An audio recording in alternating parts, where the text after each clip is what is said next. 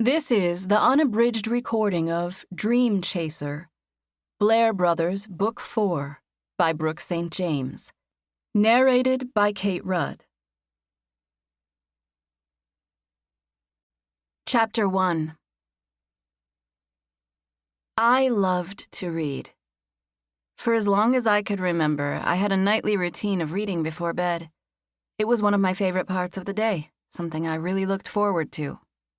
Most times I read for an hour or two, but on occasion I stayed up well into the night to finish a book. My brother associated reading with homework, and he never understood why I would want to do something like that with my free time. But to me, reading was not work. If anything, it was a guilty pleasure. I read a few books a week, romance mostly, but I liked a good mystery every now and then. I had lived 1,000 lives through the characters in my books. It amazed me that I was able to imagine so many different things, using nothing more than combinations of lines and curves and circles on paper, shapes that we decipher as words. It was remarkable to think about all the real feelings, emotions, and knowledge you could get simply from letting your eyes scan a page from left to right, top to bottom, to translate shapes into words. Some of the most pleasurable, relaxing moments in my life were spent reading a book. I remembered certain scenes in a way that they felt like memories, like I had actually been there. I had warm, fuzzy recollections of reading certain books and getting to know certain characters and families. If I didn't like the characters in a book, I'd simply put it down and start a new one. I had done that hundreds of times over the years. I always made sure I connected with the main characters in some way. But at the same time, my life was very different from theirs. In books, there was always excitement or adventure to be had. At the very least, something interesting would happen. I had never come across a single book that was literally about nothing. If I ever did, it would definitely be one I did not finish. Something fascinating always happened in books. It was what made them so much fun. My life was nothing like the lives of the characters in the books I read. It was, dare I say, the opposite. But that would not be the case for long. I had become inspired years ago, and I had epic plans that would change absolutely everything. I was about to become like the characters in my books. I had painstakingly prepared my quest for adventure, and now I was on the verge of making it happen. I was a planner by nature. I enjoyed organizing things and following through with them. This was different, though. This plan was my magnum opus. It involved years of preparation and discipline, and I was all set to enter the next phase of it. The fun stuff, if you will. I was standing at the starting line. Everything I had been working for was about to come to fruition. I would soon embark on what would be a 5-year journey. I had a lot of work ahead of me, and no doubt some trials and heartache, but the next 5 years would be far different than anything I had ever experienced. Since birth, I had hardly been outside of Twin Falls, Idaho. My parents owned a tire store there, and we lived on a small family farm. As a family, we spent all of our time working hard to make the two places function properly. The tire store was in Twin Falls proper, but our farm was a 20-minute drive into the country. I was either at home or at the tire store, and there was never a lack of work to be done at either place. My mom took care of a lot of the chores on the farm, while the rest of us went to town every day to work at the shop. We all helped her with the remainder of the chores when we got home. It was putting it mildly to say that my parents were not vacationers. There was just too much to be done on our homestead. I had been to a few different cities in Utah, Wyoming, and Montana, but that was because they were close to Twin Falls, and I had some excuse to go, usually to pick up something.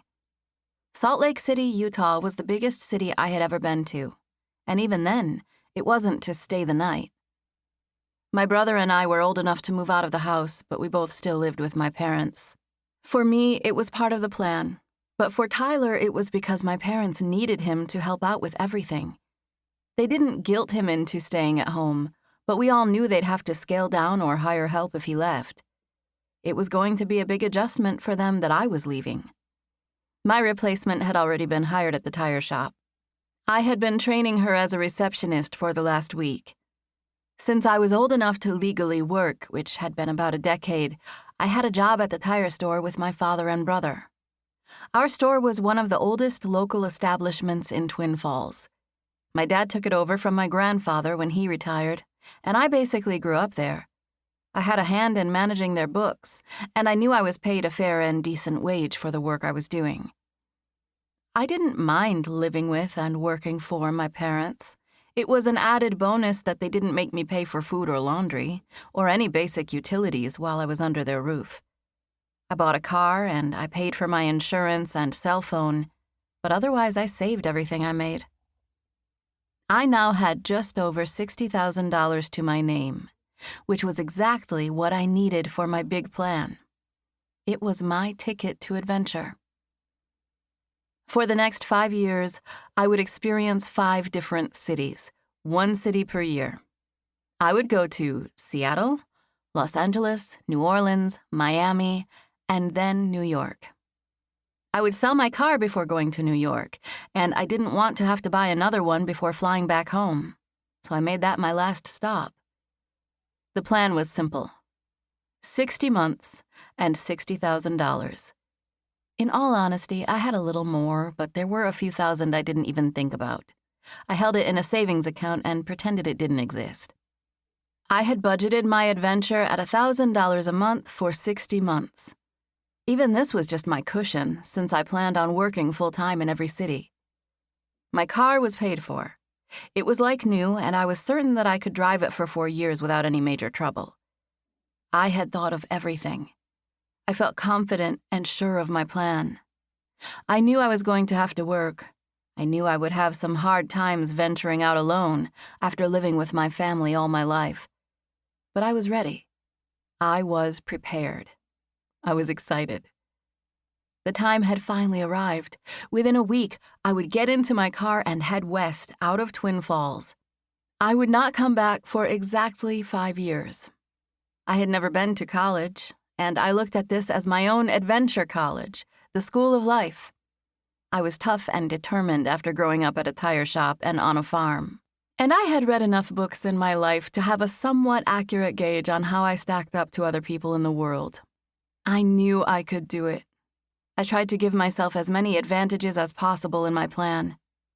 I even considered what month I was moving. It was April, a time of year I had specifically chosen in hopes to make the physical process of looking for a place easier. I had done my best to think of everything. I was more than ready to head to Seattle on the first leg of my journey. I daydreamed about it all the time. As I was standing in the kitchen with my mother, I imagined myself visiting Pike Place Market. I was picturing the guys throwing fish to each other when my mother looked up from her cooking and spoke to me. "Have you returned Mrs. Dietrich's call?" she asked. I glanced at her. "No, I haven't." "How'd you know she called me?" "Because I gave her your number." "I was wondering, what does she want?" "I don't know," Mom said. "I ran into her yesterday at the grocery store. We talked, and I told her you were leaving and a little about your plans, and then earlier she called and asked for your number. She might want to give you money or something for your trip." "Seriously? You think?" I gave my mom a little confused look, and she shrugged like she wasn't sure, but it was a possibility. Mrs. Dietrich was an old woman who went to our church.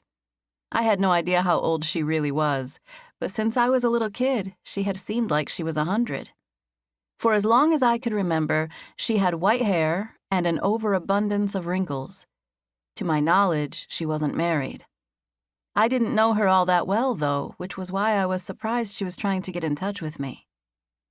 "She really wanted to talk to you before you left. She specifically told me to tell you that," she insisted. "What does she want?" I asked. Mom shrugged. "She didn't say.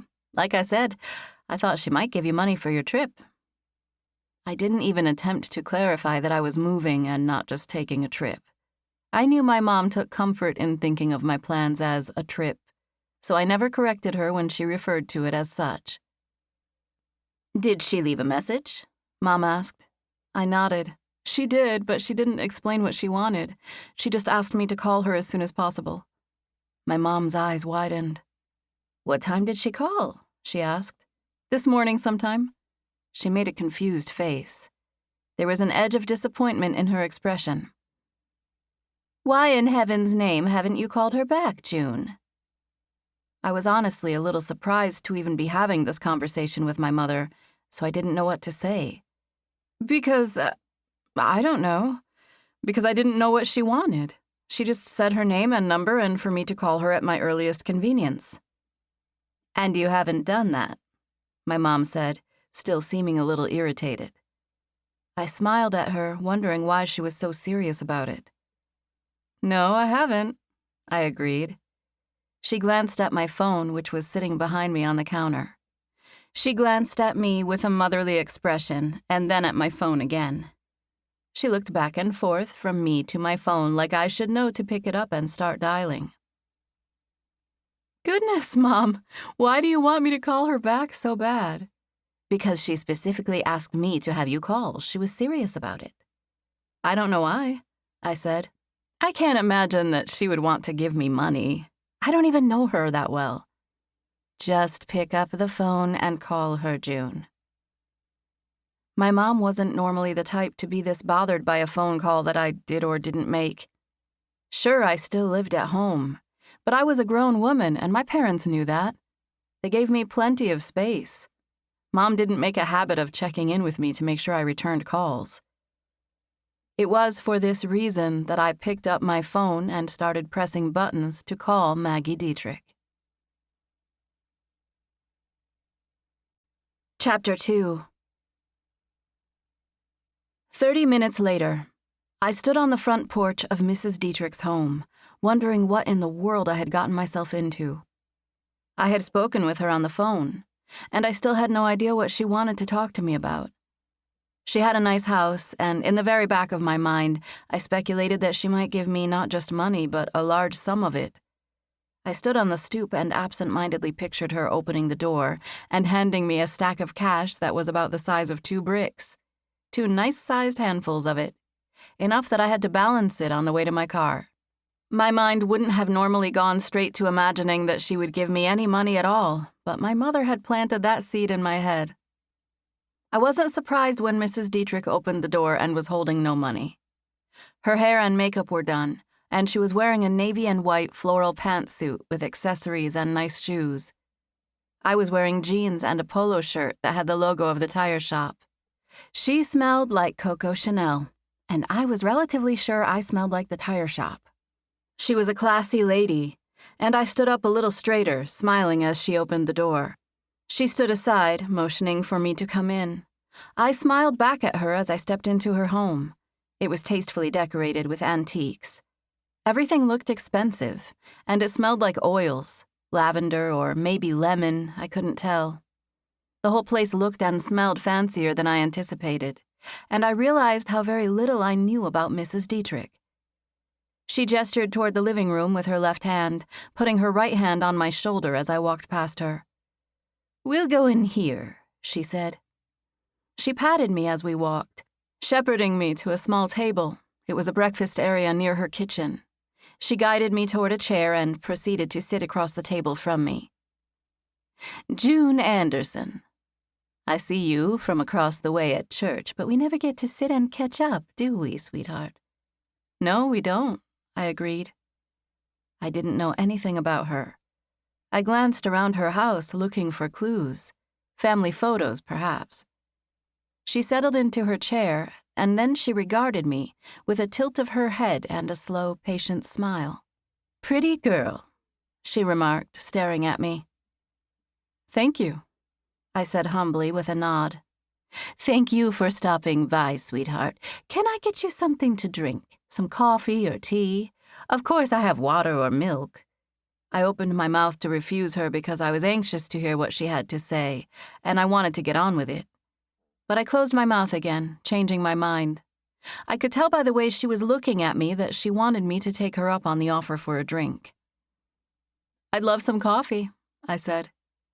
I went with her to the kitchen, but within a few minutes we were sitting at the table again, and this time I was sipping on a warm cup of coffee. She took a deep breath, staring at me with a sincere half-smile. It was quiet in her house. There was a slight sound of running water, like maybe her dishwasher was going. Mrs. Dietrich sat there and regarded me without saying anything, and I just let her. It was just weird enough that I decided in the moment to treat the whole scene like part of my grand adventure and not be in a hurry. Her white hair was curled and combed and sprayed into a perfect hair helmet that complemented her blue and white outfit. Her eyes were dark, and she stared at me with an expression I could only describe as deep. "I assume you know a little about God and the Bible since you've been going to church all these years, right?" It was the first thing she said to me after a long span of silence, and I smiled inwardly, understanding for the first time that she had brought me there to have a God talk with me. I immediately started preparing myself for a lecture about being prepared for the temptations and dangers of this world. "Oh, yes," I said, nodding. "I love the Lord." She gave me a slight knowing smirk. "Well, that's good," she said. "He loves you too, sweetheart." She sighed and tilted her head at me, looking like she was trying to figure out how to say something else. "Do you remember reading or learning about the great miracles he did long ago? The plagues and the parting of the sea, the battles and wars that would be supernaturally won. Do you remember hearing about all those things God did?" She paused, waiting for my answer. I nodded but didn't answer out loud. She continued. "Do you remember how he used people to talk to others?"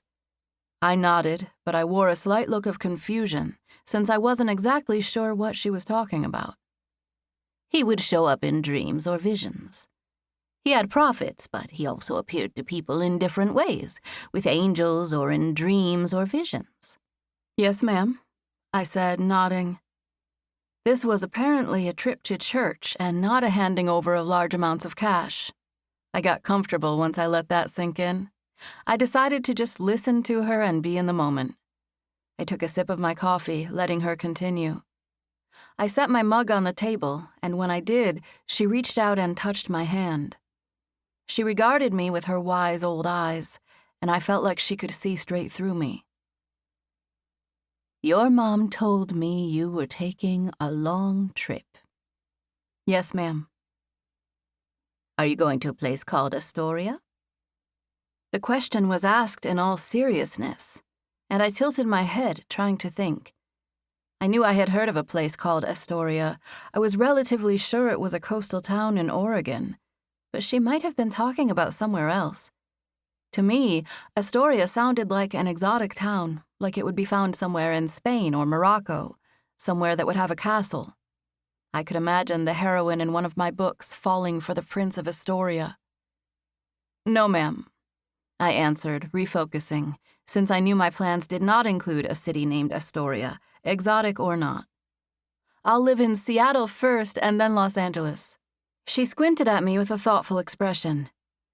"And you never considered visiting a town named Astoria?" "No, ma'am, I didn't. Why, do you have family there?" "No, I don't," she said with a little breathy laugh. "But, dare I say, you do." "Ma'am?" She looked me directly in the eyes. "I know this might seem like it's coming out of nowhere to you, June, but I feel like it's my duty to do what the Lord's asking me to do. I'm sorry if it seems out of line, but I need to urge you to go to Astoria. I had a dream, June. I spoke to your mother, and she told me about your plans to leave Idaho. I prayed for you that evening, and I was given a dream. It was for you, about you. You were clearly in Astoria." I didn't know why, but my heart began pounding. I put my hand to my chest. "Me?" She nodded. "There's a man who lives there. His name is Jasper, and he has a twin brother. He's already there, and that's where you'll be. You'll be with him."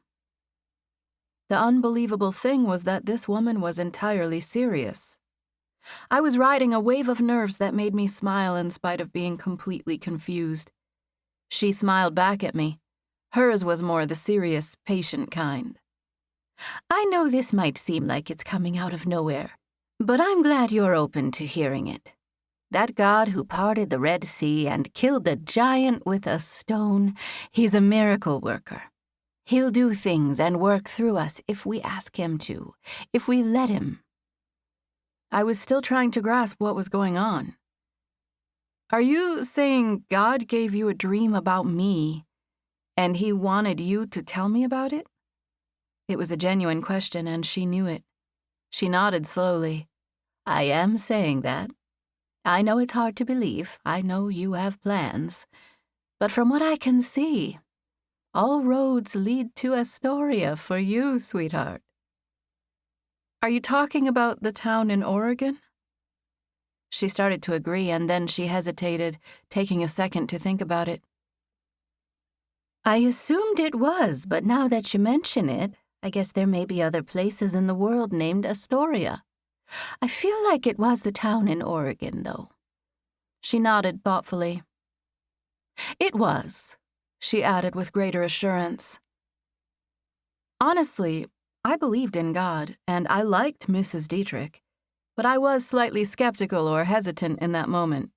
It wasn't every day that someone came up to me and shared a prophetic dream with specific names and results.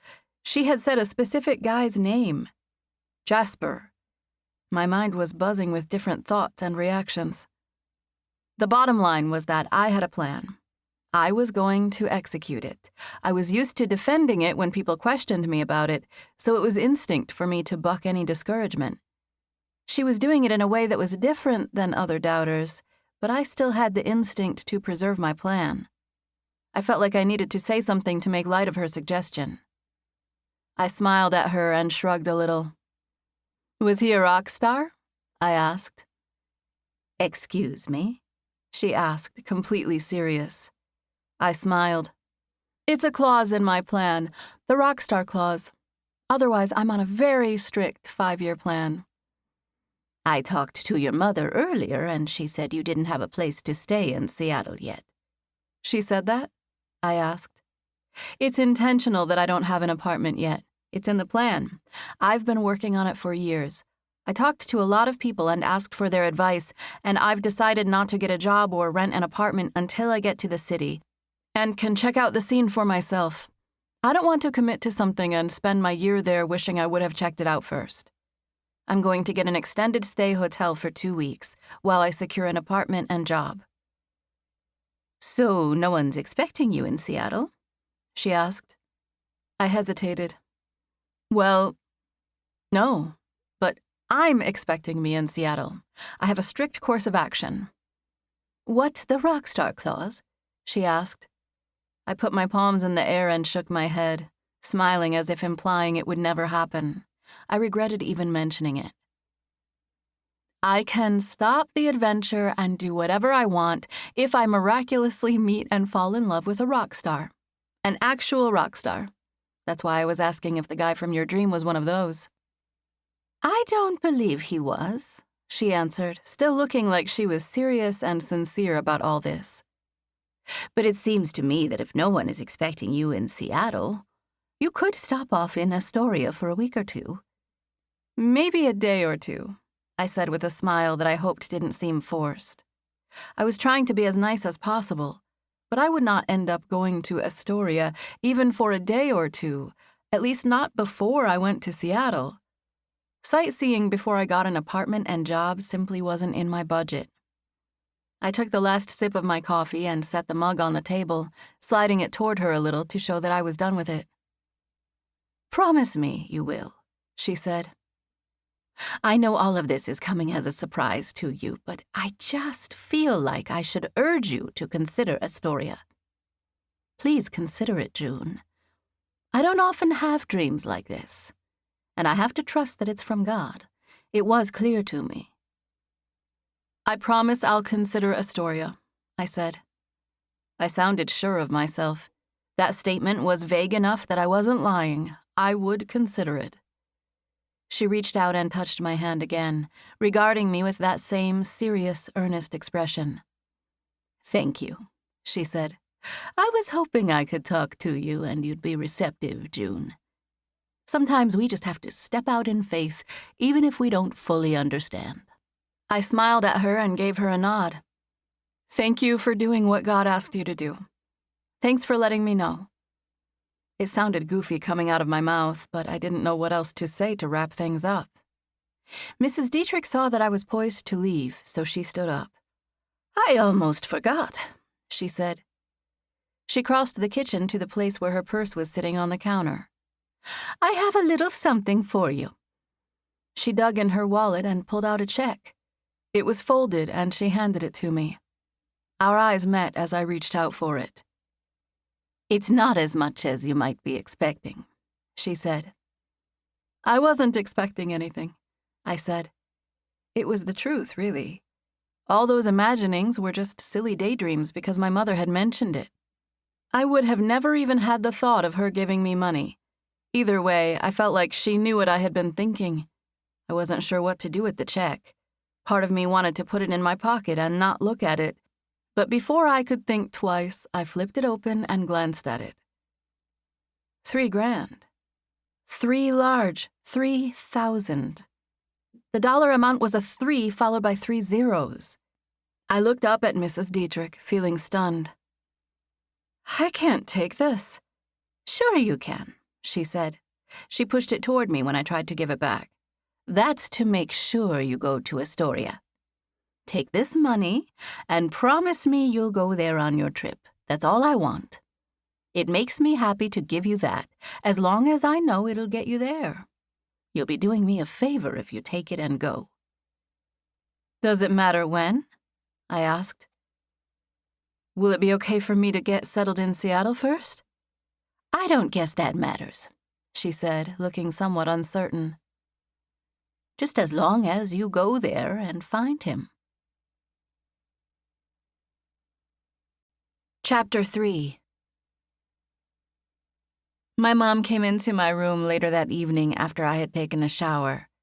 I had just crawled into my bed to read, and she sat on the foot of it, turning to look at me. "What did Mrs. Dietrich say?" she asked. She had been at my grandmother's when I got home, and it was the first time we had talked since then. "It was a trip, honestly, Mom. I don't know what to make of it. I'm still processing." "Processing what?" she asked. "What's a trip? What's that mean?" "She gave me $3,000, I said. Mom gasped. "You're kidding." Her expression was astonished. "For your trip?" "Yes." I started to say something else. I started to tell her the whole thing about the man named Jasper from Astoria. But since he might or might not exist, and I didn't know how I felt about it in the first place, I just couldn't bring myself to mention it. It seemed so odd that I held it in. "Why did she do that?" Mom asked, staring at me and looking perplexed. I wanted to tell her the truth, the whole story, but I just shook my head and shrugged like I had no idea. "She was really nice, though." And because I hated hiding things from my mother, I added, "She asked me if I'd ever been to Oregon." "Oregon? Why?" I told her I was moving to Seattle, which is really close to Oregon. I was obviously blowing past Mom's question and hoping she wouldn't notice. "And she gave you $3,000? I nodded. My mother was more surprised than I thought she would be. She was the one who had mentioned money, after all. Maybe it was just the amount that shocked her. "Well, that's a blessing," she said finally. "That came out of nowhere." "I know," I said, nodding absent-mindedly and thinking, you have no idea. As badly as I wanted to tell my mother the things Mrs. Dietrich had said about the man who lived in Astoria, I couldn't make myself do it. I was honestly a little concerned that my mother might think badly of Mrs. Dietrich for saying such random things to me. My mother was worried about me already. I didn't know what she would think about someone encouraging me to change plans at the last minute. Telling her just didn't seem right. "I guess you can't question what God wants," Mom said. Her words snapped me out of my daydream. "What?" What did you say? I asked. I thought she might be talking about God wanting me to go to Astoria, but then I realized I hadn't told her that. I said, I guess we can't question what God wants, she repeated. He wanted to bless you with money for your trip, and he used Mrs. Dietrich to do it. I guess so, I agreed. I hated to take it from her. It's so weird since I don't even know her that well. I was thinking about not even cashing it. Mom reached out and rubbed my leg. Maggie Dietrich has it to give, she said. She gave it to you because she wanted to. Don't feel guilty about taking it. You'll need to send her a card to thank her, though. I was sitting behind the front desk at the tire shop the following day when I finished writing the thank you card to Mrs. Dietrich. We had been busy all morning, but it was slow at the moment, so I took the opportunity to write a few things. I stared at my computer screen, thinking about Maggie Dietrich and all the things she had said the day before. I had replayed my interaction with her 100 times since I went over there. She was intense, serious, and convinced. I had been talking myself out of it all morning, but I finally gave up and typed the words Twin Jasper Astoria into the search bar on my computer at work. I told myself it was simply research and it would never amount to anything. I had already looked up Astoria on the GPS, and I knew it wasn't far from Seattle. It would be extremely easy to plan a day trip there once I was settled. I would keep my word to Mrs. Dietrich about going. But I was convinced that her feelings about future events were just due to a random dream she had. Maybe she had too much roast beef the day before. I did not expect anything to come up when I typed those random words into the search bar, so I squinted at the screen when something actually did. I clicked on the link. It was an article for an Astoria newspaper, one where they spoke about a place called Twins Marine Construction. I scrolled down, scanning the words of the article but not really taking much of it in. I came to a picture of 2 young men standing next to each other. It was an outdoor shot on the water. They were standing on a dock. They looked just alike. My heart raced at the thought that there might actually be someone in Astoria named Jasper who was a twin. I blinked at them, wondering what the chances were. I scrolled upward in a hurry, scanning the website and making sure it was located in Astoria, Oregon. It was. I scrolled down again, looking at the picture. There was actually a twin named Jasper.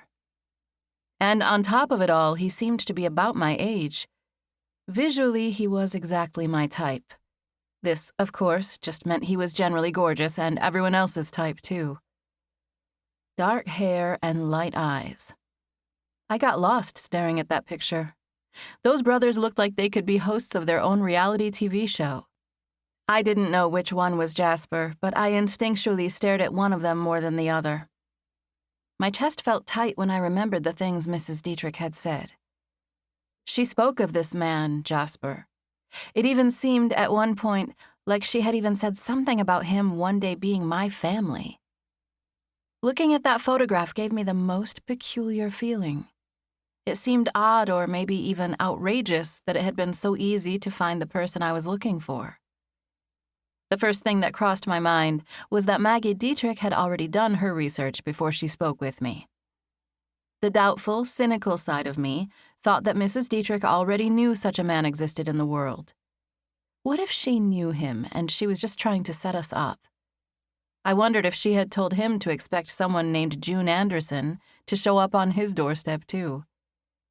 I was feeling doubtful as I got lost staring at the men in the picture. A bell sounded as a customer walked through the glass door, and I clicked the computer mouse several times to exit the screen as quickly as possible. I talked to the customer for the next few minutes, but my thoughts kept going back to that article. Part of me was excited or at least intrigued, and part of me just kept repeating my mantra. Stick with the plan. Stick with the plan. I must stick with the plan. I knew that getting sidetracked on a wild goose chase in Oregon on account of some mysterious advice was not the best way to start my journey. But then, I would have the crazy thought that following mysterious advice was precisely what my journey was all about. I wondered what one of my heroines would do. It was later that day, during one of those brave moments when I wanted to be as cool as the women in my books, that I picked up my phone and called the number that was listed for Twins Marine Construction. I put the phone to my ear, trying to remember why I was doing this, and feeling almost certain that I should back out and hang up. It was just a phone call, though. It rang twice while I was wavering about whether or not I wanted to hang up, and before I knew it, someone answered. Twins Marine Construction, how can I help you?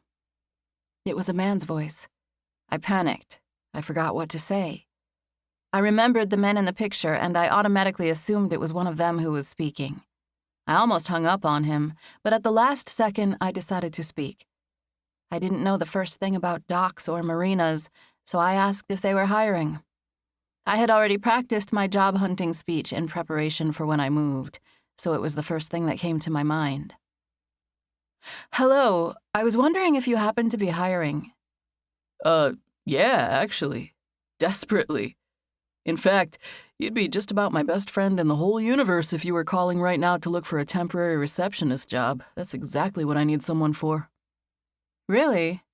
A receptionist? Yes, for like 2 or 3 months. Paige got put on bed rest this morning. And Paige is your current receptionist? I asked. Yes. I'm sorry. See, that's why I don't need to be answering the phone. Paige would usually be the one up here. She's great. She would have known just what to say. It sounded like he was flustered, moving around, shuffling papers. Her doctor said she can't come to work until she has the baby. They're hoping that'll be a month from now. Yesterday she was here, and now she's not. I was hoping, when you asked if we were hiring, that you miraculously had experience as a receptionist, and you were looking for a temporary job where you could start today. I laughed a little, since he was obviously joking. Well, seeing as how I'm in Idaho, I definitely couldn't start today. I was just kind of putting my feelers out for work in case I decided to move to Astoria. Oh, you don't live here? Astoria's beautiful. You'd love it. You should definitely move here. Have you ever heard of The Goonies? It was filmed here. Astoria's great. Do you have any experience as a receptionist? Yes, I do, I said. Lots. Lots? Really? Scheduling and organizing? Yes. Are you good? Yes, I said, knowing it was the truth and smiling because of it. I have 10 years of experience in reception and bookkeeping at my family's tire store. I have a resume that I could send you. How soon can you be here? He asked. Seriously. We won't leave you hanging when Paige comes back either. I know I said it was temporary, but we'll keep you on if it works out and you like it here. Do you mean in Astoria? Yes. How soon do you think you can be here? I don't know. Monday is when I was planning on moving to... I haven't looked into it yet. Is Astoria big enough to have a hotel that I could... Do they have an extended stay hotel? Because I'm sorry. I should really do a little research and call you back. I have a plan and a budget, and I should really consult the books before I even start to think about... It's my birthday, he said, interrupting my rambling. We thought we were going to have to do without Paige for a few weeks once the baby came. But this 2 months ahead of time stuff has us in a bind. We need a good receptionist, and you really wanted to come to Astoria. It seems like a win-win. I don't think you should have to get a hotel if you're moving here. I'm not moving there, I said. I'm moving to Seattle. I was only checking Astoria out to see if I wanted to stop off there on my way to Seattle. Stop off and get a temporary job? He asked hopefully. Not necessarily, I said. Well, you called asking for a job, he said. Had I? Oh, yeah, I had. I would come. I really would.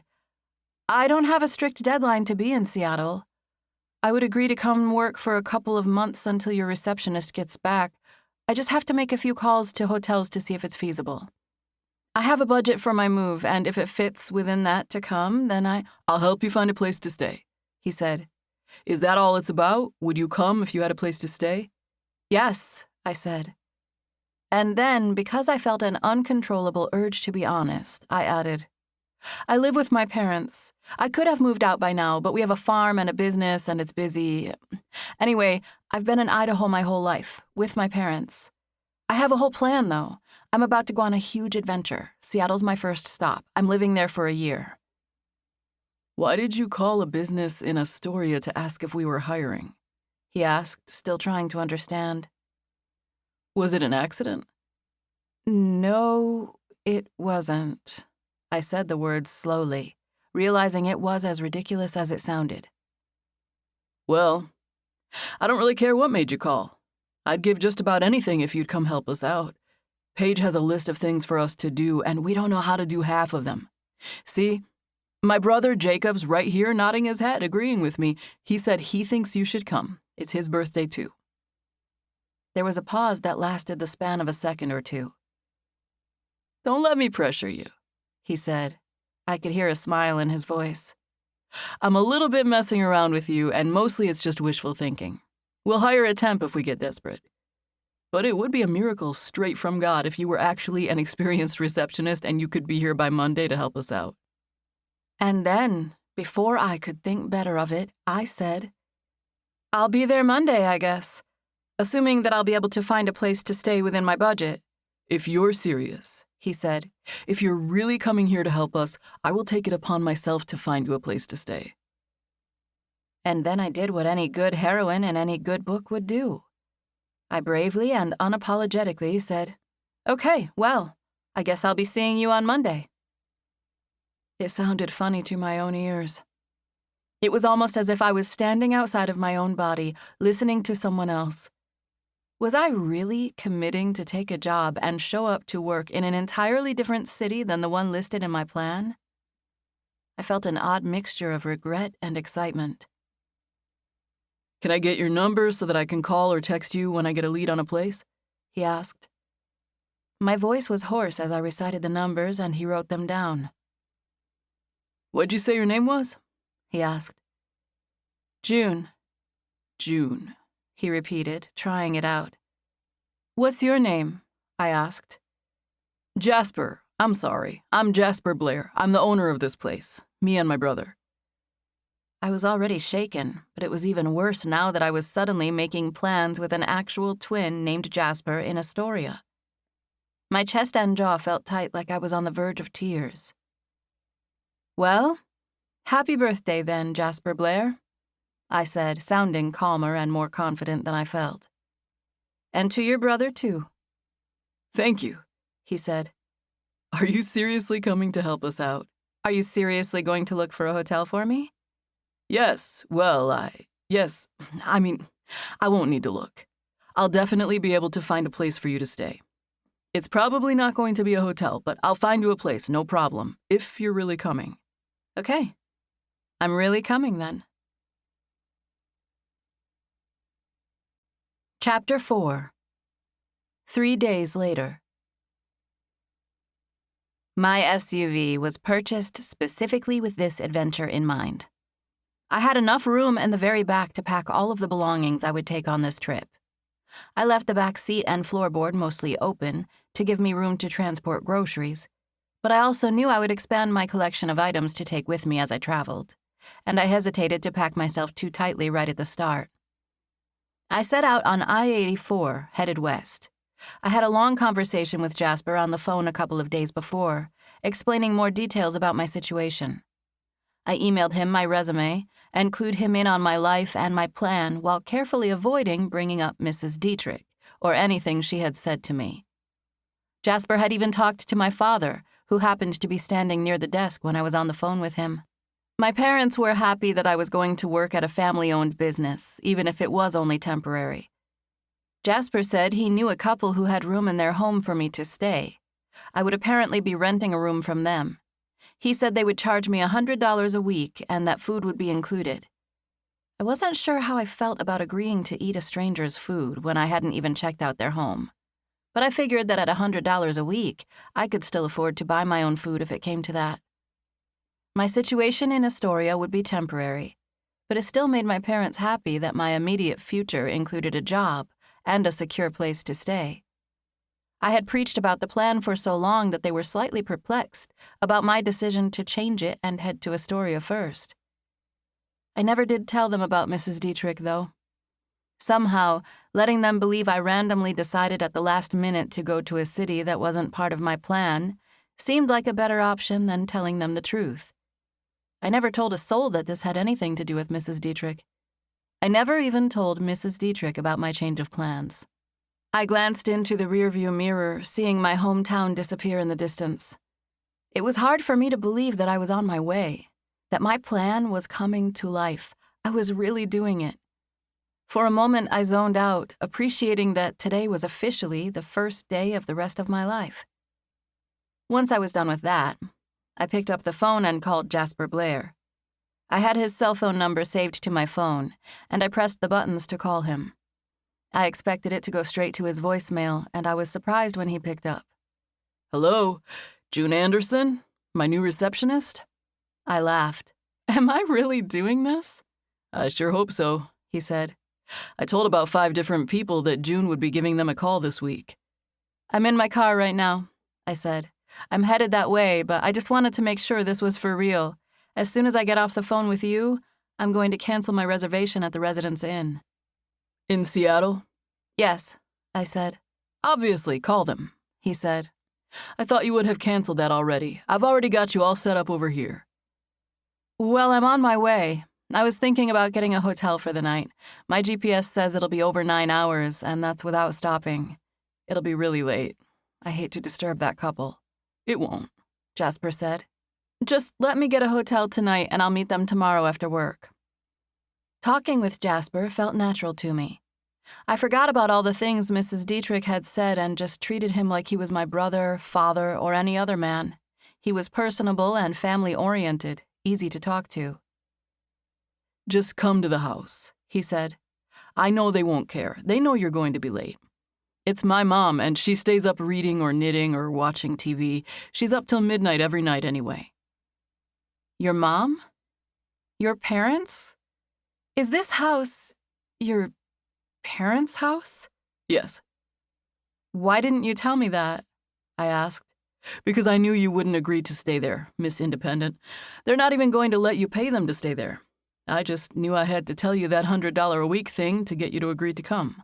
Jasper, I cannot intrude on your parents for 2 months, maybe a couple of days, but definitely not 2 months. I thought you knew somebody who had a bed and breakfast. I know, but my parents basically do. They're happy about it. They raised 4 boys and none of us live there now. They have that big house to themselves. My mom was excited when I told her about you. She offered for you to stay there before I even mentioned it. My mind raced. I started to protest. I had all these expectations about doing this adventure, and moving into another person's home and relying on their cooking and laundry didn't seem like a big enough leap for me. Can I stay there for a few days and then feel it out? I asked. I really don't want to intrude on your parents for 2 months. Sure, he said. You can try it out. Try my parents' cooking and hospitality and see what you want to do from there. So, the address you gave me, is that to your parents' house? Yes, it is, he said. Sorry I lied. I just know you'll be fine with it once you get there. You kind of just omitted the truth, I said. Yeah, that's what I was thinking. And it was for your own good since you'll love it there. If you're not happy, we'll find you a hotel or an apartment or whatever you want. I think you're going to like Astoria, though. It's more low-key than Seattle. You'll probably end up wanting to stay. I'm sure we can use the help around the office, even after Paige gets back. Oh, no, I'm definitely going to Seattle, I said. I know. You have a plan, he said, since I had already told him that a few other times. I'm just saying, I'm not going to hire you and tell you to come here and then just leave you high and dry once Paige comes back to work. Thank you, I said simply. Okay, so call me if you need anything while you're on your way, but otherwise we'll see you tomorrow. Take your time getting to the office in the morning. Somebody will be covering the desk when you get there, probably me or Jacob. Paige said she'd FaceTime you to go over some things once you have a chance to check the place out. Okay, that sounds good. I have the address written down.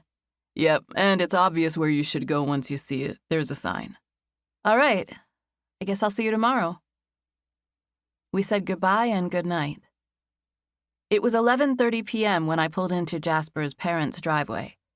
I had driven through part of town, and I passed some houses that were all slammed right next to each other. But theirs was in a neighborhood with large wooded yards. The house was positioned away from the street, and I had to look at the numbers on the mailbox to make sure I was at the right place. There was a lot of room to park in the driveway, and I found a place on the side where I knew people could get around me if needed. Their vehicles must have been in the garage because I couldn't see them from where I parked. I got out and looked around, taking a second to let my surroundings sink in. It was dark, but I could feel and see that landscape in Oregon was different than Idaho. I could even smell it. I breathed in, realizing there was salt in the air. I walked toward the front door. There was a side entrance that looked inviting, but I figured the front door was a safer bet since I had never been there. The house was large and well-maintained. I was feeling relieved at what a nice place it was, when all of a sudden I saw a porch light turn on near the side door. I glanced that way and noticed the silhouette of a woman behind the faceted glass window that made up the upper portion of the door. The door opened, revealing the woman I assumed was Mrs. Blair standing on the other side. She had shortish, dark hair that was pulled back into a messy twist, with pieces going this way and that. She was wearing a nightrobe with fuzzy slippers. My first impression was that she was like a slightly cooler version of my own mother. "You must be June." I smiled and reached out to return the hug she was reaching for. "I am, and you must be Mrs. Blair." "Becky," she said. She glanced at my Honda. "Can I help you with your things?" I patted the oversized duffel bag that was strapped over my shoulder, resting near my hip.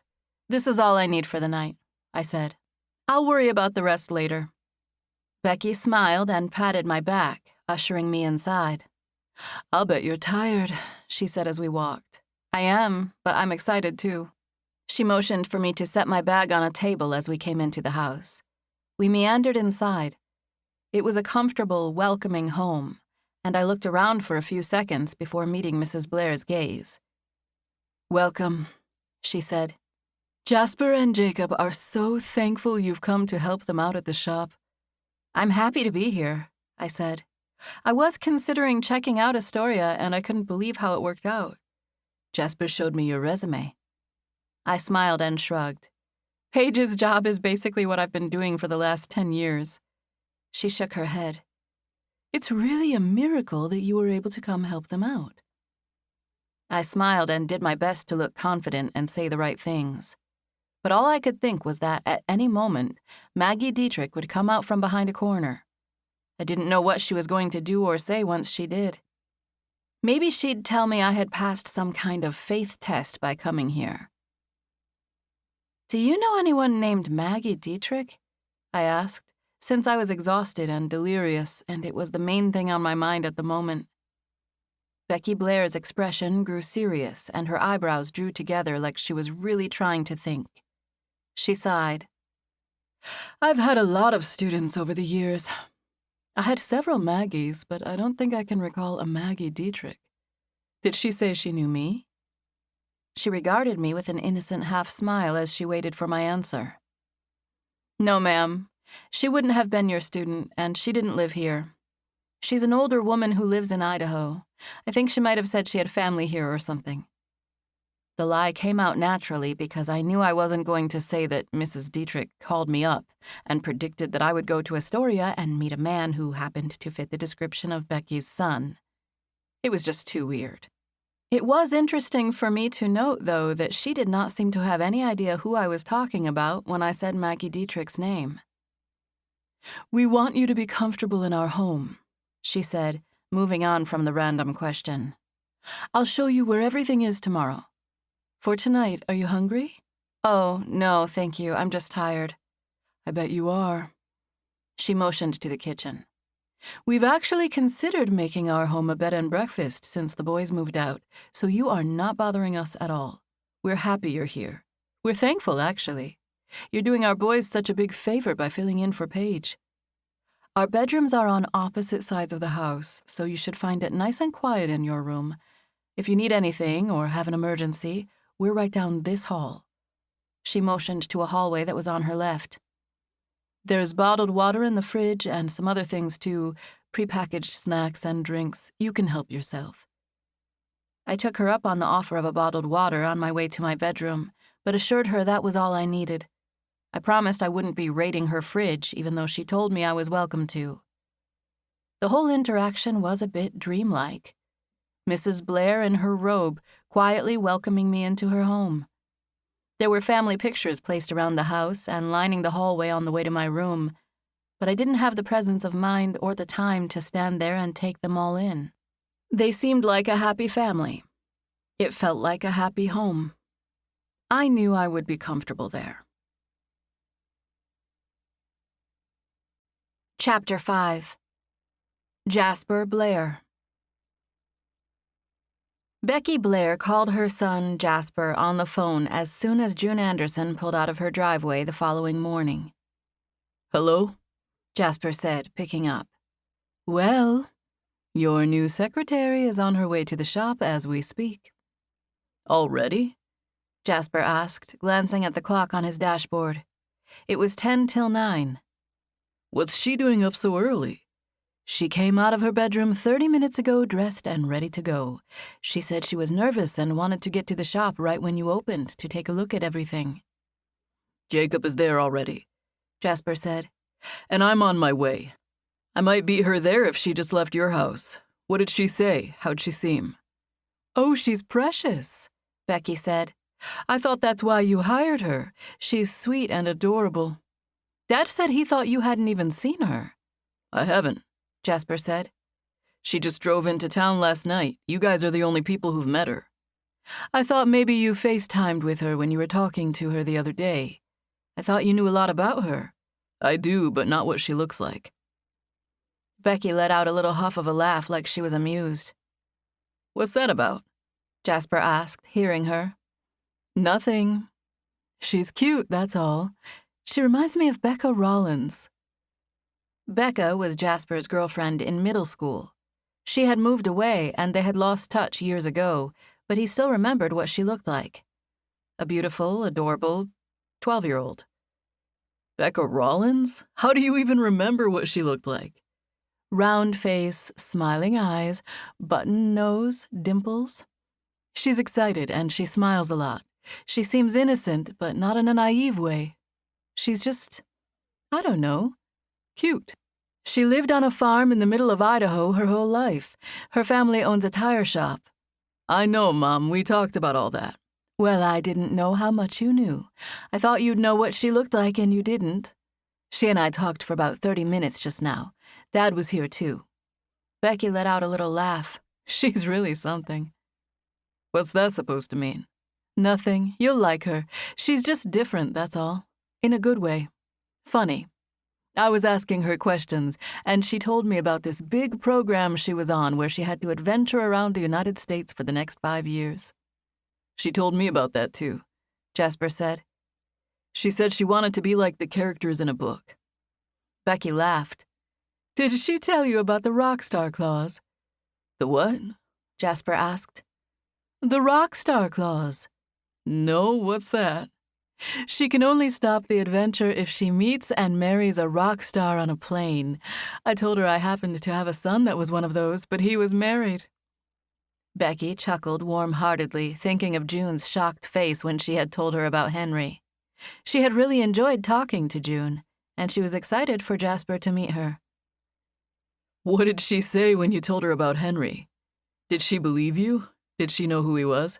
She knew who he was. She had heard his music. She was surprised that he was your brother. We laughed about how close she had come to actually meeting a rock star when the whole thing had been a bit of a joke anyway. She didn't come close, Jasper said. Henry's married. I know, but she had a rock star section in her plan. It's just funny. What are the chances that her first stop would be at the childhood home of a rock star? I mean, I guess I see what you're saying, but it doesn't really matter since Henry's married. Are you jealous, Jasper Reese? No, what would I have to be jealous of? I've never even met the girl. I don't know. She could be lying that she didn't know Henry was my brother for all we know. Maybe this was part of her big plan. Maybe she's a stalker. Becky let out a motherly sigh. First, if she wanted to stalk Henry, don't you think she would do it in Seattle and not here? Second, she had no idea that Henry was your brother. I saw it in her face. She's sweet, Jasper. Innocent. We had a good laugh about it. She didn't even ask about Henry or hint about meeting him. She was nervous about one thing and one thing only, and that was doing a good job for you at the shop. You should be thankful that she went out of her way to break her plans and come here." "I am thankful," Jasper said. "What were you guys going to do when Paige had the baby? I know you didn't expect it to be an issue for another month, but what were you going to do to replace her when the time came?" "Did June ask you that?" he asked. "No, I was just wondering." "We thought she would only be gone a week or two, honestly, Mom. You know how Paige is. We were going to try to get by, maybe hire a temp if we needed it. We just thought we'd try to bide our time until she got back. Obviously, we didn't expect bed rest." "I'm curious to see what you think of June. She's interesting. I feel like she and I actually have some things in common. I think you're going to like her. And I think she'll do a good job for you at the shop. She was excited about going in and getting to work." "All right, well, I'll be pulling up in a second, so I'll let you go." "Okay, bye, honey. Thanks for letting her stay, Mom." "It's really our pleasure. She's a nice young lady, and she's quiet. We'll hardly know she's here." Jasper noticed the Honda parked in front of the shop when he arrived. The windows were tinted, but he could still see in, and he could tell it was packed. It was a nice, newer vehicle, white with custom tires and rims. It looked good. He should have known that would be the case since she worked at a tire store. His brother Jacob was there too. Jasper opened the door and saw that there was a young woman standing near Paige's desk talking to Jacob. She looked Jasper's way when she heard him come in. She was wearing a skirt that fell above her knees with a blouse and some flats. She was dressed up. The skirt was black with pink pinstriping, and her shirt was a light teal color. She looked nothing at all like Paige. Paige would have been wearing jeans and a t-shirt, or on a special day, pants and a polo shirt. Paige's hair would have been pulled in a ponytail, and this girl's hair was pinned up in two adorable buns right on the top of her head. They weren't as big, but they were in the exact position Minnie Mouse's ears would be. Jasper couldn't help but smile when he looked at her. She smiled back at him. "Good morning, and welcome to Twins Marine Construction," she said, looking straight at Jasper with a cordial smile like she was completely serious. "I'm Jasper," he said. Her smile broadened. "I know, I'm just practicing. How'd it sound?" "Great," Jasper said, still unable to contain a smile. She looked fun yet professional. Jasper approached them, feeling unable to take his eyes off of June's face, her dimple. She had dimples on both sides, but one of them, the one on her right side, was much deeper than the other one. It was asymmetrical in the best way possible. He continued to draw steadily closer to June until he reached the place where she was standing. She had a barrette in her hair. It looked like it was holding her bangs to the side so that they could get clipped down and fed into the bun. Jasper's eyes fell onto it. It was small and made of gold and enamel. It had a pink flower with white, green, and blue accents. It matched her outfit and was the crowning jewel of her whimsical appearance. "What's that?" Jasper asked, staring at her hair. She touched the barrette, knowing that was what he was referring to. "It's too much," she said. "It was the first thing Jacob noticed about me, too. Dang it." "It's not too much," Jasper said, instinctually pulling her arm down to stop her from messing with it. He looked into her eyes. She had on round wire-framed glasses, but he clearly saw her eyes on the other side. He saw them without any obstruction at all, because there was absolutely nothing in the frame. He wanted to reach out and touch her. Without thinking, Jasper poked his finger slowly and gently through the edge of the frames she was wearing. No lenses. He knew he shouldn't do it, but he found it difficult to contain his nervous energy. "I guess those don't help you see," he said, stating the obvious. "No, they're just for fashion. I was feeling a little over the top this morning." She was completely serious, even though she was being lighthearted, and Jasper smiled at her. She was funny. "I don't really like them anyway," she said, breaking into a smile. "I thought they might help me look smart for the new job. All this stuff is new. I normally wear jeans and a ponytail to work. My brother and Dad and the other guys at the tire shop would have a field day if I showed up dressed like this. I just wanted to reinvent myself since you guys don't know anything about me. I want to try something new. Anything, really. I'll get to start over again in a couple of months when I go to Seattle, so I figured I'd go big or go home with this little prelude in Oregon. Jasper stared at her. She was just straight up honest, unfiltered. She possessed a curious mix of feistiness and innocence. She smelled nice as well. Uncontrollably, Jasper began having thoughts. He imagined her taking off those glasses and letting her hair down. Those dimples. He wanted to reach out and run his thumb over that one on her right side. She didn't have on a lot of makeup, but she didn't need it.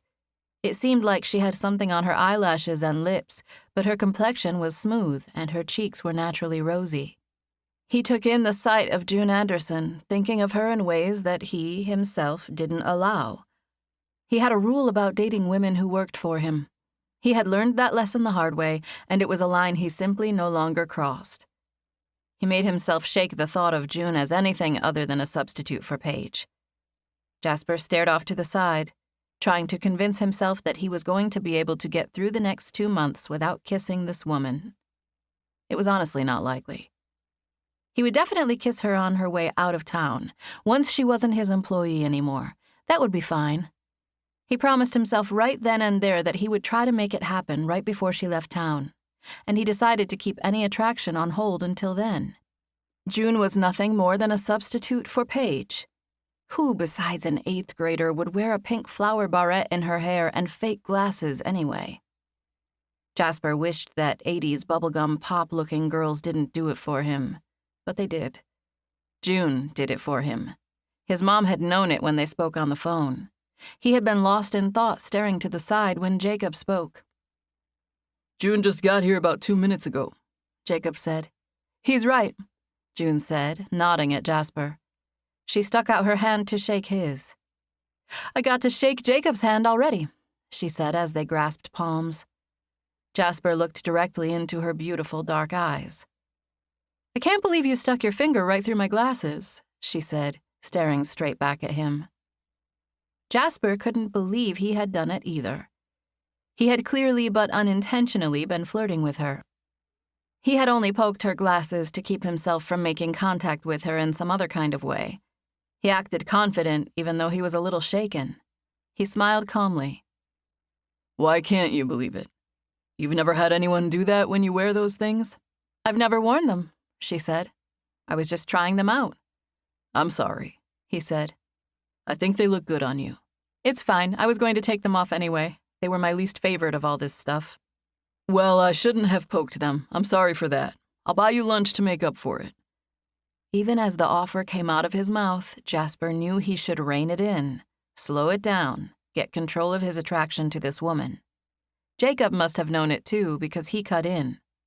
I was just about to show June the scheduling software, Jacob said. Yes, right, great, thank you. Jasper smiled at June, trying to stare blankly at her instead of noticing her features. He cleared his throat. I'm going to the kitchen to make a pot of coffee, he said. Chapter 6. June. I wasted no time at all before pulling those John Lennon glasses off of my face. I don't know what I was thinking wearing them. I wasn't comfortable in them in the first place. I took them off, folded them, and set them on my purse as soon as Jasper Blair turned to head toward the kitchen. Don't let him bother you, Jacob said, seeing me put them away. They looked good on you. I didn't even know they weren't real. I never would have noticed that. I wasn't comfortable in them anyway, I said, telling the truth. They were hurting my nose. Jasper Blair caused my heart to race, and it took me a second to settle down from my interaction with him. I reminded myself that he probably wouldn't affect me at all if I didn't have the words of Maggie Dietrich repeating in my head every time I looked at him. I felt an odd sort of peace, happiness, and comfort when I looked into his eyes, but I knew that was just because I was expecting that to be the case. Jasper and Jacob were both extremely likable individuals. After meeting and talking with their parents that morning, I knew where they had gotten it from. The Blairs were kind, outgoing people. Jasper was special, though. I had the innate urge to please him, and I just kept replaying in my mind the way he smirked at me as he reached up and put his finger through my glasses. The edge of his hand had touched my cheek, and I remember feeling a jolt of electricity as a result of the contact. He hadn't meant to make fun of me by doing it. He was just teasing me. I had a brother, so I was used to it. The Blair family was treating me like family, and I had to think I owed it to God. Regardless of what ended up happening between Jasper and me, God had managed to give me a nice, easy start to my journey. I was staying in a wonderful, clean, welcoming home, and I liked all of their personalities. I was intrigued by the characters I had met so far, and I was happy about the way my adventure was starting out. I was thankful for Maggie Dietrich's tip, even if Jasper really had nothing to do with it in the long run. Jasper came out of the kitchen a few minutes later, holding 2 cups of coffee. He set one of them in front of me on the desk. "You took your glasses off," he said. I smiled and shrugged a little. "Yeah, it had nothing to do with you, though. I was about to take them off anyway. Thanks for the coffee. I'm going to be nice and hyper if I drink this one, too." "Is it your second cup?" he asked. I nodded. "Your mom had coffee with breakfast this morning." "What kind of breakfast?" Jasper asked, looking like he hoped he hadn't missed something good. That made me smile. "Eggs and toast," I said. "And bacon. Your dad cooked some bacon." "Seriously? Do they plan on doing that every morning? I might stop by." "I might stop by too," Jacob said. "You're married with a wife," Jasper said. This made Jacob stare at him with a serious expression and shrug. "That doesn't mean I can't stop at Mom's house for eggs if I want to. Charlie doesn't cook. Not breakfast, at least. Neither of us do. Half the time I have to remind her to even eat breakfast. Charlie's his wife," Jasper said, looking at me. I nodded. He had told me that a few days ago during our conversation on the phone. For the next 2 hours, the twins showed me around the office and helped me get familiar with the way things were run around there. The office was situated near a warehouse where they kept some of their lumber and heavy equipment, so employees and construction workers came in and out of there constantly during the morning hours. The twins introduced me to everyone, but they were also focused and didn't waste too much time chatting. They were both sacrificing their time to help me get acclimated, though, and by 11 o'clock, they were chomping at the bit to leave and get to different job sites. They got ready to leave at the same time, but Jacob headed out before Jasper. I said goodbye to him while Jasper was taking care of something in his office. Jasper stopped at the desk when he was on his way out. "Paige is expecting your call," he said, looking over the desk at me. "I just talked to her and she told me to tell you." "Okay, I'll call her right now," I said, nodding. "I know it's a lot," he said. "Don't put pressure on yourself to get everything perfect. You're already doing better than anyone else we could have found. We're just happy you came to help out." "Oh, don't worry. I'll get it perfect," I said with as much swagger as I could manage. Jasper laughed. He was amused by me, I could tell. "I'm just playing, obviously. Paige does have a lot going on up here, but I am pretty confident about it, considering. I think it'll all start to make sense in a day or two." Jasper smiled at me as he tapped the desk. "I'll be back at 12:30 to pick you up for lunch." "Oh, that's all right. Jacob said he'd be back at noon to watch the desk for me. I was just going to drive through and get some fast food." "I've got to go on a job. I wish you'd just wait an extra half hour and let me treat you to lunch." He paused. He was offering to buy me lunch to try to make up for teasing me, but I didn't require that. He could see from my expression that I was going to deny him. "It's definitely what your character in a book would do," he added. "And it'll be a step above fast food anyway. Come on. I already told you I wanted to buy you lunch. I thought we had plans." I literally could not say no to this man. I nodded and smiled, suddenly feeling like my lunch break could not come soon enough. I was so drawn to him that I felt like I would be counting the minutes until I saw him again. But counting minutes was something people did when they had nothing else to do, and I definitely had things to do. I was overwhelmed already with all the new things I had to do and learn. My mind was full, and as long as I wasn't looking directly at Jasper Blair, I had no trouble forgetting about him. I called Paige as soon as Jasper walked out. It was quiet in the office, and she was expecting my call, so it seemed like a perfect time. I contacted her on the phone, but after only a few seconds, we decided to hang up and FaceTime so that she could show me some things.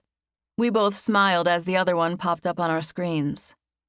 "Aw, you're so adorable," she said. "CJ told me you were cute and he wasn't lying." CJ was Paige's husband. He also worked there. I had met him that morning. He had been with Jasper and Jacob a long time and was now a site manager. "It's just my buns," I said, reaching up to touch my hair. She was smiling at me and studying my image on her screen. Does anyone like the way they look on FaceTime? I hated the way I looked when I did this. Surely I wasn't the only one who thought I looked like a completely different person in a bad way. Maybe I just hadn't perfected the art of holding the camera. "Nobody ever calls me cute in my normal life," I said. And today 5 different people said it. It's definitely the buns. Paige laughed at that. "You are adorable," she said. "I'm so happy you came to help out. I felt terrible about having to leave on such short notice. There are some things I can do from home, but it's hard not being there to keep those guys in line. That's a lot of the job." "I'm used to keeping guys in line," I said. "I did a lot of that at the tire store." "You're going to be perfect. I just know it. I'm so relieved. I prayed for this. It feels amazing to be able to relax." "Yeah, you should definitely relax," I said. "Just take care of yourself. I'm having fun already, and the timing worked out perfect for me." "I heard you were stopping off here on your way to Seattle?" "I am," I agreed. "I wanted to check out Astoria." "What made you want to check out Astoria?" she asked. "The Goonies?" "Yeah, mostly." I lied, since I wasn't going to say it was because of an enigmatic prophecy. "What'd you think about the Prince of Astoria?" "Who's that?" I asked. I felt a momentary glitch in my brain as I tried to remember where I had heard of a Prince of Astoria, and I thought it was just in my own mind. "You must know who I'm talking about," she said, seeing me lost in thought. "I don't. I didn't meet a prince." She chuckled. "I'm talking about Jasper," she said. "Oh, Jasper, yes, I met Jasper. I just didn't know he had a nickname." "It's not his nickname," she said. "I never call him that. That is what he is, though. He's the last single Blair brother, and he's Mr. It in Astoria." She stared directly at the screen, leveling me with a serious expression. "Please do not fall in love with Jasper Blair, June. He is untamable. He will break your heart in a New York second, and I can't let that happen. I need you there till I get back. I can tell he already... Never mind. Just don't fall in love with him." I blinked at the screen.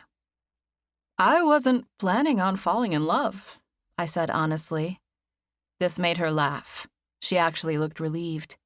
"He's going to be hard to resist," she warned. I nodded numbly, barely taking in what she was saying. I caught myself thinking about his grin. "He's going to behave himself with you. I know he will, but just be aware. Hearts break when he walks in the room. You actually might have to deal with ladies trying to reach him on the office phone when he's not texting them back." My expression was serious, and she tried to gauge it before she continued. "Don't let me scare you. You'll love Jasper and Jacob. They're awesome to work for. The whole crew is pretty amazing. I love my job. I'm going to miss going up there every morning." "Aw, and I know they miss you," I said. "Everybody's already told me. I've got big shoes to fill." "You're going to do fine, I can tell," she said. "Are you ready to get down to business?" I nodded. "Yes, I am." "All right, that's what I like to hear. Let's start with going to the computer and opening the scheduling software." Chapter 7. A month later. My first month in Astoria would have made one heck of a movie montage. It would show funny mishaps and good humor at the construction company, mixed with adventures and sincere, sweet, funny moments with the Blair family. Dave and Becky were interesting and kind. They gave me space while at the same time getting to know me and showing real interest in my life. I experienced a lot of action during that month. We packed a lot in. There was never a dull moment. I had a lot to learn at the office, and my evenings and weekends were absolutely full of adventure. Jasper Blair got the notion to help me with my quest for life experiences, and he planned one thing after another for me.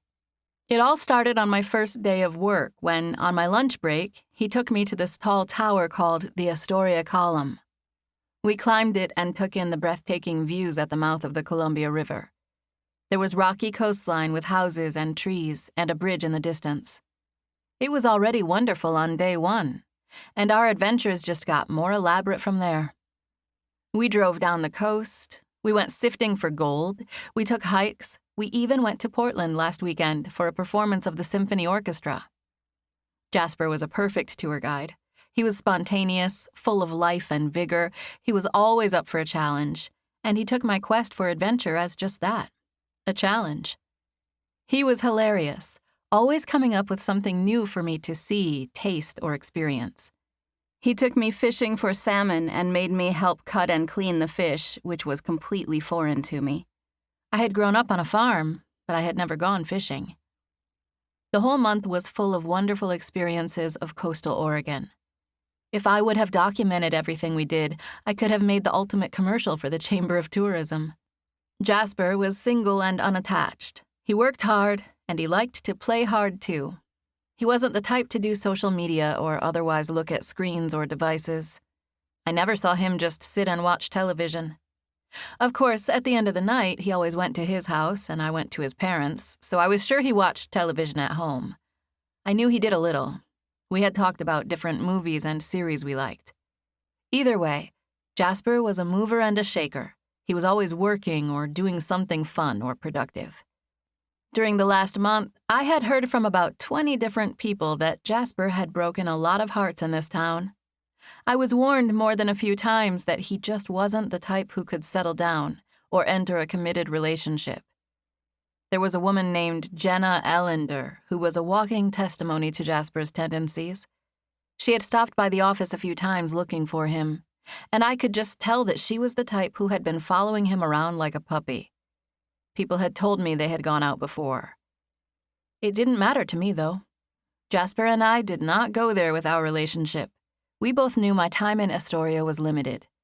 We had a nice long talk on day one when he told me about his intentions to help me experience life to the fullest. I did believe, however, that we were both physically attracted to each other. We had a couple of moments where something verging on flirty was said or some extended eye contact happened. It was obvious to both of us that there was attraction, but it didn't influence the way we behaved around each other. Jasper and I spent a lot of one-on-one time during that month. There was plenty of opportunity for us to steer things in that direction, but both of us seemed to intentionally leave physical attraction out of it. He was my boss. He was my tour guide, and sometime during the process of it all, he had also become a good friend. He had done so much for me, and the funniest part was that he thanked me for it. Several times, he had expressed his appreciation for my willingness to try new things. He acted like he owed me something or was inspired by me, which was crazy since he was the one who was giving me all of the opportunities in the first place. Mrs. Dietrich had been absolutely right when she told me I should seek out a man named Jasper in Astoria. This was the absolute best-case scenario. I couldn't think of a better start to my 5-year journey. Things could have looked much different for me if I had moved out of my parents' house cold turkey and been alone in a big city right off the bat. The stop-off at the Blairs' home was a perfect transition. I had not told another soul about the things Mrs. Dietrich had told me, but I didn't take for granted that it was a miracle and a gift. I thought of writing or calling to tell her that I was in Astoria and had met a man named Jasper, but I never did. Even though I was living it, it still seemed unbelievable or outlandish to think that she had a dream and all this had happened as a result. It was hard for me to believe, and I usually wound up with doubt creeping in because I would start to think she knew him beforehand. So, long story short, I had not contacted Maggie Dietrich to tell her I was in Astoria. My mother knew everything, of course, but if she had mentioned my change of plans to Maggie Dietrich, she didn't tell me as much. I was a month into my journey when Paige had her baby. She had gone into labor last night, and she had the baby this morning before dawn. Jacob was at the office when I got there, and he had been the one to tell me. It was a little girl, and Paige and CJ named her Callie Jane so that she would have her daddy's initials. She was born a couple of weeks early, but she and Paige were both healthy, and they were expecting to go home after a few days. Jasper and I had plans for the weekend. I knew we were driving down the coast.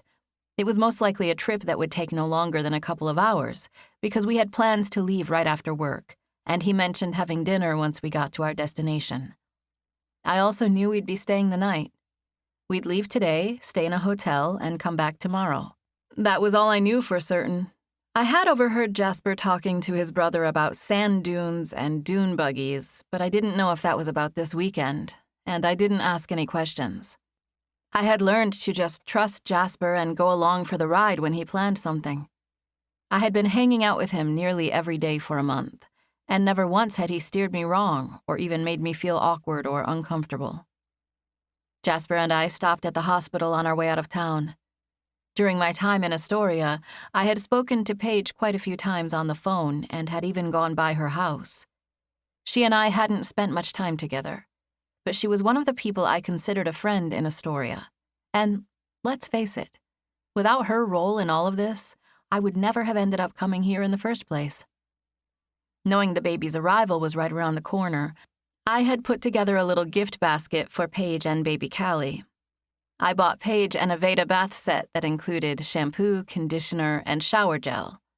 For the baby, I included diapers, a few designer swaddling blankets, and a precious set of organic cotton onesies that I had found at a baby boutique downtown. Everyone at the shop put in on a few big things. I had chipped in a little on that as well, but I wanted to do something more for her. So far in Astoria, I had earned more than I had spent, so I didn't bat an eye at buying something nice.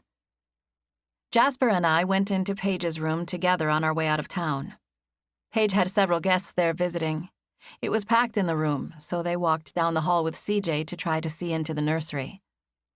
Paige took a minute to open my gifts, thanking me several times, and remarking on how much she loved everything. "Did you two come together?" she asked. We had already been there for a few minutes, so her question seemed to come out of nowhere. "We did," I said. "Jasper's taking me down the coast tonight. We're leaving straight from here." "Jasper's taking you down the coast, huh?" She tilted her head a little, raising her eyebrows and smirking a little. "What's that look about?" Jasper asked. "Nothing. I just heard you guys went to Portland last weekend." "We did," I said. "We saw the symphony." Her smirk intensified as she stared at Jasper. "What?" he asked. "The symphony?" "June's trying to do new stuff. I figured she needed some culture." Paige laughed. "What do you know about culture, Jasper Blair?" "Oh, he knows a lot," I said, defending him. "I'm all cultured up after spending time with Jasper. He's the smartest ever." "CJ said you two are inseparable, but I had no idea. I can't believe you go on weekend getaways together." "It's not a getaway," I clarified. "We don't go together. He just takes me, as a tour guide, kind of. We don't stay in the same room or anything." I spoke in an awkward, choppy way because I regretted saying it at all. I thought it might be a given that we didn't stay in the same room, and me clarifying it only made me seem guilty of something that I wasn't. Then my mind started to race. Maybe I felt weird about saying it because secretly I wished something would happen between Jasper and me. I felt a sudden wave of nervousness at that thought, and I took a step backward instinctually. Jasper was standing behind me, and I bumped into him. He caught me, steadying me and helping me keep my balance. I felt his warm hand touch the back of my arm, and even once I was stable, he left it there. The presence of his hand on my arm, innocent as it was, made me experience a warm, electric feeling. Paige looked at us curiously, but I knew from her perspective she couldn't tell that he was touching me. My heart pounded. Previously, I had thoughts of Jasper showing me physical attention, but that's all they were. Thoughts. Beyond a professional handshake, he had never so much as touched me. He held doors and did other gentlemanly things, but he had certainly never let his hand rest on the back of my arm. It caused undeniable physical reaction. I felt like I might melt. "CJ said all is well with the baby," Jasper said. Even as he spoke, his hand remained on me. "The doctor said Callie is strong and healthy," Paige said. "He said if all goes well, we should be cleared to go home in a few days. She looked at me. I know you were kind of waiting on me to make your moving plans. I think if all goes well, I should be able to get back to work in 2 or 3 weeks. Early. She was saying she wanted to come back early. I had planned on staying at least 2 months, and now Paige was officially telling me that I wouldn't be needed that long. My heart dropped, and my hands followed suit. It wasn't intentional. My posture just changed when she mentioned my impending departure. Jasper's hand had been touching my arm, but when my hands dropped, we lost contact. It was only seconds later that I felt his hand brush against mine. I held my breath. He was millimeters away from holding my hand. I could feel the warmth of the side of his hand near mine. I remained right next to him as I spoke to Paige. "Everyone can't wait to have you back," I said, knowing she couldn't see what our hands were doing. "And I'm ready to give you your spot back at a moment's notice, but I'm not in a hurry, so you can just take your time and let me know when you're ready." "I think it'll be 3 weeks at the most," she said, smiling brightly like it hadn't fazed her at all to give birth to a baby. Jasper's hand grazed mine, and I wondered why mothers were so anxious to leave their newborn babies anyway. Didn't most women take off longer than a few weeks? Okay, so the truth was that Paige was probably Mother of the Year, and I was just feeling vulnerable and shaken on account of Jasper's proximity to me. Maybe I was dreading leaving a little too. But either way, I had already settled on being here for a couple of months. There was really no reason for her to be in such a hurry to get back. Chapter 8. There was no talk of the hand contact on our trip south. We got into the vehicle when we left Paige's room, and we talked a lot while we were driving, but neither of us brought up the unexpected physical contact. It had, however, made things shift a little for me. That wave of attraction was so overwhelming that it made me view Jasper through a new sort of filter. I tried to shake it, and I didn't show it, but I was aware of him in a new way. Jasper was always in complete control of our adventures. I didn't even ask where we were going. I had grown to trust him during the last month, and I knew he had my best interest in mind, so I preferred to let it be a surprise. We went straight to a restaurant when we reached our destination.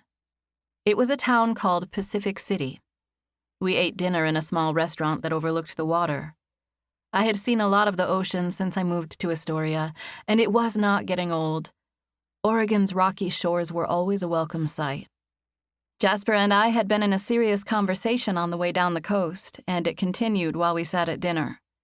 We talked about deep things in life: God, family, personality traits, thoughts, and feelings on several different subjects.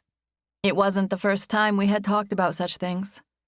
Jasper and I were both good communicators, and sometimes, on days like today, we would talk nonstop the whole time we were together. Other times, we would sit quietly in each other's company. Jasper had more layers than I expected. Based on other people's warnings, I anticipated that he would be a huge player. I wasn't the type who was drawn to players, not that I had trouble with any in my real life, but I had read plenty of books with players as the main character, and they always seemed a little simple-minded or beef-headed to me. Jasper was nothing like that.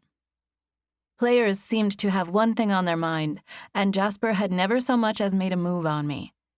In fact, when we first started hanging out, I assumed that if he didn't hit on me, I would witness him hitting on someone else. He hadn't. He was charismatic and charming, and he was friendly, but a player was not the first word I would use to describe him. It wouldn't even be the second or third or fifth. Jasper was so many things before he was a player. He was hardworking, charming, smart, witty, kind, cunning, determined, funny, outgoing, and talented. He was a good brother, a good son, and a good businessman. Any or all of those words would come to my mind before the word player. Jasper had undeniable swagger, but he didn't strike me as the womanizer type. If anyone was in a position to do it, though, it would be Jasper. I could see the way women looked at him.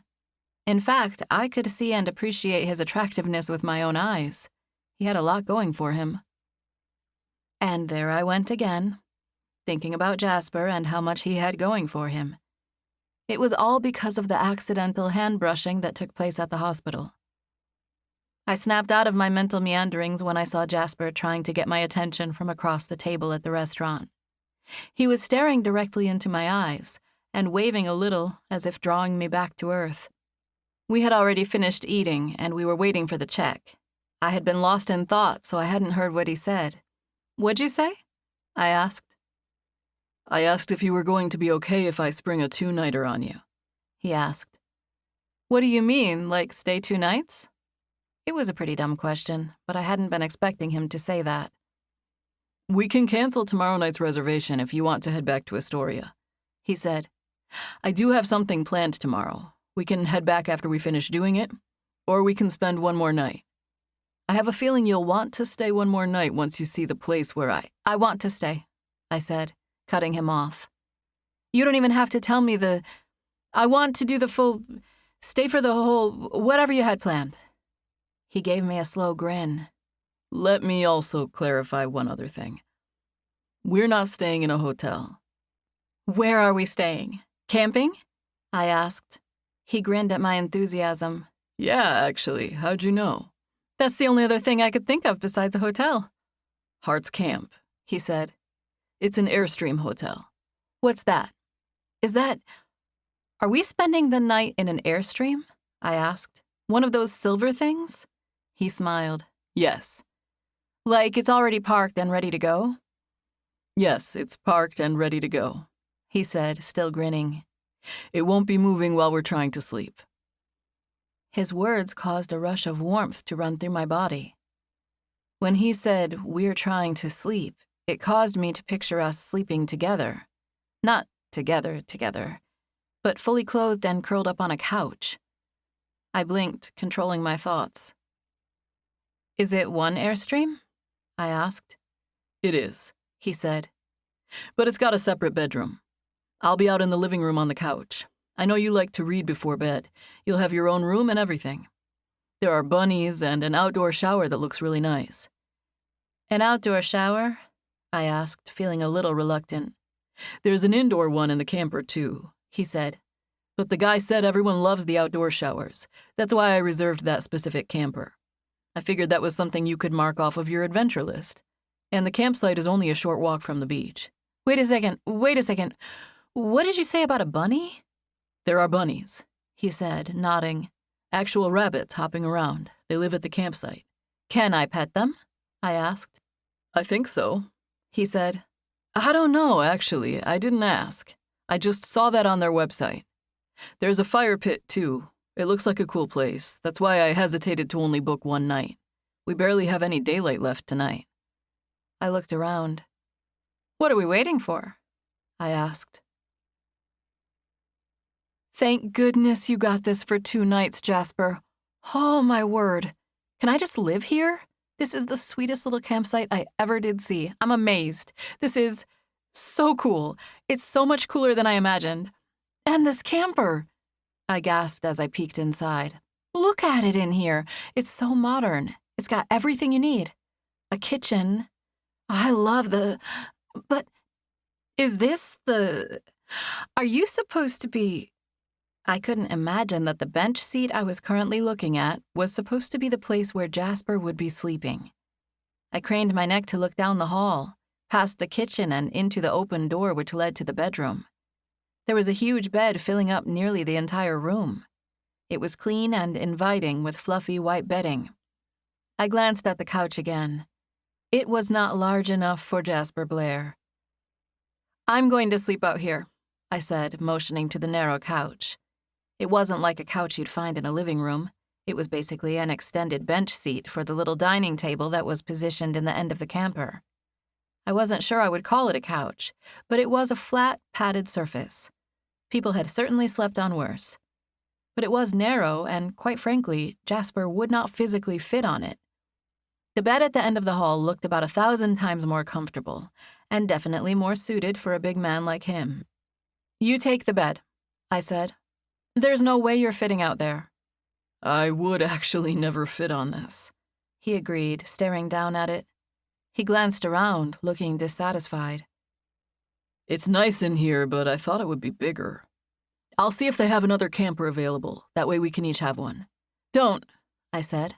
I couldn't imagine how much this cost. We've got plenty of space in here. I don't think you'd be comfortable on this couch either, he said. We can share the bed, I offered.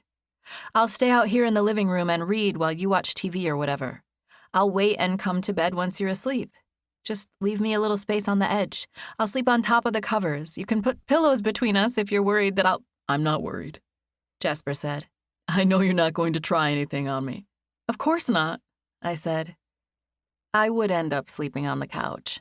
I was only saying all that about climbing into bed with him because I didn't want him to feel bad about needing to sleep in there. I looked around, taking in the small living room and kitchen. It was clean and modern.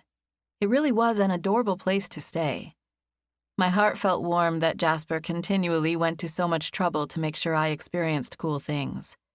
The entire month that I'd been in Oregon, I felt like my life had been one big highlight reel. I promise I didn't do this on purpose, he said. The guy said there were TVs in the living room and bedroom, so I assumed the living room was more of a, living room. I couldn't believe he felt bad. This place was amazing. It felt like our own little house, our wonderful, shabby chic, tiny beach home. We had a nice private patio and small yard with chairs and a fire pit. This place was so comfortable and cozy that I could fall asleep anywhere. I would read until Jasper was asleep, and he would never know where I spent the night. There was absolutely no need for him to get a second camper. I was almost sure they wouldn't have one available if he tried. I wouldn't want to stay in one of these campers by myself anyway. It's so perfect, I said.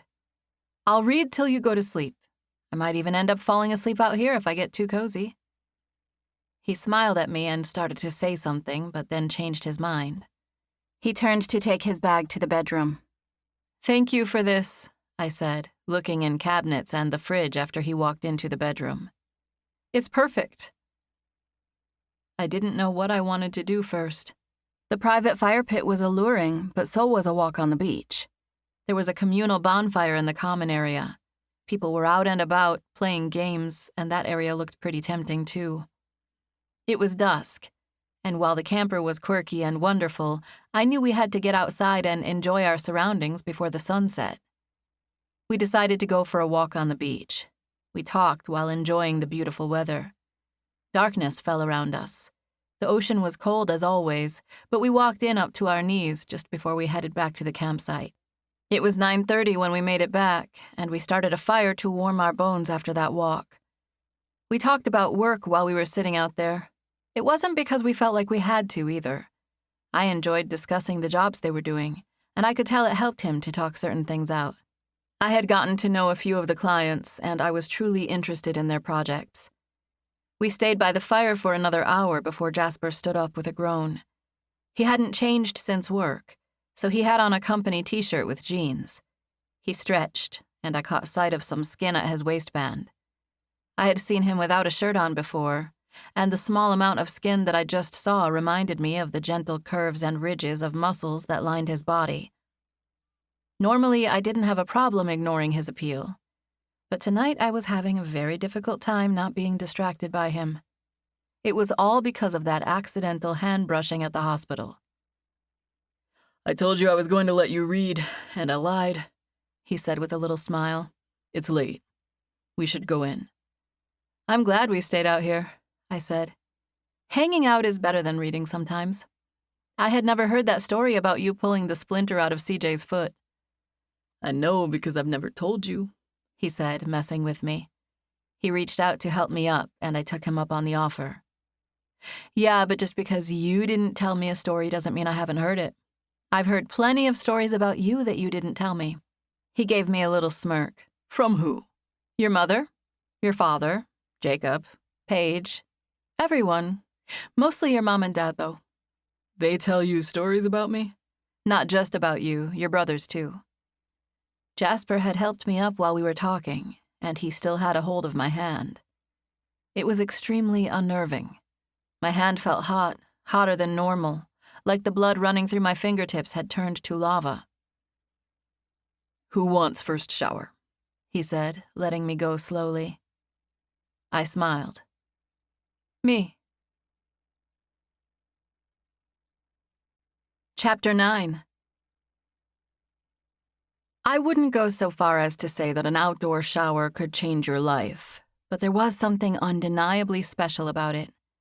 I wasn't sold on the idea of using the outdoor shower, but we got advice from our neighbors that we mustn't miss the opportunity. The stall was larger than I expected. It was made of wood. There was a simple wooden bench near the backside. It was lovely, sleek, beautifully polished wood, not the kind that would give you splinters, but the kind you'd find at a fancy Japanese spa. I had never been to a fancy Japanese spa, but in my head, it seemed like I would find a place like this there. Under my feet, there was a combination of concrete that looked like stone and paths of river rocks. One wall was completely covered with living plants. From ceiling to floor, there were succulents and other plants growing out of trays in the wall. That plant wall really put it over the top. It wasn't what I had imagined for an outdoor shower. I had always pictured my head and legs being exposed with only a small wood panel barely hiding my torso area. This was different. The structure was taller than me, and there were no gaps or holes in the walls. I felt totally isolated and private, but above my head there was nothing but the night sky. I felt safely exposed, which was a sensation I wasn't sure if I had ever experienced. I relaxed fully. Warm water flowed out of a wide shower head and onto my body, making me feel like I had happened upon some magical combination of a hot spring and a waterfall. It wasn't life-changing, but it was more than I ever expected from a shower. I stayed in there for 15 or 20 minutes, which was a long time considering that I was normally a 5-minute shower person. I walked into the camper with a huge grin on my face. Jasper was laid out on the bed on top of the covers with his clothes on when I came into the trailer. He was not a small guy, and he took up a lot of that bed. I smiled inwardly, knowing there was no way I was climbing in there with him. My plan was to make a nice, comfy spot to read in the living room and fall asleep there. I headed to the kitchen to grab myself some water before getting situated. Jasper had his things sitting on the end of the bed, and he made quick work of standing, grabbing them, and heading to join me in the main area of the camper. He moved so quickly that there became a traffic jam in our kitchen area.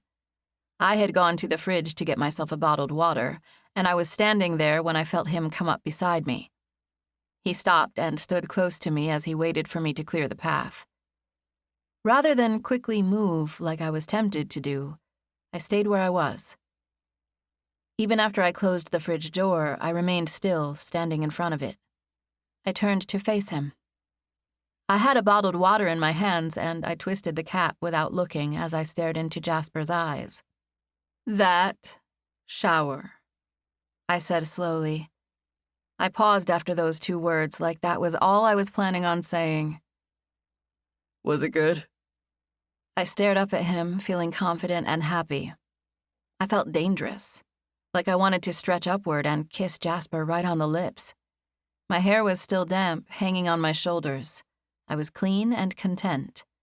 He stood right in front of me, and he didn't seem in a hurry to leave.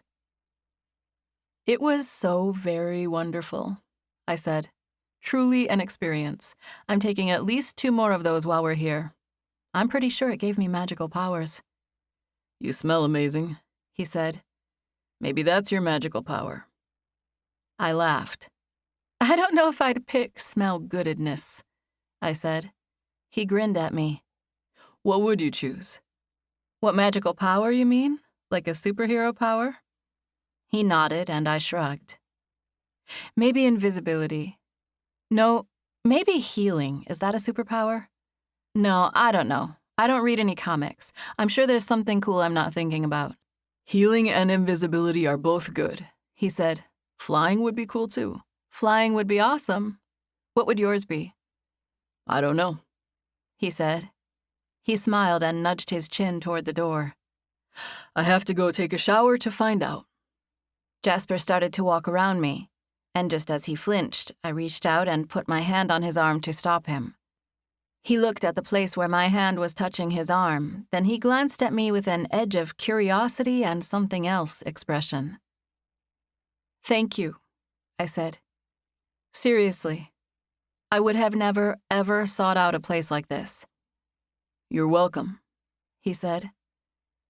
"I should be thanking you. I don't know anyone else who would let me drag them around doing stuff like this." I didn't say that literally every single woman in the greater Astoria area would drop everything to let Jasper drag them around.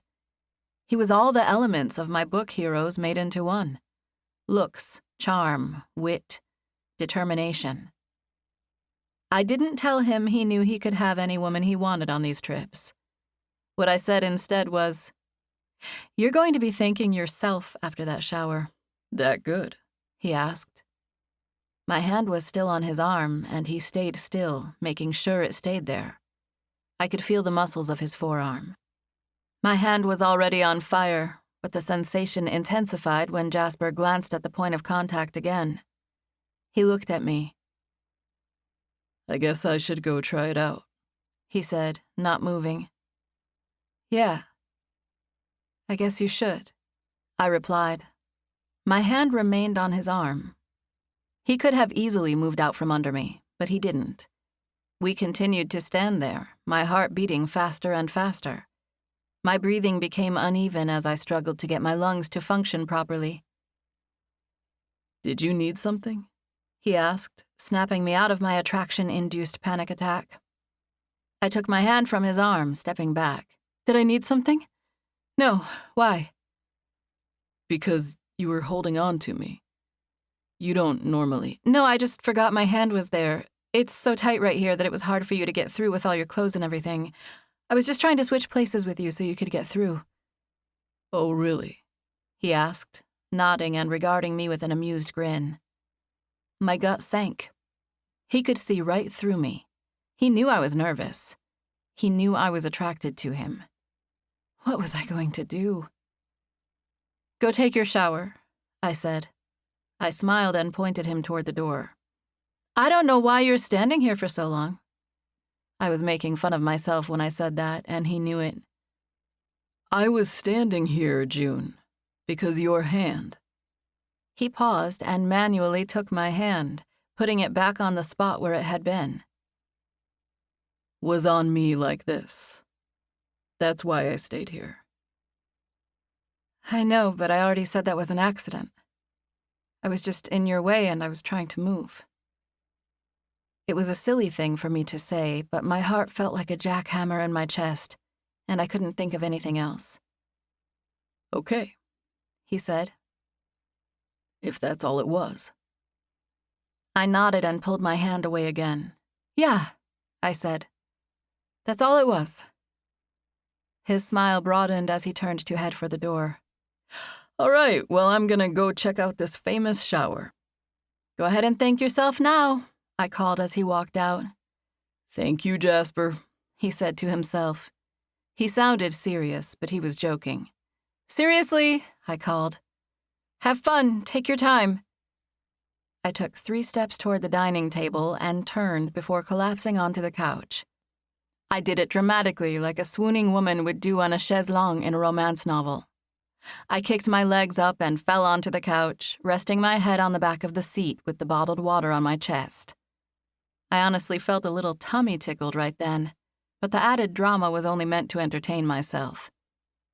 It was too bad Jasper came back into the camper and caught me doing it. "Are you okay?"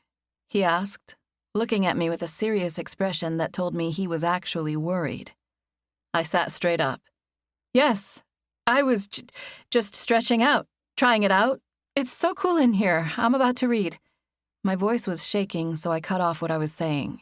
I was only blabbering anyway. "Okay, you scared me," he said. He shot me a curious smile as he walked through the kitchen to the bedroom. I didn't ask what he was doing in there. I assumed he had forgotten something because within seconds, he came back through the living room again, still carrying a towel and some clothes. "I'm really going this time," he said, glancing at me briefly and with a slight smile on his way out.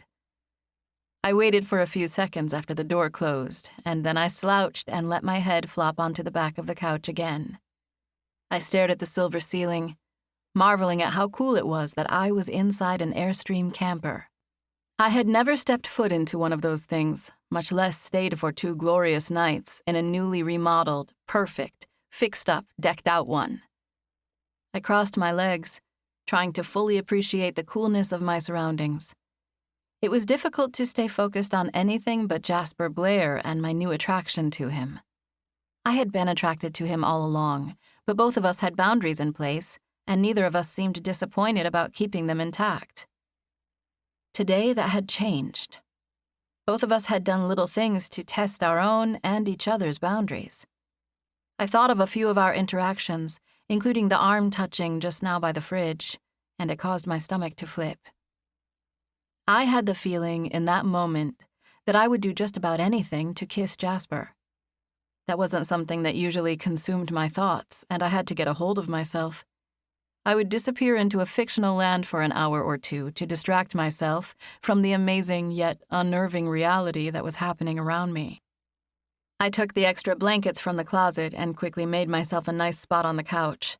It was tight, but I would have no problem getting some decent rest there. I curled up in the corner with the dining table on my right, where I would set up a little area with my water. I dug in my bag, retrieving my phone and my iPad so that I could read. I enjoyed reading paperbacks when I could, but ebooks were portable, and I read a lot more of them than their paper counterparts. I dove right in. Chapter 9, right where I had left off. It was a romance, and the main characters were in the middle of a big argument. It was simply a misunderstanding, though, and I knew everything would work out. I read all of Chapter 9 and 2 pages of Chapter 10 before Jasper opened the door. "What'd you think?" I asked, smiling at him. I tried to seem confident and unaffected, ignoring the fact that Jasper was an absolute dream with his damp hair pushed back off of his face. He had on athletic pants with a gray t-shirt. He hadn't completely dried his chest before he put the shirt on, because it hugged his chest, and I could see the little dots of water where his shirt was a darker gray. I glanced several times at the silhouette of muscles created by the water droplets on his shirt. It clung to him, and seeing me glance that way, Jasper adjusted his shirt so that the shoulders were in the right spot and it would hang more loosely on him. His movement caused me to catch a whiff of him. Goodness. "What'd you think?" I asked, trying to stay focused. I definitely loved it, he said. Wasn't it amazing? Yes, I seriously need one of those at my house. I thought the same thing, I said. But I thought maybe I'd get used to it. You know, get immune to the coolness. I don't know, Jasper said doubtfully, shaking his head. He sat on the end of the couch, near my feet, but then he looked at me and stood up immediately. I am so sorry, he said, catching sight of my iPad. I'm going to let you read. It's fine, I said, but he was already standing up. No, I'm gonna stretch out and watch some TV anyway. I'm tired. I bet you are, I said. Jasper and Jacob had more than their share of overseeing to do, but they still made time to work with the crews. This week, 2 guys called in sick on the same job, so they had been working double time on the physical part of the job. I knew he was tired. I had offered to come back several times while we were walking on the beach, but he assured me that our time out there was helping him wind down. Night, he said with his back to me as he retreated toward his bedroom. See you in the morning. Yep, I said. Sleep good. You too. He didn't mention anything about me climbing into bed with him, and I thought he must have known that I was planning on falling asleep out there. Chapter 10. I assumed Jasper knew I wasn't going to come to bed with him, but I learned that was not the case. He left his door open, and I could see into the bedroom from where I was sitting at the other end of the camper. I couldn't see all of Jasper, but I could see enough of his silhouette to know where he was. It was dark in the bedroom, so it was all just shapes and shadows. He had turned off the television at midnight, and everything had been quiet since then. It was after 1 o'clock in the morning when I saw him begin to stir and then sit up. I only had a couple of chapters left to go in my book, so I had been planning on staying up until I finished it. When I saw Jasper stirring, I instinctually put down my iPad. I slid it under the covers, burying it so deeply that no light was escaping. I left it there, adjusting slightly to look comfortable while being as motionless as possible. I took my arm out of the covers, but my movements were slow and discreet. My eyes were open only in tiny slits, but I could see Jasper's silhouette. He was sitting up in bed.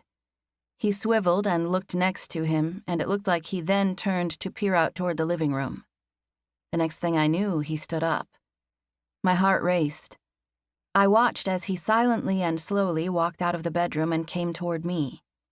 It was dark, but there was just enough light that I could tell he was staring straight at me. He positioned himself right in front of me, trying to see if I was awake. My eyes were open only the tiniest of slits. I did the only thing I could do. I used my best acting skills and pretended to be in a deep, unshakable sleep.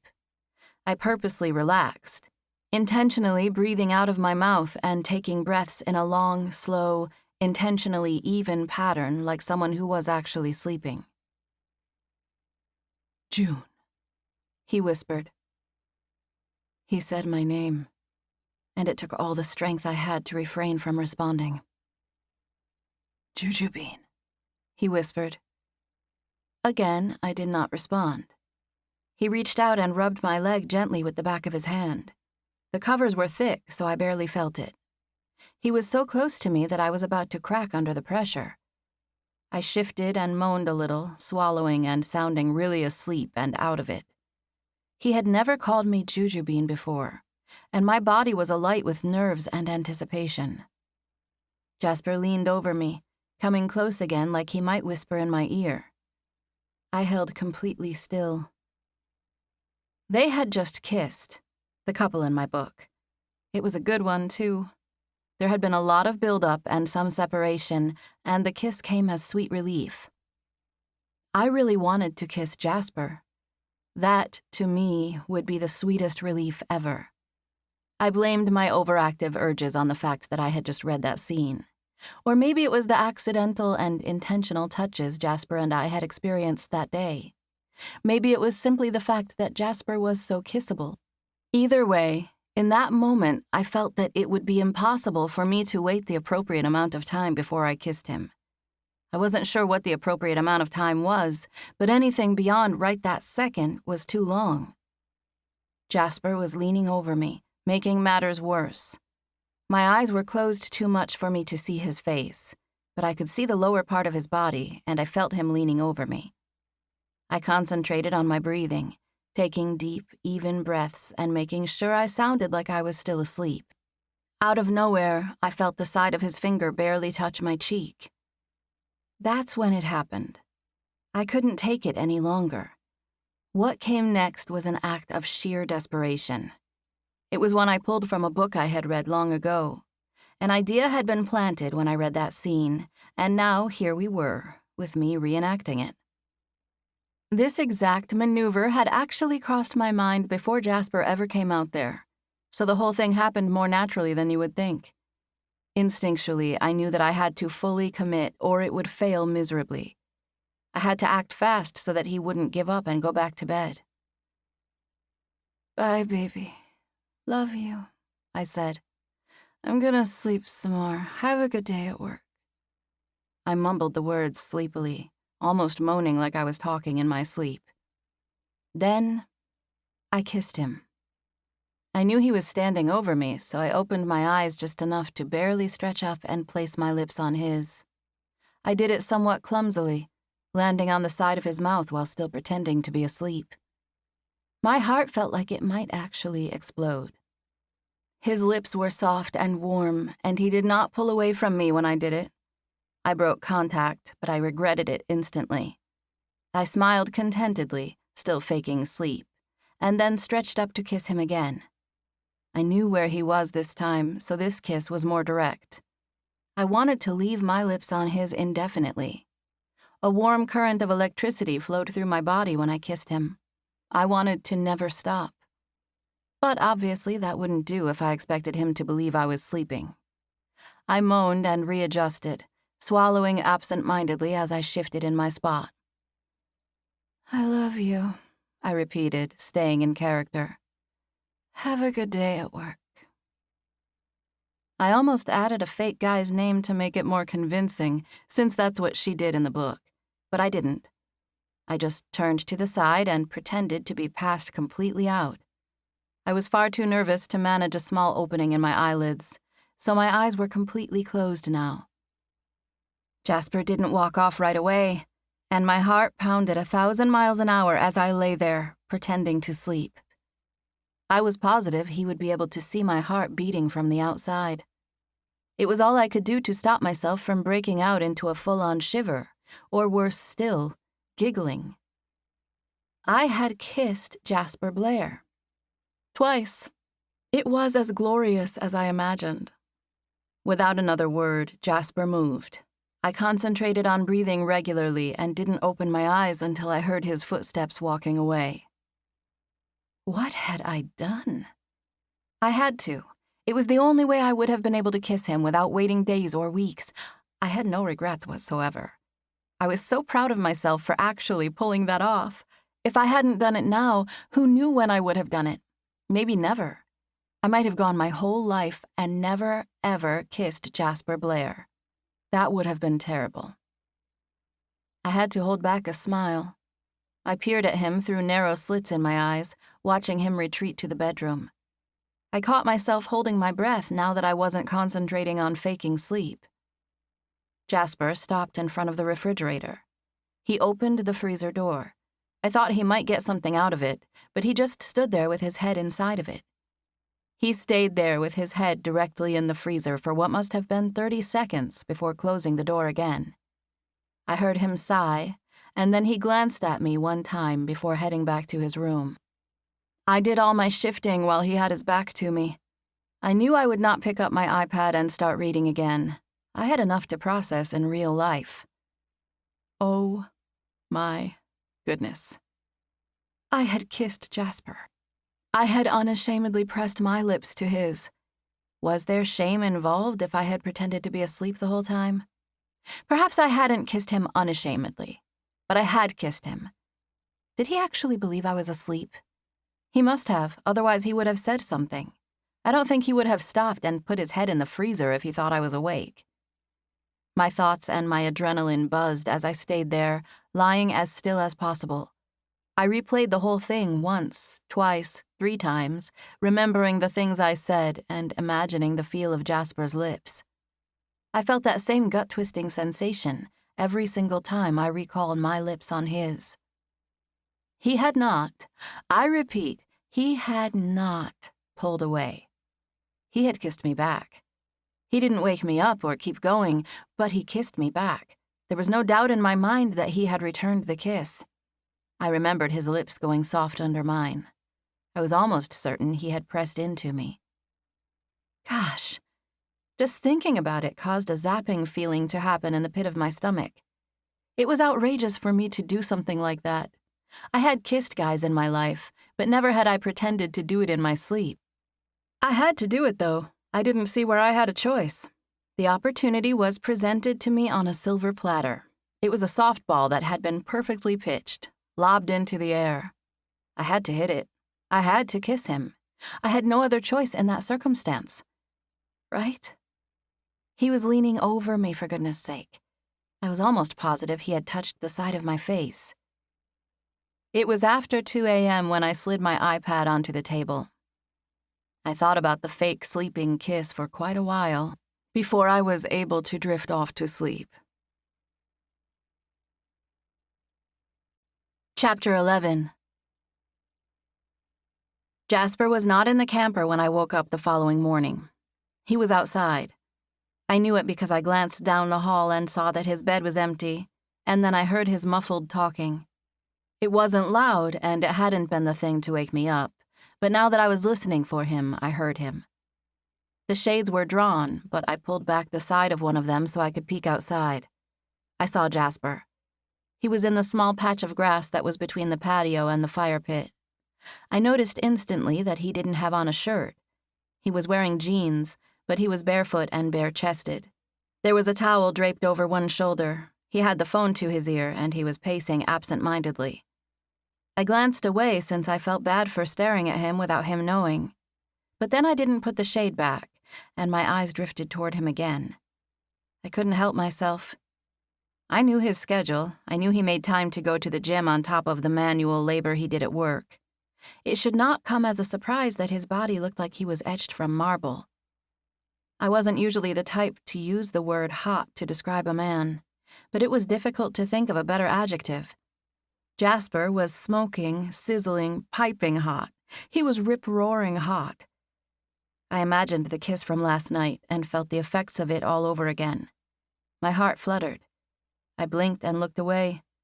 I could not spy on him and feel good about myself. I had to go out there and show my face. But first, I had to brush my teeth. I quickly jogged to the small bathroom where I already had my toiletries sitting near the sink.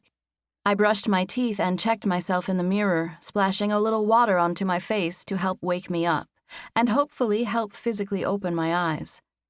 I stared at myself in the mirror, tilting my head this way and that, and doing a quick check of my teeth, nose, hair, and overall general appearance. I was nervous about talking to him after what happened last night, but I also couldn't wait. I walked to the living room, and one by one, I started opening the shades. Some morning light was already inside, but it got significantly brighter as the shades went up. Jasper had walked further into the yard, so I opened the door with the intention to go look for him. He must have heard me because he came around the corner, looking at the door with a curious expression. He smiled when he realized it was me. I scanned his appearance, and then our eyes met. He still had the phone in his hand, but I watched as he turned it off and slid it into his back pocket. "Good morning," he said. "Good morning," I returned. I almost mentioned his lack of a shirt, but I held my tongue. That was how nervous I was. I wanted to go around pointing out the obvious. He really did need to put a shirt on, though. It wasn't fair to me. How was I supposed to concentrate under these conditions? His face was distracting enough, and even when I was looking at that, I could see the ridges of his abs in my periphery. I had to remind myself that I should behave as if nothing had happened between us the night before. That was difficult with the way my heart raced. I imagined him reaching out to grab me and do it again. It could have been that I was worried I would reach out and grab him. I glanced at his lips, the ones I had kissed last night. I clearly remembered how they felt. I recalled the fact that I had said, "I love you," when I was pretending to be asleep. Of course, I was supposed to be talking to someone else, but the thought of it caused me to blush. I felt my face heating up, and I knew I was turning red. I looked away, pretending to be interested in something else. There was a hanging basket with flowers nearby, and I gravitated toward it, reaching out to touch the leaves. "Did you have coffee yet?" he asked. I glanced at him. "No, did you?" He shook his head. "Do you want to go somewhere or make a pot here?" I shrugged. "We can just make some here. I saw those granola bars you brought. I don't usually eat a big breakfast, so I'm fine with just doing that." He grinned and touched his bare torso. "I usually eat a big breakfast, but I'll just have a couple of those bars to hold me over." I watched as he sat casually on the wooden stoop. "You slept on the couch," he said. "I know. I was so comfortable out there that I just crashed. I slept hard. I didn't hear you get up and come out here." I was talking about not hearing him that morning, but I felt flush again when I realized it could have applied to last night. "I was trying to be quiet," he said. "You didn't have to be, but thank you. I didn't hear you at all." "I took another shower," he said, nudging his head toward the outdoor stall. "I figured. I saw your towel." Mentioning the towel caused him to pick it up. He used the end of it to wipe his hair. It was an innocent enough move on his part, but it exposed his chest and stomach. I only caught a slight glimpse of it before intentionally turning away. "Was it as good as you remember?" I asked. "The shower?" he asked. I nodded. "At least as good," he said. "I'm seriously building myself one of those. No kidding. I'm going to take measurements before we leave. I'll probably end up building a few of them by the time it's all said and done, once a few people see mine." "I usually don't shower in the morning, but I might have to," I said. He nodded. "You should." We didn't mention the kiss. Both of us acted like it hadn't happened. We continued our day, having fun and getting along as usual, while maintaining a respectable distance. Jasper and I were comfortable operating in the friend zone, and we easily reverted to that. We had a full day. We went dune buggy riding on sand dunes. Jasper drove, and I rode as the passenger. He didn't try to scare me, but it was a thrilling ride, and more than a few times I huddled toward him. We ate some fish and chips before heading north, up the coast to a peninsula called Cape Lookout. We hiked to a beautiful vista, the whole time talking and teasing each other like we always did. He gave me a hand a few times on our hike, but we never held the contact for longer than necessary. It was amazing how I was aware of his touch in a new way. There was a physical sensation that took place when he made skin-on-skin contact with me now, even if it was to do something practical like help me up a steep rock. We needed to keep our relationship the way it was for several reasons, though, and I did my best to ignore those sensations and focus on being his friend. Jasper seemed okay with that. One time during the day, he mentioned that he tried to wake me up last night. It was in passing that he mentioned it. He just told me that he came out to the living room, but that I was sleeping soundly. I made a surprised facial expression, and nothing else was said about it. I was nervous that he might know the truth, but he didn't say as much. We ate Italian food for dinner, and then we played yard games with some of the other campers. Jasper was good at everything. I had learned that during my time living in Astoria. The Blairs were all like that. They were good at everything, and they somehow didn't rub people the wrong way about it. Jasper was approachable and down to earth while excelling at literally everything he tried. He even beat his brothers at things. And believe me, they made everything a contest, especially Jacob and Jasper. Those twins were always outdoing each other. That was one of the biggest secrets to their success. They always challenged each other. All day we stayed by each other's side. We stayed active all day, too. We rode the dune buggy, went on a hike, met and mingled with people, and ate at multiple restaurants. We never engaged in any PDA, but everyone, from our servers to the people we met at the campground, assumed we were a couple. It was obvious by how they looked at us and interacted with us. We never said anything to confirm or deny it. We had plans to go for a walk on the beach that evening, but I was tired from the full day, and we wound up staying at the campsite. We hung out with 2 other couples we had met, and it was 10 o'clock when we retreated to our camper. We did basically the same thing we did the night before. We sat by the fire for a little while, and then we showered and went to our own evening routines. He watched television in the bedroom, while I read on the couch. I had no idea when this would happen again. I only had 3 weeks to a month left in Astoria, and I couldn't count on Jasper taking me to another location where we'd share a camper. I wished there was a way to do a repeat of last night, but that could never happen without revealing that I had faked it. That was just way too cheesy. I had to stick with the story that I had actually been sleeping. So I had no hope for a kiss that night, which was pretty much horrible. I only had a chapter or 2 left of my book, so I finished it about 30 minutes after Jasper turned off his television. I assumed he was asleep by the time I put it away. My mind was racing from the day's events, so I was still awake an hour later when Jasper got out of bed and came into the living room. My heart pounded as he approached, and I was so excited that I could not stop a smile from spreading across my face. I was mad at myself for doing it, but containing it was impossible. I had no idea how I had managed to keep a straight face the night before. I had to break the act, otherwise I would just be lying there grinning with my eyes closed when he walked up to me. "You okay?" I asked, opening my eyes as he came near. "Yeah, I was checking on you," he said. I sat up a little, focusing on him in the dark. "I'm fine. I'm comfortable out here." "Are you sure you're not going to fall off of this thing?" "I'm sure. I'm comfortable." "Okay," he said. He was speaking quietly and in a somewhat rushed manner, like he assumed I was ready to get back to sleep. "Good night," he added. "Night," I returned. I started to tell him thanks for all he had done that day, but I had already said that. My heart felt like it wanted to hop out of my chest and follow him into the bedroom. I wanted to stop him, call out and ask him to turn and walk in my direction, instead of heading the other way.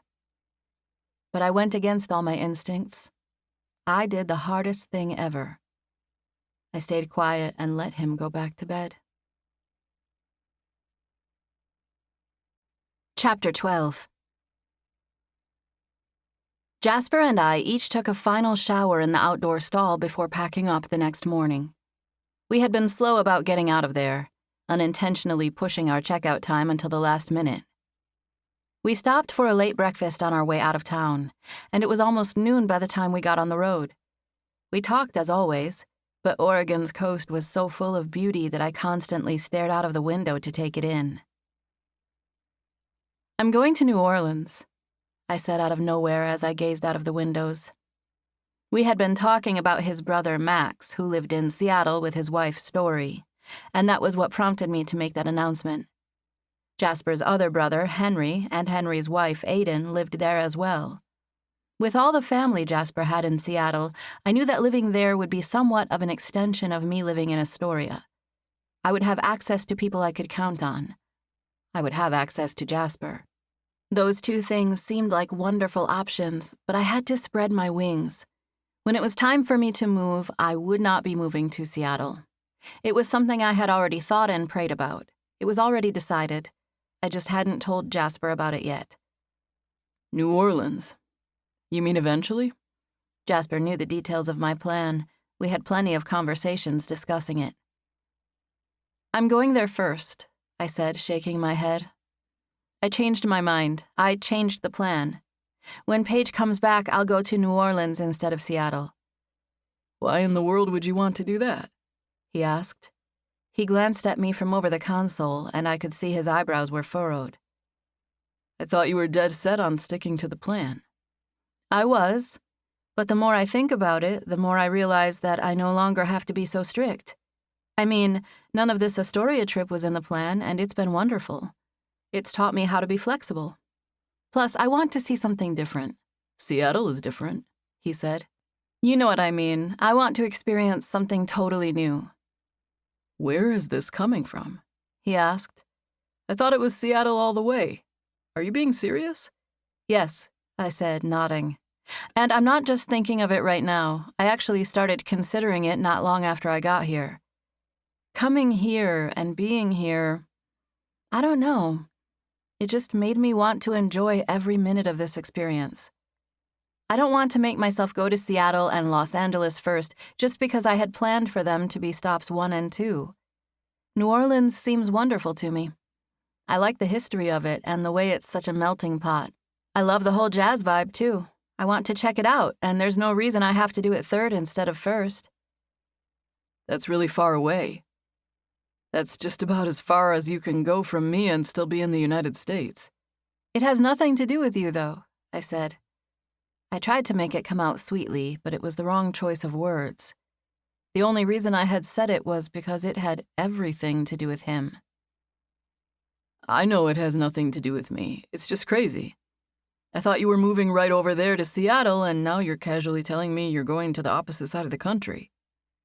"I'm sorry if it sounds casual," I said, knowing he was right. "I've thought about it and prayed and stuff, and I feel good about it. New Orleans seems a little smaller and more manageable than Seattle to me anyway. Something seems welcoming about a southern town." "Yeah, but you know people in Seattle. We have family there, and it's so much closer." "I know," I said, nodding and pretending that I was still considering it, even though I had already decided. "You have a lot of money saved," he added. "Why don't you just plan a long vacation where you get to enjoy these cities instead of having to get a job and an apartment and all that?" "You know why," I said. "I want to be able to say, back when I lived in New Orleans, and if I just go on a vacation there, I wouldn't be able to say that." "Who is this theoretical conversation supposed to happen with?" Jasper asked. I shrugged. "I don't know. Anyone. My own kids and grandkids, maybe. I'll be at some future dinner party, and I'll talk about this thing I did when I used to live in New Orleans." I shrugged. Visiting somewhere isn't the same as living there. I've got to have some experiences, bad and good. I know I'll regret it if I don't. I had already said similar things to Jasper, so none of this surprised him. He still seemed a little agitated by my change of plans, though. It must have seemed sudden to him since I hadn't yet mentioned that I was even thinking about it. The timing couldn't have been more perfect, though, because a couple of minutes later, Jenna Ellender called him. If I had a nemesis in Astoria, it would be Jenna. Jasper was the last available Blair brother. He was also, in my eyes, the best and coolest one. Literally every unattached woman in Astoria would drop everything to go out with him. Jenna was the only one who couldn't seem to take the hint that Jasper wasn't looking to settle down. I didn't know everything Jasper did when I wasn't around, but he and I spent a lot of time together, and as far as I knew, he wasn't seeing her or leading her on. Either way, her unexpected phone call on our way home made me happy that I had already announced my new plans. Seeing her name on the screen was no fun at all, and it wasn't like I had to spy on him to catch it. It was impossible to avoid seeing her name because Jasper's phone was attached to his truck and her information flashed across the screen on the dash as his phone rang. Jasper reached up coolly and pushed the red button to decline the call. "You could have answered that," I said. I was trying to be casual and nonchalant, but I should have just kept quiet because saying my words made him glance at me. He took his eyes off the road for a second to look my way, and my face burned hot with a mixture of feelings.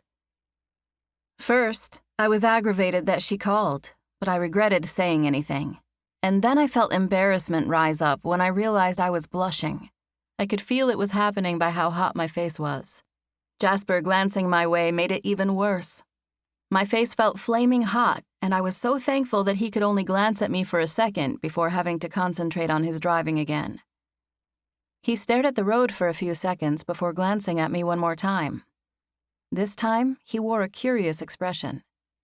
I smiled when he looked my way, but I was still trying to get control of my emotions. There was nothing I could do about it. I had always been fairly quick to blush, and I had always hated it, but I really despised it in situations like this where it was telling of my emotions. "I know I could have picked up," he said sweetly. "I just didn't want to." "Okay," I said. I was flustered and I was tempted to say a lot more, but stopped myself. "For what it's worth, I'd be happy if you didn't go all the way to New Orleans right off the bat." I wasn't expecting him to say that. I had no idea what he was thinking. In my mind, he was doing nothing but noticing how red my face was. I was quiet and inquisitive as I stared at his profile, waiting for him to continue. "I'm sure New Orleans is a really cool city," he said. "I'm sure it's rich in history. You could probably experience a lot of different things there. But you know, it's not known for being the safest, most wholesome place in the world, June. I'm not saying you can't take care of yourself, but there are people out there who are just waiting to take advantage of others. Scammers and stalkers. People can watch you when you don't even know it." My parents had given me this whole long talk before I left Twin Falls. They didn't have to. I knew there were dangers in the world. "Thank you, but I don't want you to worry. I've got awareness of my surroundings," I said. "I know I can't trust just anybody." "Do you?" he said, glancing at me briefly. He was serious. There was an edge of challenge to his tone. Jasper and I never argued, so it was odd to see him looking serious. It touched my heart, honestly, that he was looking out for me. "I do know that people are out there who would want to take advantage of me," I said. "And I'm thankful that you care." "I do care," Jasper said. "I don't want you to think it's okay to take off with somebody and spend 2 days in a camper." I let out a little laugh. "I just did that with you." "I know, that's my point. I don't want you to think that's okay to do this, you know, with anyone else." "I don't think that," I said. It was difficult to contain a smile. Jasper was sweet, and he cared about me. It was obvious by his concern. "I know not to just get in an Airstream with just anyone," I said, teasing him a little like we always did. "You shouldn't even get into a truck with anyone," he said. "Someone could even have a uniform on like a cop, and that doesn't mean they're really a cop." I reached over and gave his arm a tiny squeeze before quickly letting go. "I know," I said. "But you're right for reminding me. Thank you, Jasper." We were silent for a minute or so, listening to the soft music on the radio and the hum of the tires. "So, what are the odds that you're going to Louisiana instead of Seattle?" he asked. "Pretty good," I said honestly. "Have you already decided you're going?" he asked. "Yes," I said. The call from Jenna only made me more confident about my decision. Everyone here had lives. I needed to get on with mine. We talked about other things after that. It took us another half hour to get to Jasper's parents' house, and I couldn't help but notice that Jasper was a little contemplative while we drove. We conversed, but he was a little quieter than he had been before I told him I was going to New Orleans. That all ended once we made it to Becky and Dave's place. He was back to his old self when we began interacting with his family. It was mid-afternoon, and Jacob and Charlie were still at the house after eating Sunday lunch with Dave and Becky. Charlie was 6 months pregnant with their first child, and we teased her about putting extra pickles and other weird toppings on her sandwich. They asked what seemed like 100 questions about our trip. Charlie had been to that Airstream hotel before, and we talked about the campsite. Neither Jasper nor I were very hungry after that big breakfast, but we ate a little since Dave had sandwiches prepared and set aside for us. We hung out for an hour or so before Jacob and Charlie decided to leave. Dave called his boys into the garage, saying he wanted to show them something before Jacob took off. Becky went into the kitchen, leaving Charlie and me behind in the living room. We stood with the intention to follow her, but I lagged behind when I saw that Charlie was hanging back and looking at me like she wanted to say something. "I knew this family for a long time before Jacob and I ever started dating," she said. I was familiar with her story. She was secretly in love with Jacob for years while he was dating her friend. They hadn't gotten together until Jacob and the other girl broke up organically, so Charlie basically waited forever to finally get the man she loved. I nodded when she said she'd known the family for a long time, because I already knew that to be true. "I've known all these guys since we were kids, and I'll just be straight with you and say that I've never seen Jasper act like this with anyone." I smiled a little, but otherwise I just stared at her, feeling shocked and nervous. I pretended I was calmly waiting for her to continue. "I've never seen Jasper act like this with anyone." It was a textbook line from one of my novels. You could fill in the blank. I've never seen Tom act like this with anyone. I've never seen Ryan act like this with anyone. In the book, the right woman would come along and tame the player, and that sentence was exactly what one of his friends would say to her. I never dreamed anyone would ever say that to me, so it took me off guard when that was the precise phrase to come out of Charlie's mouth. She continued. "I know you're leaving, and maybe that has something to do with the way he's being so..." She stopped talking and shrugged. "I don't know. Jacob sees it too, though. I probably wouldn't even have mentioned it to you, but we've talked about it. He looked at me a while ago when Jasper was telling that story about the hike, and..." "I'm sorry," she said, staring at me with a regretful expression. "Maybe I shouldn't have said anything." No, it's fine," I said, seeing that she felt bad. I really liked Charlie, and I decided to ask her what I really wanted to know. "What do you mean when you say that you've never seen him like that? That he spends a lot of time with me?" "Yeah, and just everything, just the way he acts. I know you're not seeing each other technically. Maybe that's why he's so comfortable with you. I don't know. I probably shouldn't have said anything. I know he's going to miss you when you're gone. That's all." Chapter 13. Becky came back into the living room while Charlie and I were still talking. We all walked into the garage since that was where the guys had taken off to. Jacob and Charlie had plans to leave, so they started talking about heading home as soon as we came inside. "I forgot there was something at my house that I wanted to bring over here," Jasper said, looking straight at me. "Will you ride to my house with me to pick it up?" There were others standing nearby, but Jasper was unmistakably talking to me. I was already nodding at him before he finished what he was saying. What did you forget? Becky asked, hearing him. Your dishes, Jasper said. I have a whole stack of them sitting on my counter to take back to you. Oh, baby, I'm not worried about those. I know, but they're just in my way in the kitchen. I meant to bring them back the other day. Everyone, including me, knew that Jasper was up to something. Returning his mother's dishes wasn't something he would usually worry about. No one mentioned it, though, and within a minute we all said goodbye to Becky and Dave and began walking to the vehicles with Jacob and Charlie. They got into his truck and we got into Jasper's. His house was only about 5 minutes from his parents' place, so it didn't take long to get there. I definitely didn't bring it up, but I couldn't help but think about Charlie pulling me aside to ask what was going on with Jasper and me.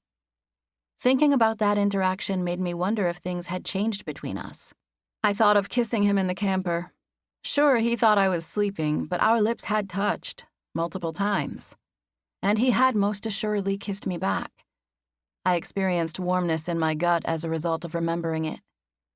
I had all of those thoughts, memories, and feelings without Jasper knowing. We talked about other things. He brought up the table his dad was making in his garage workshop. Jasper parked in his driveway and turned off his truck. He put his hand on the door handle, but he didn't pull to open it. He grinned at me from over the console. Are you coming? Oh, really? I didn't know you wanted me to. I thought you were just grabbing dishes. The corner of his mouth rose in a slow grin. Do you really think I came here for the dishes? My adrenaline kicked in as we walked toward his house. I liked Jasper's place. It was an older, charming, craftsman-style home that he had done some remodeling on. I had been there at least 10 other times, and I felt comfortable and happy as we approached the stairs that led to his porch. He was carrying a duffel bag over his shoulder, and he tossed it behind him as he unlocked his door. I followed him inside and watched as he set his bag by the door and headed into his kitchen. He placed his wallet and keys on the end of the counter, and then he took a glass out of the cabinet and filled it with water from the refrigerator door. I was standing in the kitchen a few feet from him by that time, and he reached out and handed the glass to me. I thanked him and took a sip of the water. I started to set the glass on the counter, but he reached out to take it from me. He put the rim of it to his own lips and drained the rest in one sip. We had shared plenty of meals and drinks, but we had never drunk out of the same glass. It felt like he was intentionally being more familiar with me. He set the glass on the counter and looked at me. His light blue gaze always made it seem like he had the ability to look through me, but these last few days I had been even more vulnerable to it. I could hardly bear to look him directly in the eye. You drank all of my water, I said, glancing away and teasing him about the empty glass since it was the most obvious thing to mention. June. He said my name quietly, just trying to get me to look at him. I took the bait. My eyes met his. He leaned casually against the counter, looking directly at me. I felt shaken and I stepped to the side so that I too could lean against the counter. It was late afternoon, and there was sunlight coming in through the windows of his house. He hadn't, however, turned on any overhead lights, so the look of the room was soft and natural. Can we talk? He asked. I smiled a little and tilted my head. Of course, Jasper. We talk all the time. No, I mean, I want to say something to you, June. Okay, I said, giving him a little nod and trying to keep eye contact, even though I was now really nervous. He took a deep breath before he spoke. I watched his chest rise and fall in my periphery, and I had to resist the urge to stare straight at it. I wanted to collapse into his arms. I know you're leaving, he said in an almost regretful tone. I know you have to. You'd be mad at yourself if you didn't go, and I know that. I can't be the one to ask you to stay. You don't need me to stay, I said. I instantly shook my head, knowing I had to correct the way that had come out. I wasn't fishing for anything, and it sounded like I was. He was being sincere, and I instantly explained what I was trying to say. What I mean is that Paige is coming back. As far as the shop goes, you guys will be fine, back to normal. On a personal level, Jasper, I will really miss you guys. I've loved the connections I've made here, especially you." I felt vulnerable when I said that, and my eyes stung. I had to blink away tears, but it was the truth. Jasper had gone above and beyond for me. He was no doubt my best friend in Astoria. We had been going on adventure after adventure. "June, you, Jasper's voice was a little hoarse. He sounded like he was trying to figure out a way to break some news to me. I don't know how to say this, but you kissed me in your sleep the other night." My heart almost jumped out of my chest. I was so shocked that I almost let out a helpless whimper. Of all the things he could have said, I did not expect it to be that. "What?" I said in my best impression of someone who was shocked and disbelieving. "You did," he said, nodding. "And it got me thinking. I mean, I was already thinking about kissing you before that, but I just never did." He paused and took another deep breath, staring at me. "I like you, June. You know I like you. I enjoy spending time with you." He gazed at me like he was gauging my response, and I nodded. "I respect that you're leaving, and I respect that you work for me. For both of those reasons, I wasn't trying to do anything. I was totally fine with not letting things go there. In my mind, I was planning on waiting until right before you left town. I thought I would try to do it on your way out of town. I would kiss you, then say something awesome and unforgettable afterwards, and then we'd go our separate ways." A warm wave of pleasure washed over me at how serious and no-nonsense he was about it. His hands were in his pockets, and he took one out. He rubbed his face before running his hand through his hair. "Listen, June, I'm not really trying to wait until your last day. You're leaving, and you're going to be much farther away than I thought you'd be. Paige is ready to get back to work, and you're ready to get out of Astoria. I get that. I just don't see why I have to wait until the last minute to try to kiss you."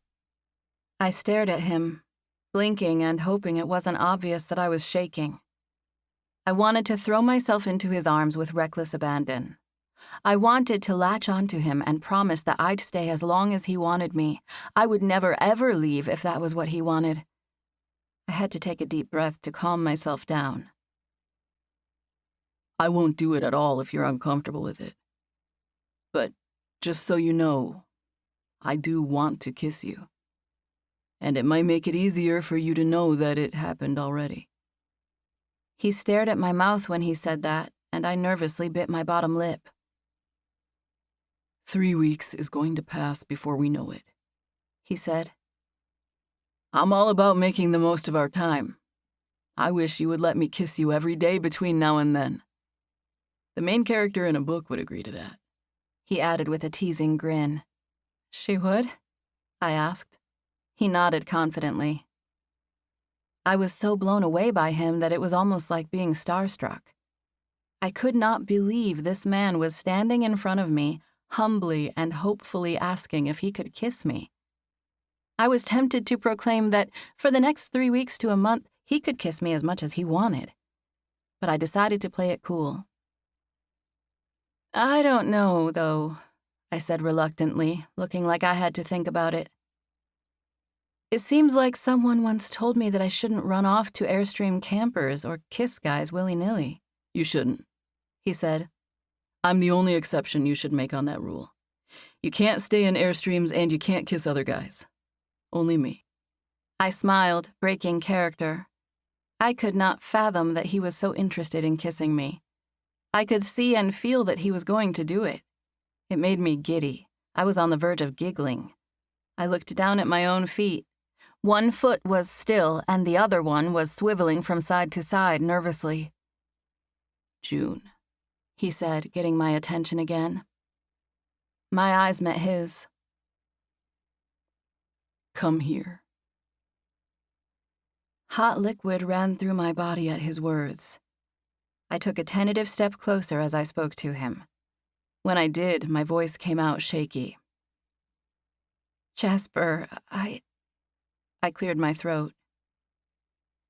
You've had experience with this kind of thing, and I don't even know how to. I was still a couple of feet from him, but his hand suddenly came swiftly around my back and pulled me closer. I took a step and was now standing close to Jasper, looking up at him. The counter was on my right, Jasper was in front of me, and his hand was wrapped around my back. I was thankful for all of the supporting structures because I felt weak in the knees. Have you never kissed a man before? He asked, staring down at me in disbelief. No, I mean, yes, of course I have. I just meant that I'm not like you where I practice a lot. It's been a while since... And even then, it's not like it was the best every time. Who all are you kissing? He asked. Was all this about every time? He was completely serious, and he waited for my answer. Whoever, I said. You know, like on a date or whatever. A date? Who are you going on dates with? Have you been on a date in Astoria? You know better, I said, squinting at him. The whole time I had been in Astoria, I spent time with pretty much no one but Jasper. Who then? Who'd you date in Twin Falls? Do you want me to say names? I asked hesitantly. No. Yes. I don't know. No. I didn't know you dated all the time. I wouldn't call it all the time. That's what I'm saying. I'm not very experienced with... You're probably used to something different from the girls you... Jasper suddenly pulled me close, and the unexpected movement caused me to stop talking mid-sentence. His blue eyes stared directly into mine. Are you apologizing to me for being inexperienced? He whispered. Yes, I answered after a few seconds of staring at him breathlessly. He leaned in and placed his face right in front of mine, tilting a little like he might kiss me.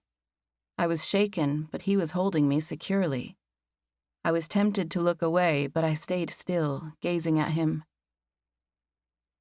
Don't ever apologize for that, he said. Okay, I whispered. He leaned in closer still, bringing his mouth to my cheek. He held me securely by the waist while his mouth ever so gently brushed my cheek. He breathed in through his nose as if taking in the scent of me. His arm was wrapped around my waist and he was holding me close. Relief and excitement flooded my body as a result of our proximity. June? Yeah, I said, barely breathing. I'm going to kiss you. Okay, I said. And then he did it. Jasper's lips touched mine. He took control and kissed me gently. I willingly and eagerly let him, tilting my head to encourage him. He had one hand behind my back and the other one came up, supporting the back of my head. He kissed me twice more, slowly and softly. I relaxed into the moment, into his embrace. His lips were warm and soft like smooth velvet. The contact caused a surge of aching desire to course through my body. I felt the urge to pull him closer, to deepen the kiss. His touch was torturously gentle.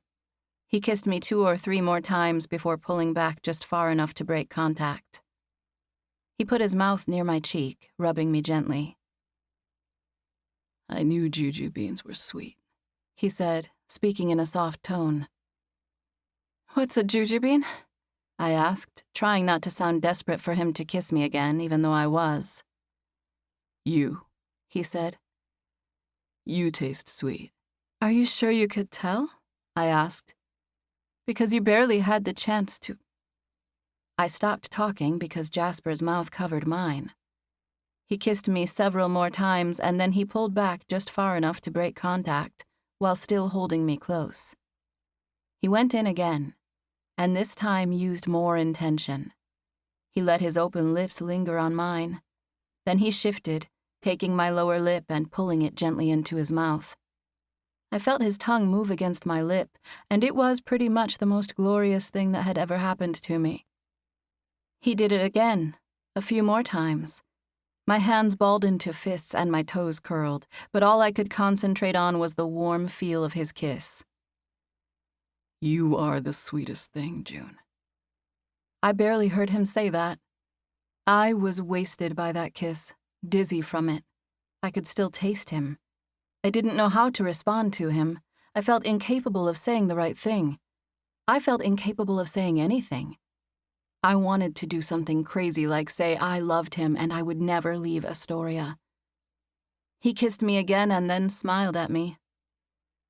"Thank you," he said. "Thank me for what?" I asked, trying to catch my breath and appear calmer than I felt. "For letting me do that," he said, dropping his hand from the back of my head and loosening the grip he had on me. You're welcome, but you don't have to. That was fun for me, too. I wanted you to do it. Chapter 14. Roughly 3 weeks later. My last night in Astoria. "Ah, wow, are these for your last day?" Yes, can you believe it? Becky Blair held the door open for me so that I could walk inside while carrying the huge bouquet of balloons. It was my last day filling in for Paige at the construction company, and they had brought a cake, some balloons, and some candy as a farewell gift. I was sure Jasper and Paige had gotten everything together, but the whole crew had signed the card. "I saw those pictures on Facebook," Becky said as I walked past her. "Who posted pictures?" I asked. "Paige."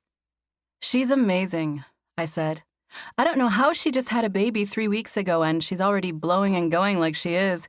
She was at the office all day today." As I spoke, I walked into the kitchen and set the gift basket and balloons down on the counter. "Did you see her post?" Becky asked. "No, I didn't get the chance yet." Becky knew I didn't really do Facebook, but she loved it, and she always showed me things she thought I might like. "Well, Paige said some really nice things about you in it. She put the pictures up and wrote a whole thing about you. She said how thankful she was that you stepped in to help her out and what a great job you did." "Oh, gosh, that was so nice. I love Paige. I'll have to look at it." Becky thought that meant I wanted to do it right then, and she crossed the kitchen, headed toward the end of the counter where she and Dave had a small office area with a computer. "I'll look it up and show you," she said. She was clicking away by the time I walked over there to join her. "Is that baby adorable or what?" she said, looking over her shoulder at me. "She is," I replied. "She's got so much hair." "Here it is," Becky said. "I thought that was so nice." From over her shoulder, I read the status update, which was exactly what Becky had described. Paige thanked me for doing such a great job filling in for her. She said my presence in the shop had helped her relax and be a better mom. I smiled as I read the kind words, and then I focused on Becky, who was staring at me, waiting for my response. "She's so sweet," I said, shaking my head a little. "I don't know how she does so many things with a newborn." Becky looked at the screen again, scanning through the other pictures that were associated with the post. It was only an hour or so ago, and I hadn't got to see them after they were taken, so I leaned in, getting a closer look. She stopped on the group photo.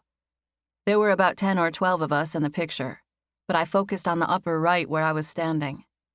Jasper was right next to me.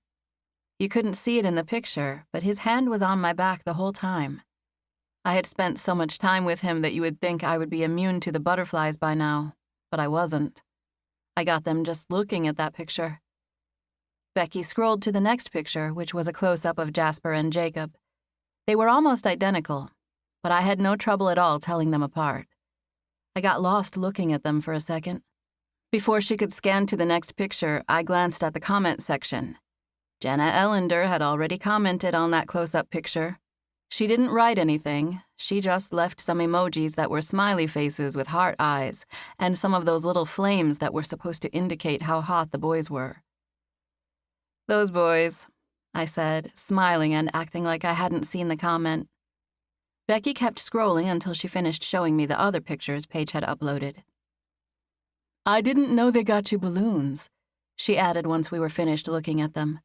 "And a big thing of candy," I said. "You better not let the boys get into that," she said. My eyes widened playfully, faking like I was scared. "I better go hide it." "Jasper should be on his way over for dinner shortly," Becky said. But Charlie's got to show a house at 5 o'clock, so she and Jacob might be a little late." "Oh, okay," I said, nodding even though I already knew the things she was saying. It was my goodbye dinner. Becky cooked for the family all the time, but tonight would be my last dinner to share with them, so she was making my favorite, fish tacos. Jacob had told me he and Charlie would be late on account of the showing, and I knew Jasper had gone to the gym after work. He would be at his mom's house in time for dinner at 6. Jasper and I were still basically inseparable. We had spent all of our free time together, and we had kissed each other every single day since that first time a few weeks ago. Sometimes he would steal a quick peck on my cheek, and sometimes it was more than that, but he had kissed me every day since then. We had not behaved like there was any chemistry between us when his family was around, though.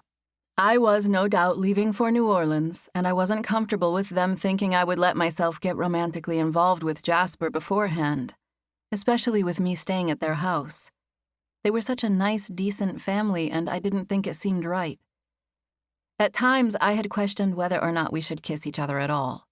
But once I was in Jasper's presence, there seemed like no other viable option but for us to go ahead and do it. They were just harmless kisses, after all. As far as the family knew, though, Jasper and I were strictly friends. They all knew about my quest for adventure and that Jasper was helping me with it.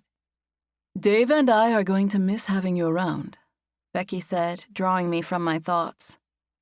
"He saw your pilot all packed up this morning, and he came in complaining about you being gone." "I'll miss you guys too," I said. I tried to seem casual even though this conversation was already causing my eyes to burn. "I bet your mom's going to be happy to see you," Becky said. I smiled and nodded. The drive to New Orleans would take a few days, and Twin Falls happened to be on the way. "She's excited," I agreed. "She's not sure about me going to New Orleans. She's already trying to talk me into staying more than one night in Twin Falls." "I guess so," Becky said. "But I can see why she'd want you to spend more than one night. If you only stay one night, you'd only be able to visit for a few hours." "That's exactly what my mom said," I agreed, nodding. "I'm sure I'll end up staying for 2 nights." "You said it was 10 hours away, right?" I nodded. "That's with no stops. I think it took me 12 to get here." "Oh, yeah, you'll definitely want to stay 2 nights. "The only problem is she'll try to talk me into staying for good," I said. Becky chuckled. "I'm sure she will. But that's nothing Jasper hasn't been doing while you were here, so you're probably used to it by now." She rubbed my shoulder. "It should make you feel special that everyone wants you to live in their town." She was smiling at me, and I returned the smile, not knowing what to say. I knew leaving this place would be difficult. I already felt like crying. I took a deep breath, feeling like I couldn't look directly at her without getting choked up. "I think I'm going to go get washed up before dinner," I said with a sigh. "Sure, babe," she said with a nod as she walked toward the fridge. I took the balloons to my bedroom with me. It was early, but I had been at work all day, and I wasn't going anywhere else for the rest of the night, so I decided to take a shower. I would set an alarm to leave early in the morning, and I wanted to go to bed at a reasonable hour. I had a gift and a card prepared for Dave and Becky Blair to thank them for their hospitality. I would have a hard time watching them sit there and open it, so my plan was to leave it somewhere in the bedroom so she would find it once I was gone. I was reading the note I had written them one last time when I heard a knock on my door. "I'll be right there," I yelled, scrambling to put the paper back in the envelope so that Becky wouldn't see it if she opened the door. I stashed the small box and envelope under the bed and ran to the door. I opened it and smiled when I saw Jasper standing there. He didn't hesitate. He stepped into the room, and in one quick motion, he took me into his arms. The maneuver was so unapologetic and swift that he had to do a turn with me to absorb some of the impact. I thought he would let me go once he caught me up in his arms, but he held on to me tightly. My nose was next to his chest, and I breathed in the smell of him. He had showered since he went to the gym, and he smelled wonderful and masculine. "I want this shirt to take with me," I said, since I was too comfortable to do anything but say exactly what was on my mind. Jasper was holding me tightly, but he let go and stepped back. It took me a second to realize he was pulling his shirt off right then and there. He shifted and stretched, pulling the intentionally faded maroon t-shirt off of his body.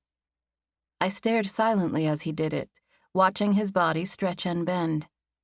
He tossed the shirt onto the bed and then regarded me with an irresistible smile. "Jasper, you can't just give me this shirt off your back." "Sure I can.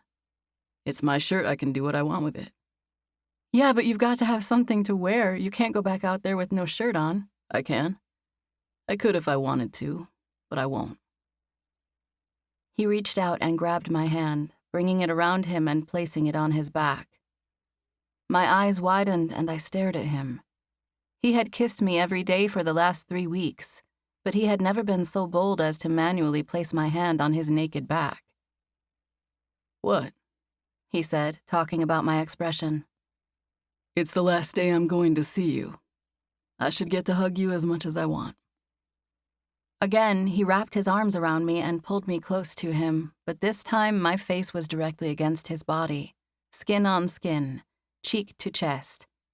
He smelled incredible, and I smiled at the anticipation that flooded my body every time he touched me. There was a lot of it at the moment. Chapter 15. Jasper held me tightly for at least a minute before letting me go.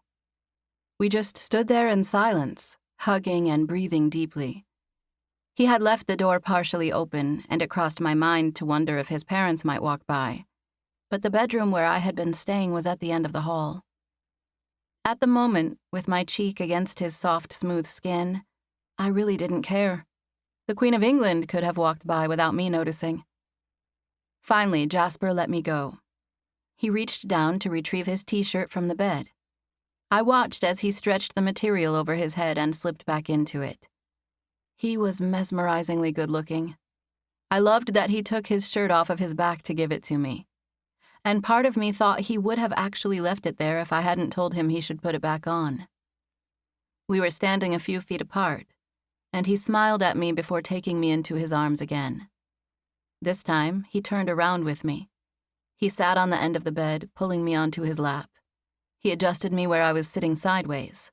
It all happened so quickly that I hardly knew what was going on until I landed in his lap. He held me by the waist, smiling at me with his face right next to mine. He nestled his nose in the crook of my neck, and I let out a little laugh, glancing at the door to make sure we were alone. He wiggled a little as he held me tight, trying to get our bodies to fit just the right way. He was insatiable. "What has gotten into you?" I asked. "What do you think, June? You're leaving. I'm going to miss you so much." My heart broke when he said that. There was a physical sensation in my chest like something had broken open and was now leaking hot liquid. I felt a rushing, hot-cold sensation. "Jasper, don't." "Why not?" he asked, squeezing me. "It's the truth, so I don't see why I can't say it. I'm going to miss you." Again, that heart-wrenching sensation happened. I squeezed him back. If ever there was a moment where I doubted carrying on with my adventure, this was it. It took every ounce of my self-control to refrain from crying out that I would change my mind, change my plans, and stay in Oregon forever. I was at war with myself when Jasper kissed me. His hand came around the back of my head, and he tilted me just the right way so our lips could meet. Jasper had kissed me deeply a few times, so I had felt it before, but this time he went there instantly. His tongue came into my mouth and I encouraged it. Our faces tilted as we tried to taste more, go deeper. I opened to him as I relaxed into his embrace. It was an intimate kiss, more intimate than we had ever been with each other. I caught myself feeling like I needed more. I urgently wanted that t-shirt on the bed and not his chest. And that was when I pulled back. Jasper ducked his head, squeezing me tightly like he never wanted to let me go, and nestling his face into my neck again. I was so overwhelmed with love and desire that I did the unthinkable. The words had been locked in my heart for so long that I almost had to dust them off before they could come out. I stuttered at first. There was a lady in my hometown. She told me to come here. She told me I would find you. Jasper leaned back. He didn't let go of me, but he pulled back, focusing on my face. What? That was all he said. That one word. How was I supposed to repeat what I had just said? Why did I even say it in the first place? His face was confused and serious, and suddenly it hit me that maybe he would be freaked out if I came to Astoria for that reason. Maybe that was a weird thing for me to do. Nothing, I said. He pulled back a little more, trying to get me to look at him. My eyes met his, and I gazed into his enchanting baby blues. My heart was still pounding, and I was still catching my breath from that kiss. And now I had done it. I had gone and mentioned Maggie Dietrich. Tell me what you said, he said. You can't say something like that and then say it was nothing. It is nothing, I said. I mean, it's not nothing, but I regretted mentioning it. Well, you did mention it. Now I want to know. Someone told you to come here? I nodded. Tell me the rest, he said. That's it. She just told me to come. She even gave me money. Why did I keep saying things I regretted? She gave you money to come here? Jasper asked, squinting a little like he couldn't comprehend. I took a deep breath. A lady at my church, I said. She called me over to her house. She said she had a dream about me going to Astoria and that I would, whatever, that I should come here. She thought it was what God wanted me to do, sort of, so she gave me some cash to help me on my way. It was already so crazy sounding coming out of my mouth that I intentionally left out the part where she told me about Jasper specifically. Jasper tilted his head, looking intrigued, curious. A lady from your church had a dream that you should come here? I nodded. And that's what made you call the shop? I nodded again. Tell me exactly what happened. Jasper's expression was serious enough that I felt like I should just start talking. I never really even talked to her, I said. She's just this older lady at our church. Her husband passed away, I think. When I was preparing to leave for Seattle, she ran into my mom. I guess my mom told her about my plans, and she ended up having a dream that I should come here. She called me over to her house to tell me about it. Exactly what did she say to you? Jasper asked. I took a deep breath. I knew exactly what she said. She told me she knew about my trip and asked if I planned on visiting a place called Astoria. I told her I wasn't, and she asked if I would please consider it. She told me that she thought I should come here. She mentioned your name. That's why I called the shop that day. Wait, this lady from your church mentioned my name? Did she know me? Yes, she mentioned your name. And no, as far as I know, she didn't know you. Do you know a lady named Maggie Dietrich? She's probably like 90 years old. Short white hair. Jasper was lost in thought as he shook his head. Are you upset? I asked. Upset? He repeated. Is it weird? I wasn't going to come over here and stalk you or anything. All I did was search Jasper Twin Astoria on the internet just in case. I mean, I had promised her I would look into it. Anyway, I called the shop and you know the rest. You picked up the phone and here I am. Why did you search for twin? What made you search the word twin? She had said those words when she told me about the dream. Does she know me? He asked, squinting as if trying his hardest to understand. I shrugged a little. I don't know. I don't think so. I think she was being honest. She said God was a miracle worker and could do things like that. She said he gave her a dream. I shrugged again. I didn't know what to think. I still don't, really. I don't take her as the type to lie, but it still seems kind of unbelievable. That's why I didn't mention it before. I paused while Jasper stared into space. He still had his arms around me as I was sitting on his lap, but he wasn't holding me tightly. He got lost in thought for several seconds. "Are you upset?" I asked. He shifted and looked at me, and then he reached up and grabbed me, putting both hands on the sides of my face. His grip was gentle but secure, and he stared directly into my eyes. "Am I upset?" he asked. "You're telling me that your being here is a miracle from God? That some lady miraculously, out of nowhere, told you to call me?" "Kind of, yeah," I said a little reluctantly. "That's insane," he said, drawing out the word. He let his hands fall, resting on my lap again. I nodded dazedly. "It is insane," I agreed. "That makes me feel so loved," he said. "I can't believe that God would do that for me and I didn't even know about it. I mean, he knew we needed someone to fill in for Paige, and he knew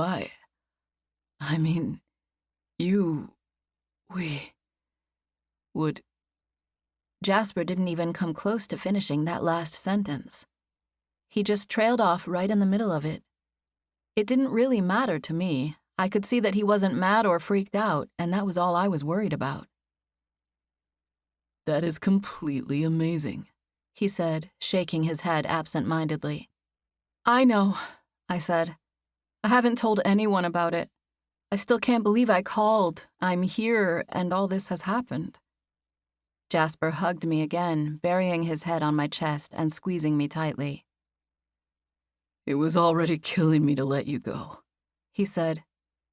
"How am I supposed to do it now that you told me God himself sent you here?" I let out a little laugh, feeling relieved by his words and happy that he was holding me so tightly. "Seriously, June, after a miracle like that, how are you even thinking about leaving?" "Jasper, you know I can't stay." "Yes, you can. You just say you're staying and you unpack your car." I couldn't help but smile. "That's very nice of you, but I can't.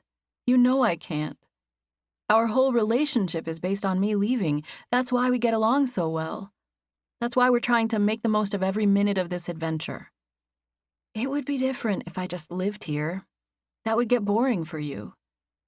I paused to take a breath, but then I continued. "Maggie Dietrich did me a huge favor by sending me here, though, Jasper. I love you, and I have absolutely loved this experience. I think God knew that I wasn't ready to hit the world running, and he gave me this gentle, beautiful experience with your family as a start to my journey." Jasper held me securely, taking in a long, deep breath before letting it out again. "I'm just going to be quiet, June, because nothing I could say would stop you from leaving. And right now, that's just about the only thing on my mind." "Oh my gosh, Jasper, don't say that. I know it's weird and cool about the lady and everything, but you're going to be glad to go back to your life the way it was. You have Jenna and—" "Don't," he said. "Just don't.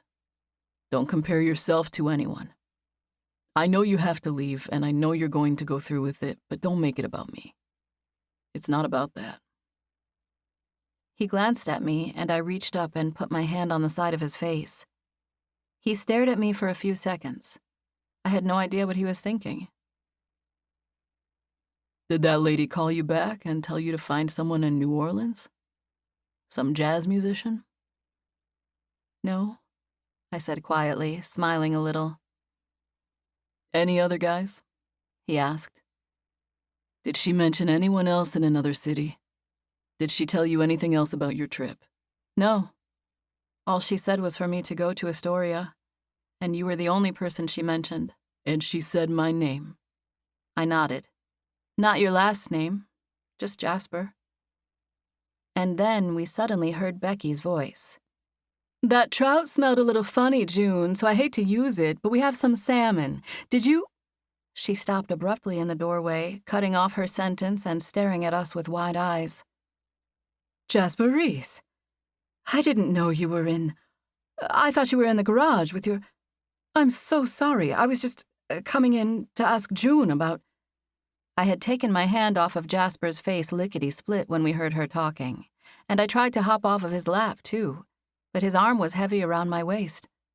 I didn't want to struggle in front of his mother, so I easily gave up and sat there while she finished speaking. She didn't finish, actually. She just sort of trailed off. I didn't know you two were in here, Becky added after a short pause. I could see her wheels turning, taking in the fact that I was sitting on her son's lap and wondering what sort of implications that might have. At least I was sitting properly on his knees with my legs together.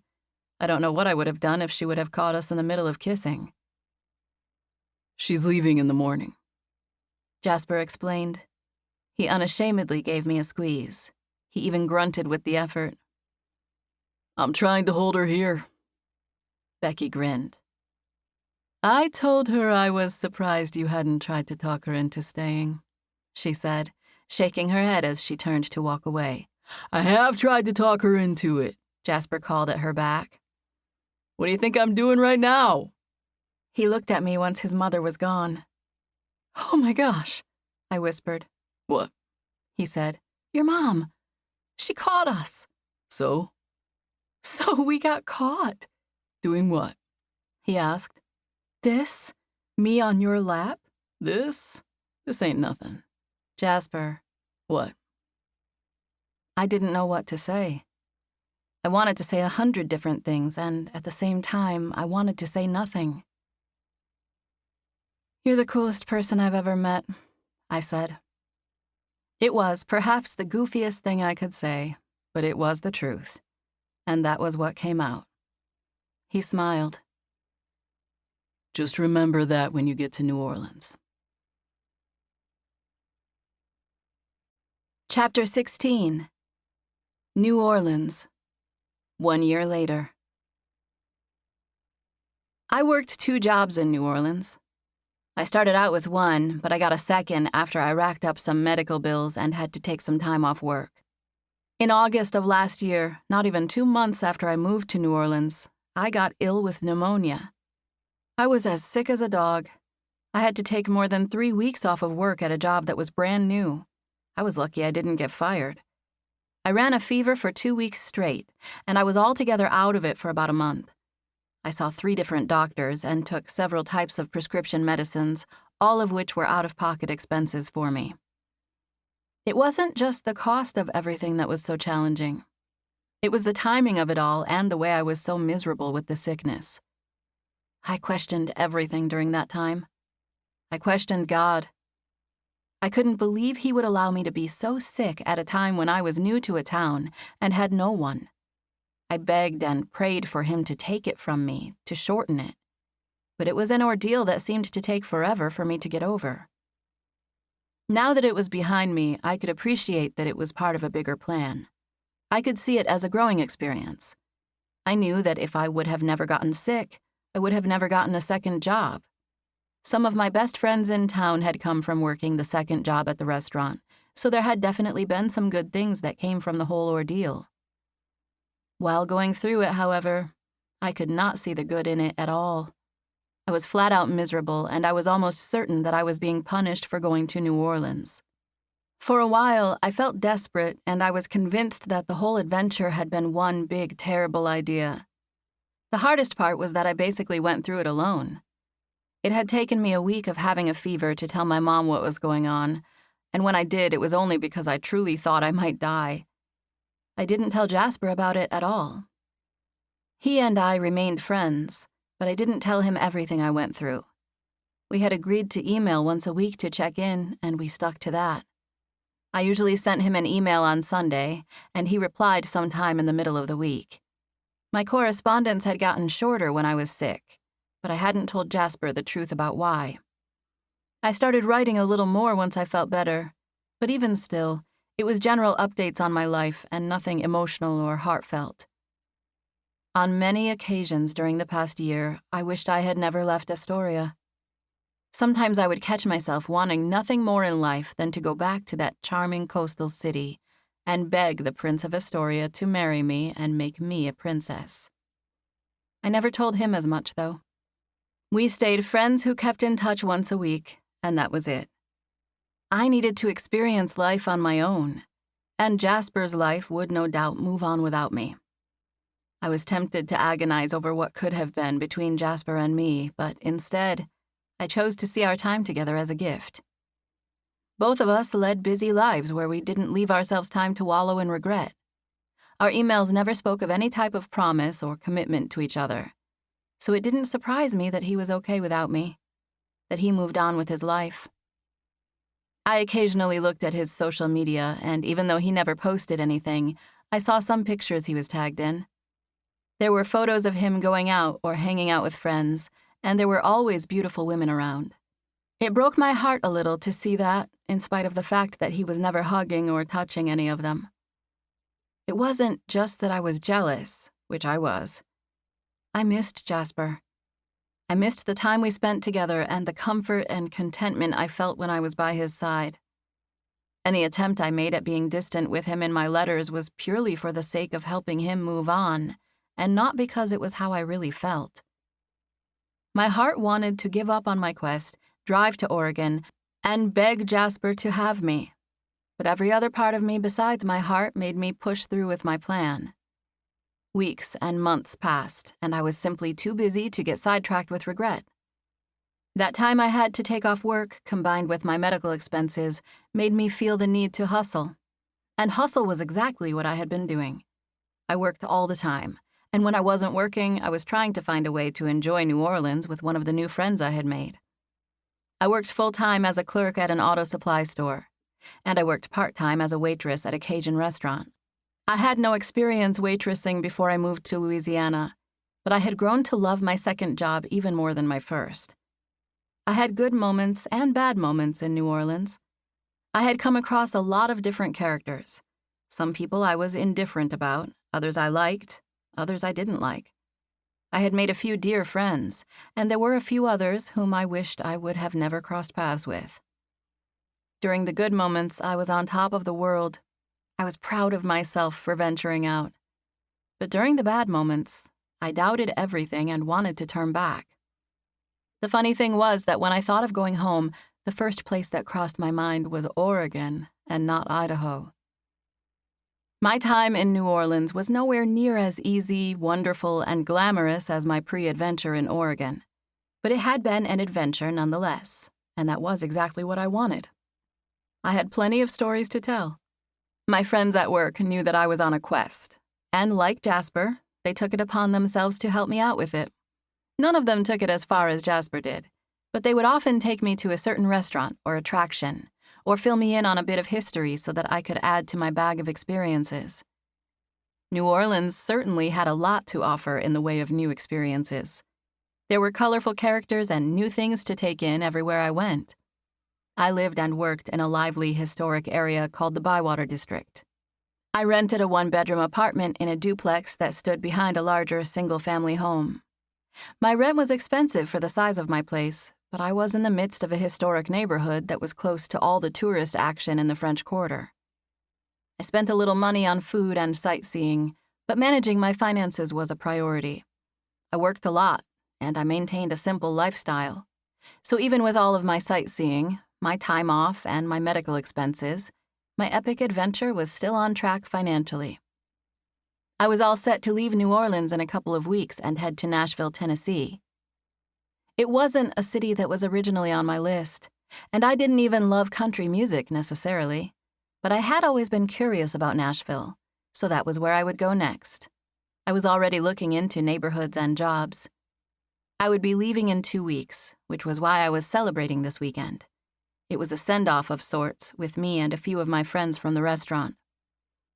Matt, Kent, and Hannah had all been working together for years, and they had taken me into their friend group. They had been the ones who were so good about showing me around. I loved them all, and I only had a short time left in New Orleans.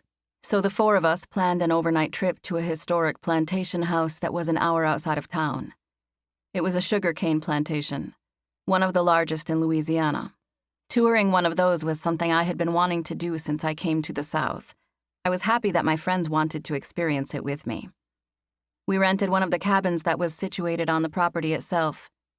The cabins had been updated with air conditioning, nice furniture, and all the things we were used to, but they were historic, and the reports and reviews said that they were haunted. Oak Alley was the name of the plantation. It was a huge estate facing the river with a tunnel of giant oak trees that led to the front of the house. There were slave quarters that had been preserved for touring, cabins, restaurants, shops, and other buildings on the property that were separate from the main house. But the main house was the true gem. It was a gigantic, white, 2-story home with pillars and porches surrounding the home on 3 sides. We did the tour that day, and it was interesting and heartbreaking to learn about life on a southern plantation. We heard stories about the owners and stories about the slaves, and I marveled at how different that lifestyle was than anything I had ever known. I had grown up working on a farm, and technically this was a farm as well, but it was completely different. There was so much history, and the slavery aspect of it made it more emotional and gut-wrenching than a regular working farm like ours. Those of us who were staying overnight in a cabin had access to the entire premises after hours. The stores and restaurants closed for the day, and the property went from being a bustling tourist attraction to our own private estate. The place closed to tourists at 5 o'clock, and we had been alone since then. After dinner, we went back to the cabin to hang out for a while, and then we went for a walk along the river to watch the sunset. We didn't make our way back to the plantation until after dark. There were only 6 guest cabins, and the estate was large enough that we could walk around and barely see another soul. It wasn't completely deserted, but it was close. We couldn't go inside the main house, but we could walk around its porches and explore the grounds. There were a few tourist buildings we could walk inside after dark, and that was fascinating. The whole thing was a completely different experience in the evening than it was during the day. It was quiet, serene, almost dreamlike. It went from crawling with tourists to completely empty and dark with crickets and frogs chirping and owls hooting. During the day, you could see everyone with their brochures and cameras, but as the sun went down and everyone left, it was as if we had stepped back in time. There were lights on the paths and landscaping lights that shined onto the trees and the house, giving everything a beautiful glow. The grounds were immaculately kept, and I appreciated the beauty and history so much more when the 4 of us walked around at night with no one else there. Chapter 17.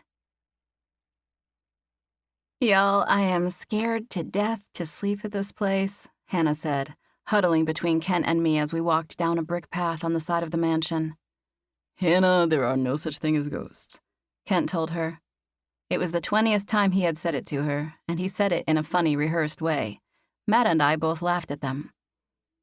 "Yes, there are," Matt said, egging Hannah on like he always did. "And if they're anywhere, they're here." "I know," Hannah said helplessly. We all laughed at her. She was being silly. There were 6 cabins on the property. They were open for guests every day, just like a hotel. There were hundreds of reviews online, and while some of them mentioned noises and ghost-like things, none of them were bad or scary or said that anything scary had happened to them. "If anyone had ever died of ghost attack, there would be a review about it," I said, reminding her that there was nothing to be afraid of. "It would make the news." Hannah was mostly joking, but there was a different feel to the plantation at night, and I could tell a teeny tiny part of her was really a little scared. We had already scoped out a spot to sit down and hang out on the left side of the mansion. It was a brick courtyard near the lower porch. There was a circular sitting area that was open with concrete benches lining the edges. We could have sat on the benches, but instead we brought a quilt so that we could hang out on the ground in the middle of the courtyard. The whole area was surrounded by shrubs. You could see over them when you stood up, but from our spot down on the bricks, we felt secluded, completely alone. The house was only about 20 feet from us, though, and it towered over the shrubs. We were surrounded by a white mansion, a lot of plants and shrubs and tall oaks, all of which were illuminated. The night lighting was in full swing and looking gorgeous. A few people walked by our little hangout spot on their walk, but we had seen them all before the sun went down, and we recognized them as fellow cabin renters. Hannah looked at her phone to check the time. She and I were both lying on our backs, so I saw that it said 8:57, only 5 minutes after she last checked it. "Truth or dare?" she said. That wasn't something typical for Hannah to suggest. It wasn't like the four of us had ever played that game before. I had actually never in my life played it, not even in high school. She elbowed me. Truth or dare, you go first. Or we could just go in a circle and each do a truth and then each do a dare. All right, let's do it, Matt said, clapping his hands together. I was a little taken aback by his willingness to play along. Like I said, it wasn't a game we as friends typically played. We'll each do truth and then each do a dare, Hannah said. She and Kent weren't an official item, but they had been casually hanging out as slightly more than friends for years. I hoped that didn't mean Matt expected something to happen between him and me. Every time I had read about people playing truth or dare in a book, it usually turned out to be a risque moment. That just wasn't the type of friendship I had with these guys. And it surprised me that she would even bring up the game, much less the guys be on board with playing it. I smiled and sat up, glancing at the guys to see if they were serious. June can go first, Matt said. Okay, truth. June? Hannah said thoughtfully, like she was thinking about what to ask. Okay, June, be honest. Seriously. Is there anyone you like? Is there anyone in this whole world who you think about as more than a friend? I took a deep breath, glancing at Hannah, Kent, and then Matt in that order. There is someone I think about, I said, nodding. I know who it is, Hannah said. That dude in Oregon. Let her talk, Kent said. No, that's all it was, I said. Hannah's right, but I wasn't even going to say that. I was just going to say there was someone I thought about and leave it at that. That's not what the question was, Hannah said. We wanted details. You've heard me say his name before, I said, feeling too shy to say it out loud in front of them. What is it? Kent asked. His name's Jasper, I said. I told you about him. He's got the brothers, the singer and the baseball player. The twin, Hannah said. I nodded. My stomach flipped at the sheer mention of his name. She emails him, Hannah said. Oh, like my girlfriend in Canada, Matt said, teasing me like Jasper didn't exist. I shrugged. I guess he is like that, I said. I almost forgot what he looks like. Lie, lie, lie. It was a huge lie. I knew exactly what Jasper looked like. I could probably draw a portrait of his face if you asked me to, and I couldn't even draw well otherwise. I knew what he looked like so much that I would be able to sketch or sculpt his face from memory if I had to. I was still thinking of that while Kent, Matt, and Hannah all answered their truths. They were basic things with yes or no answers like, have you ever stolen anything? Before I knew it, it was back around to me. Okay, now dares, Hannah said. Your turn, June. I dare you to stand up by yourself, walk around to the front of the house, and then down through the oak tunnel and back, all the way to the end. What? No, by myself? No, that's too far. The oaks that lined the front entrance to the famous mansion were gigantic. There was a sprawling walking path between them that led to the riverfront. There were 30 of those oaks, 15 on each side. They were lit up, each one of them with its own spotlight. It was a long way to the end of them and back. It would take a few minutes for me to make the trek even if I was jogging. I just didn't feel like doing it by myself. How about halfway down? Matt offered. How about just around to the front of the house and back? I asked, being reasonable. This place is bigger than you guys think.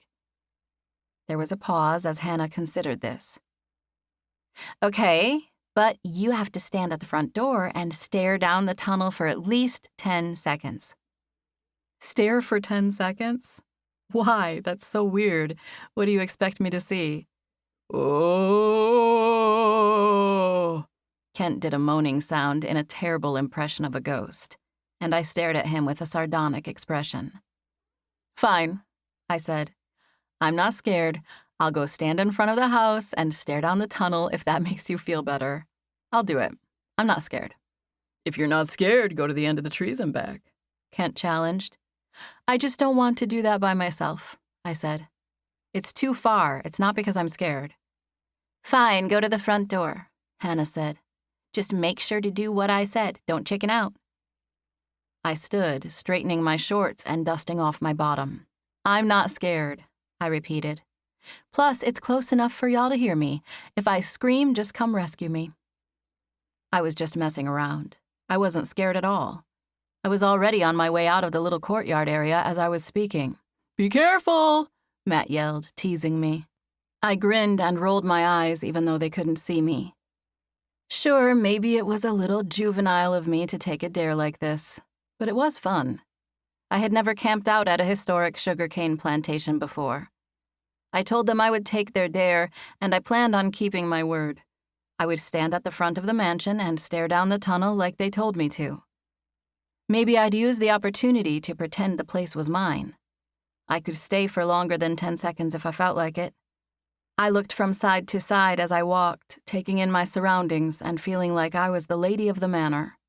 I had on jean shorts and a t-shirt, but I imagined myself wearing a long skirt. It was a warm summer night, so I would probably have on cotton or linen. I smiled as I imagined it flowing behind me when I walked. I absent-mindedly let my fingertips brush along the gigantic stone column that lined the porch. I let my hand linger in the air between columns, even though it took me a few seconds to get to the next one. As I was walking toward the front door, I imagined a whole romantic scene where my husband, someone like Jasper, would ride up the long entryway on a horse. He would be happy and healthy and thankful to be home after a long trip. He would hop off of his horse smiling, and then he would take me into his arms, kiss me, and tell me how much he missed me. I would tell him the crops were growing and the house was in order. I rounded the last column, preparing to look through the tunnel like I had promised Hannah. I had already dreamed up the vision of Jasper on a horse, and I smiled as I came to the front, knowing that I would be able to imagine it more vividly once I was standing there. I turned to look down the tunnel. There were 2 sets of people visible on the sprawling path. There was a couple down at the far end. They were so distant that, at first, I couldn't tell how many people were there, but it was a couple. There was someone closer to me, but my eyes had scanned over him because he was standing there alone.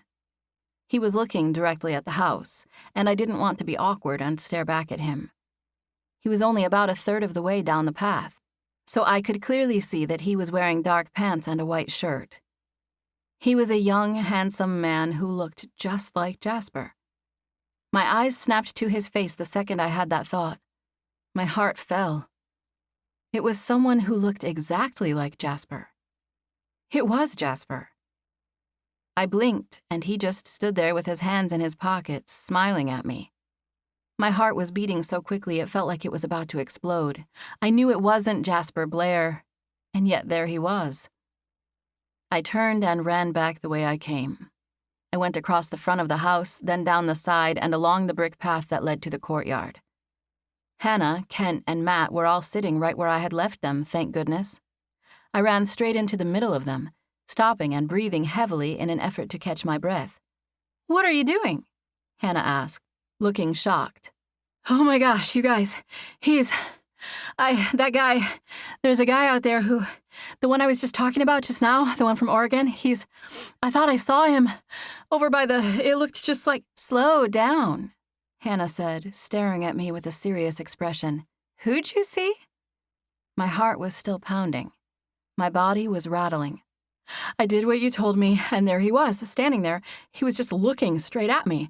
A guy who looked just like Jasper. I feel like I'm seeing things. It's like he was seriously here." "That's because he is here," Hannah said, nodding. She had stood up and was now using her hands to manually turn me around so I could go back toward the house. "That is him," she said frantically. "That was Jasper out there. He came here. You shouldn't be over here right now. You need to go back out there. Go, go, go." She had turned me to walk away, but I stopped in my tracks and stared at her. "Hannah, what?" "That's Jasper," she said. "He's here. He got in touch with me and he came here. For you.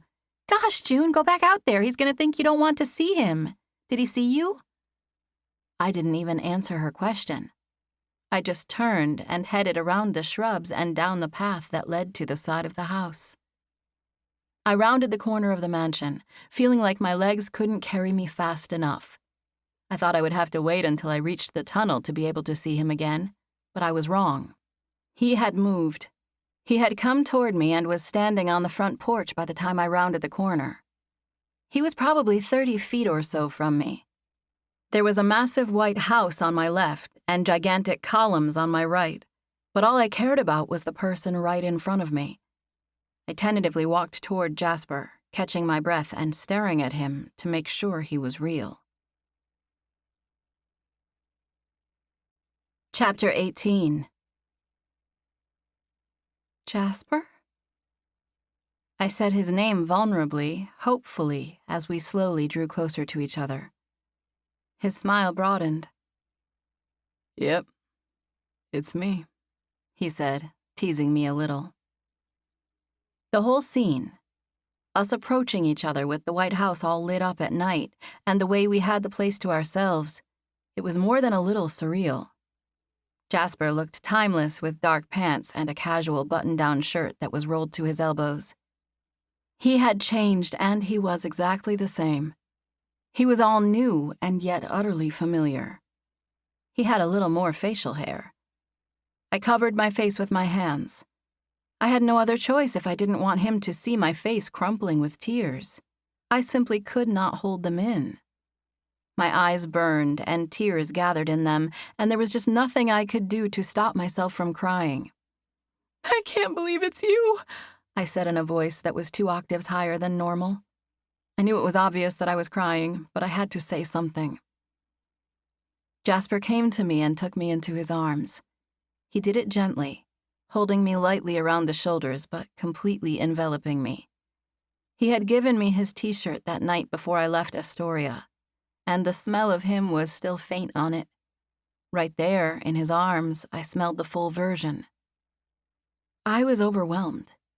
Smelling and feeling him, touching him, having his arms wrapped around me, it was truly overwhelming. I cried for real. The type of cry where you let out a wheeze and then you take a gasping breath, the type where tears flow out of your eyes and down your cheeks. I let out several rounds of quiet wheezing and gasping breaths, begging myself to stop before I was finally able to. Jasper held me close, and I shifted to look at him when I finally got a hold of myself. I blinked and wiped my eyes since there was probably mascara running down my tear-soaked cheeks. "I'm sorry," I said, taking a shaky breath. "I'm not able to. I'm just happy. I just can't believe it's you. I can't understand how you're here." I realized as I stood there with Jasper's arms around me that my tears were from the amount of relief I felt. "I'm sorry," I said again, wiping my cheeks with the edge of my finger. "I didn't mean to run away from you just now. I thought I was seeing things when I saw you out there. I didn't know it was really you." He stepped back, holding me at arm's length. He smiled and ran his hand through his hair before he looked at me, inspected me. I wanted to squirm. I had on shorts and a t-shirt, and my face was wet with tears. I blinked at him. I felt dazed as I stared into his eyes. "Jasper, what are you doing here?" The corners of his mouth rose in a grin. Well, I didn't come for the tour, June. It's actually unbelievable to me that someone who looked like Jasper would be standing in front of me saying he had come all that way to see me. "How did you know about this place?" I asked. "Hannah?" Jasper nodded. He had dropped his hands from my shoulders while I was wiping my face, but he reached out again, placing one hand gently on my side, latching lightly onto my clothes.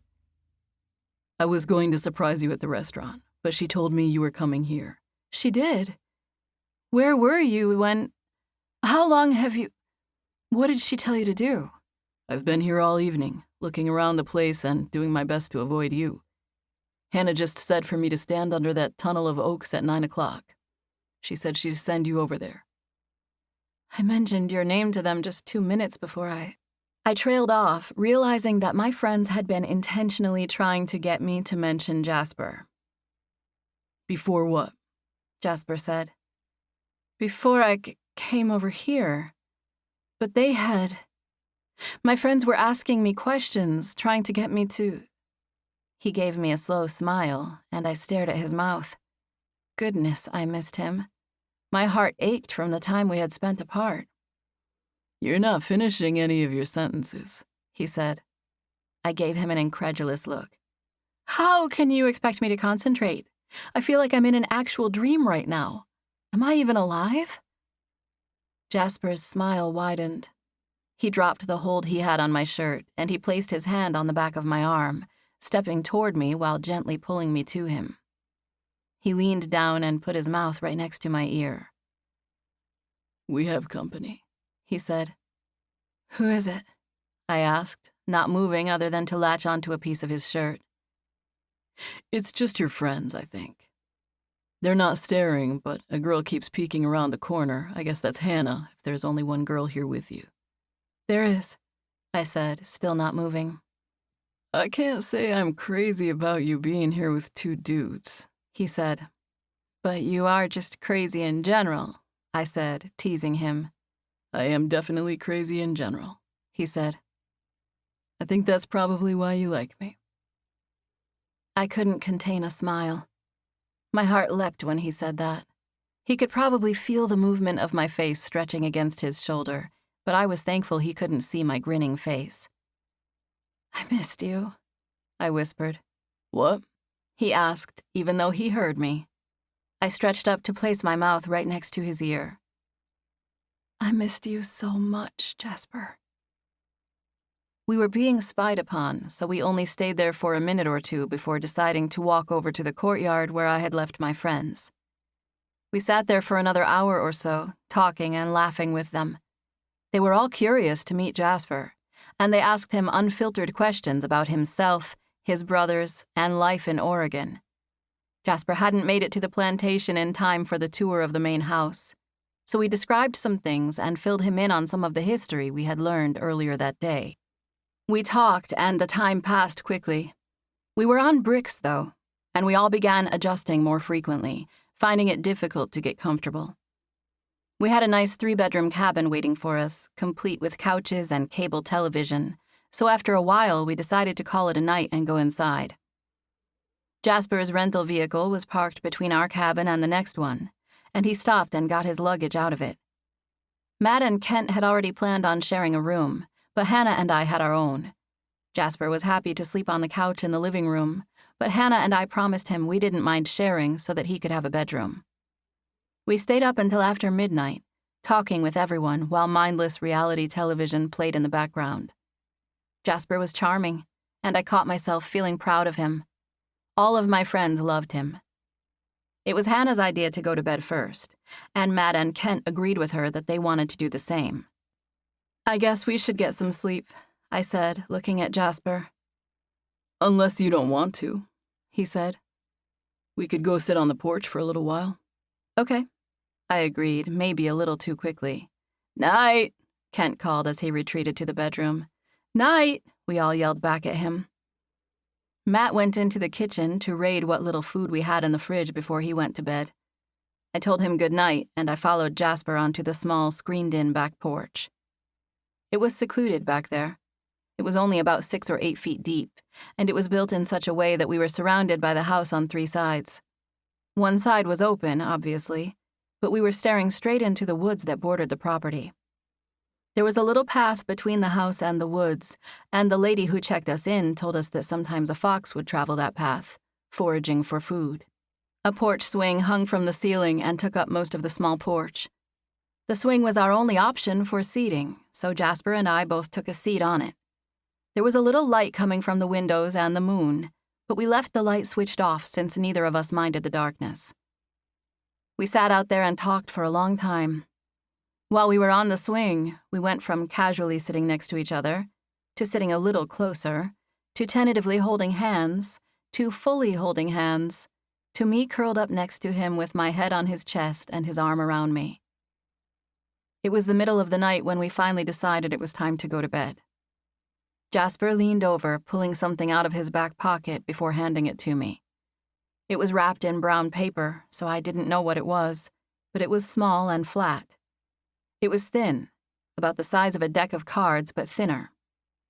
I stared at it and turned it over before looking at Jasper. There was a heart drawn on the front of it with my name in neat block print. "Open it when you get to your room," he said. "What is it?" "You'll see. It's meant to sway your decision." My decision about what? "Coming back to Astoria with me." I tilted my head at him curiously. We had been talking for hours, and this was the first time he had mentioned that. "What do you mean?" I asked, wondering if he wanted me to take a trip or move. "I mean, I'm hoping you'll come home with me, June. I came here to get you. I hope you'll do that instead of going to Nashville. It's been a year, and I don't know. I'm hoping you'll say that's enough of an adventure. I've been trying to let you do your thing, follow through with your plan. I thought maybe I could wait another year while you went to Nashville, but I can't wait. I want you to come back with me now, to stay. I want you next to me. I'm done with emailing you from across the country. I feel like we left the door open between us, and I can't move on. I don't want to." I was stunned. I was so taken aback that I had to concentrate on not shaking physically. My teeth almost chattered. I was about to agree to follow Jasper anywhere, anytime. "Don't say anything now," he said. "I know you're a stickler for that plan of yours, and I don't want you to answer with a no just because you're used to saying that when someone tries to get you to change your mind. Don't say anything right now. Take tonight to think about it." He reached out and touched the brown paper in my hand. "Look at this, and think about it, and give me your answer in the morning." I took the small package from him. I wanted to clarify that I couldn't pick up my life, change my plans, and move back to Astoria with no promise of a future with him. I didn't see Jasper as a player, but I also didn't see him as the marrying type. Maybe I just had myself convinced that he wasn't the marrying type because basically everyone in town had warned me about it. I wanted to say something along those lines, but all the thoughts got stuck in my head like a clogged funnel. I just stood there and blinked at him. I dazedly noticed the corners of his mouth rising in a smile. I was so smitten I could barely think straight. "Don't answer now," he said. "Please just open that package and be willing to think about it." I nodded, even though I didn't have much to think about. I honestly didn't care how much of a commitment Jasper was ready for. He was here. He had come halfway across the country to find me. That was enough. I was going to Astoria. I already knew it in my heart. Chapter 19. I sat on the edge of the bathtub, shaking as I delicately tore open the brown paper package Jasper had given me. I didn't want to wake Hannah, so I had gone straight to the bathroom. There was a tiny book inside of the package, a leather-bound book that almost looked like a miniature journal. I opened it and flipped through the pages, seeing there were words written on them, but not taking the time to read them. I saw enough to know that it was written in Jasper's own handwriting. I knew what his print looked like, and this book was full of it. There were no pictures, just words, just neat print, anywhere from a sentence to a paragraph in the middle of each page. I sat on the edge of that tub, feeling too nervous and anxious to read it. I turned to the first page, full of anticipation. There once was a beautiful girl named June. She grew up in Idaho, on a farm. I turned to the second page. She had a big heart, and she loved to read. She knew how to shear a sheep and change a tire. I blinked tears away as I turned to the third page. One day, a little old lady told June that she should go to Oregon and meet a man named Jasper. She said he was a twin. Page 4. It was God who was telling June that, of course. Cue the hot tears rolling down my cheeks. Page 5. June had a big plan of her own. But having made a promise to the woman, she looked up the person named Jasper and called him. He said he could use some help with his business. He said it would only be temporary.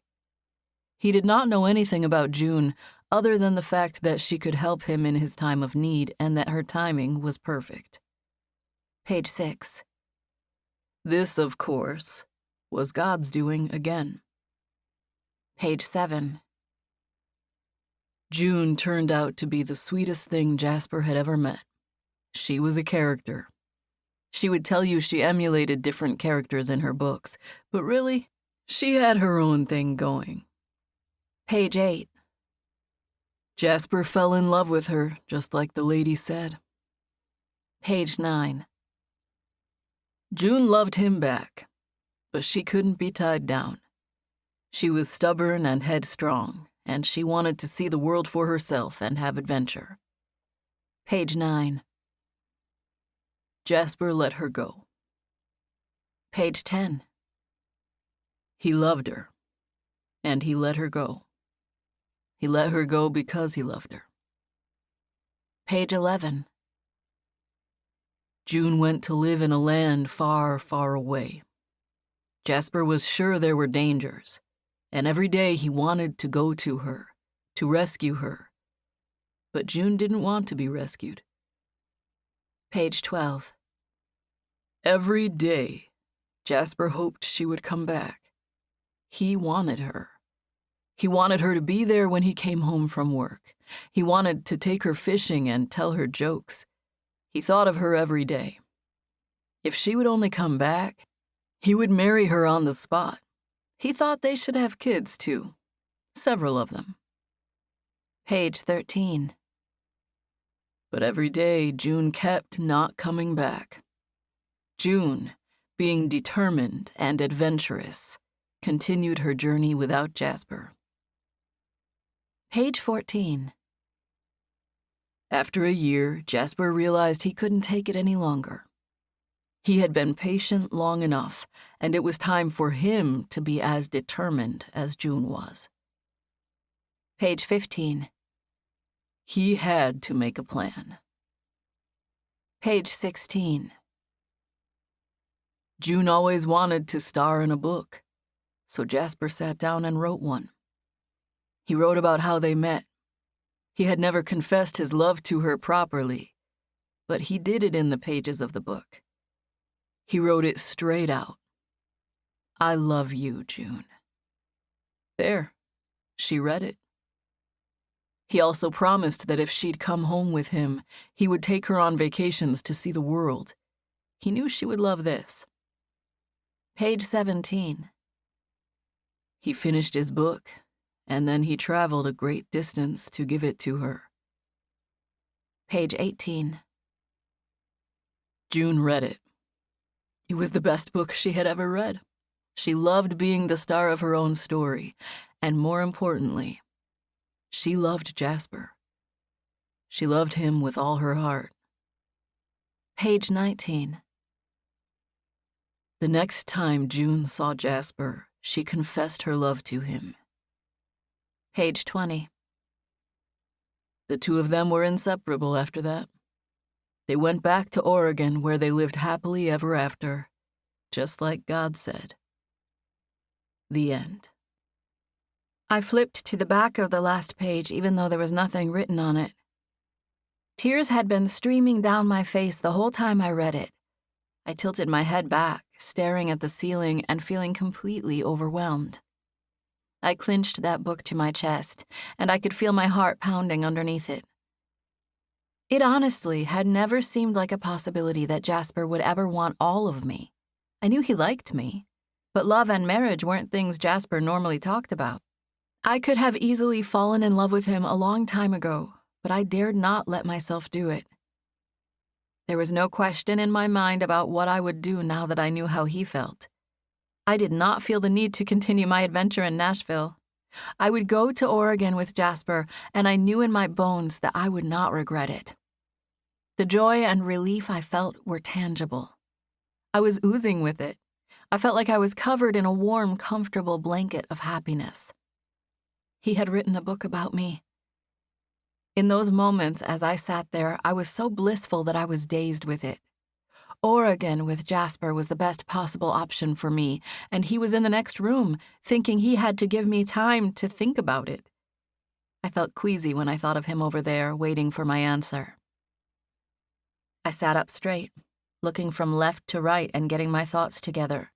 I knew I had to take action. What could I do right now to live up to being the leading lady from my book?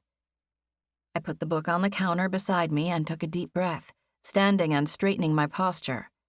I had shed some tears and my eyes were still stinging a little. I stared into the mirror.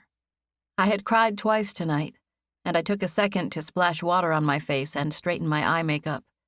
I brushed my teeth and did my best to tuck, straighten, and shift my hair so that I would look my best. I took a deep breath. I was in the middle of one of those moments in life that I would remember forever. I was about to go in there and verbally commit myself to Jasper, and I felt antsy and jittery and outrageously happy because of it. All my toiletries were handy, and I rubbed some lotion on my legs so that I would smell fresh and clean. The lotion contained a mix of lime and bergamot. Hannah was into essential oils, and she had made it for me. It was one of my favorite scent combinations, and I smiled as I quickly rubbed it into my legs. I took one last look in the mirror before heading through our room and into Jasper's. I crossed the empty living room, walking quietly as I headed to his door. I knocked lightly once I got there. Within a few seconds, the door opened. I peeked in to see Jasper on the other side. He was standing there with his phone to his ear. With his free hand, he held out one finger, indicating that he would just be a second, and then he stepped back, letting me in. He crossed to the bedside table and began writing something down. At first, I thought he was on the phone talking to someone, but then I figured out that he was taking notes from his voicemail. It was difficult to concentrate on anything besides the fact that my entire life was about to change directions. I was standing there staring at him when he turned around. His shirt was unbuttoned, and I could see his tan skin peeking out from underneath when he moved. I stared at his face. "Hi," I said. "Can we talk for a minute?" He glanced away, nodding and wearing an unreadable expression. The way he turned and tilted his head was just too much. He was gorgeous, a work of art. Everything about him was perfection. "I read your book," I said. Oh, yeah? What did you think? "It was a masterpiece," I said, choosing my words carefully and staring straight at him. "Compelling." Are you compelled? He asked, returning my gaze. "I am," I said. Neither of us were smiling. We just stared earnestly at each other from across 3 feet of space. What are you compelled to do, June? I knew my voice was going to come out shaky, but I spoke anyway. "Just about anything you ask me to do, Jasper." Come home with me, he said. I nodded slightly. "Okay." Yes? Just like that? "Yes, just like that." Do you love me? He asked, tilting his head a little but still staring at me. "How could I not? Who wouldn't love you?" That's not what I asked, he said. I asked if you did. I reached up and put my hands on the sides of his face. I barely touched him, and I felt an electrical current pulsing through my body. My cool fingertips gently touched his warm face. "Jasper, it's hard for me to say it. I dared not let myself feel that for you." Why not? "Because I didn't think I could ever have you that way." You didn't think you could love me? He asked. "No, I knew I could love you. I just didn't know things would... I don't know. I didn't know you felt that way." Do you now? He asked. "I think so." What are you uncertain about? "Nothing. I shouldn't have said I think so. I was just being shy. I know. I can love you. I do love you. I'm pretty sure I was meant to love you, made to love you. I think that's why it comes so easy for me." Jasper let out a long, deep breath. Thank God. I smiled. Seriously, He said. I begged God to make you say yes. I blinked slowly at him, flirting. He didn't have to make me. Nobody had to make me. I felt Jasper's hand wrap around my waist. He pulled me in as he grinned at me mischievously. No? He asked. "No," I answered. "I did it all by myself." I was being a little silly, but he shifted and stared at me thoughtfully. You can do a lot by yourself, He said. I was just nervous enough to joke around again. I smirked at him. "I know, I'm tough, huh?" You are tough. I'm proud of you. You said you were going somewhere far off to build a life, and you did. You did just fine. "I didn't feel fine all the time," I said, getting more serious. I took a breath, remembering the month of sickness and the other curveballs that had been thrown at me during the past year. The year in New Orleans wasn't nearly as much fun as the dream world I got to experience in Astoria. If you call staying in my brother's old bedroom and working the desk at the shop a dream world, then I'm gonna have an easy time impressing you. It was a dream world, Jasper. I liked being around the shop, and I was basically royalty staying at the Blair's house. He pulled me close with the hand that was around my waist. I could see and feel his chest through the crack in his shirt. He stared at me with hungry eyes. My queen, he said, scanning my face. He was referring to me saying the word royalty, but I could tell he meant it just from the way he looked at me. He gazed at me adoringly like I was his queen, and I felt like I could spend the rest of my life living up to that. Chapter 20. Almost 2 weeks later. Jasper stayed with me in New Orleans until I moved. He did not leave my side. He canceled his flight home and made plans to drive back to Oregon with me. I showed him my favorite spots in New Orleans, and we played tourist for a week together. I had already given notice at my jobs, so they were prepared for my departure. I had shifts scheduled for the week Jasper was with me, but I got most of them covered so that we could experience the city together. He helped me pack and organize my things. I didn't have all that much to deal with. I lived in a furnished apartment, and I wasn't much of a shopper. I packed my car, and after that I only had a few boxes to ship. We took them to the post office and sent them to Jasper's house. He and I stopped in Twin Falls to spend a week with my family. I told Jasper we didn't have to stay that long, but he wanted to get to know my family and experience life on the farm. Jasper had been working 60 hours a week for years while he and his brother built their business. He didn't feel bad about taking 2 weeks off, in spite of the fact that it was the busy season. In the grand scheme of things, this was the only time he would ever do something like this again. In the future, he would plan for all his vacations and take them at a convenient time. This time, however, Jasper didn't care about convenience. He asked a few of the other guys to step up and help pick up his slack, and they were happy to do it. Jacob didn't hesitate to let Jasper take as long as he needed. He had never seen his twin go after a woman, and he told Jasper to take his time. I still had a hard time believing that I was the woman Jasper went after. I couldn't help but feel like my life was a movie. That feeling was amplified at the moment because Jasper and I were currently standing on Maggie Dietrich's doorstep. We had been in Twin Falls for 5 days, and I knew we had to make time to go by there and see her. As far as I knew, she lived alone, so I was surprised when a younger man opened the door. "Come on in," he said. "I'm Dale. Mom said you were coming. She's in the bedroom. I'll show you back there." "Oh, no, if it's a bad time, we could come back." "She's been in that bedroom for a week," he said. "She won't be coming out anytime today or tomorrow, so if you want to see her, you'll have to follow me back." We went with Dale down the hall, and I glanced at Jasper from behind his back.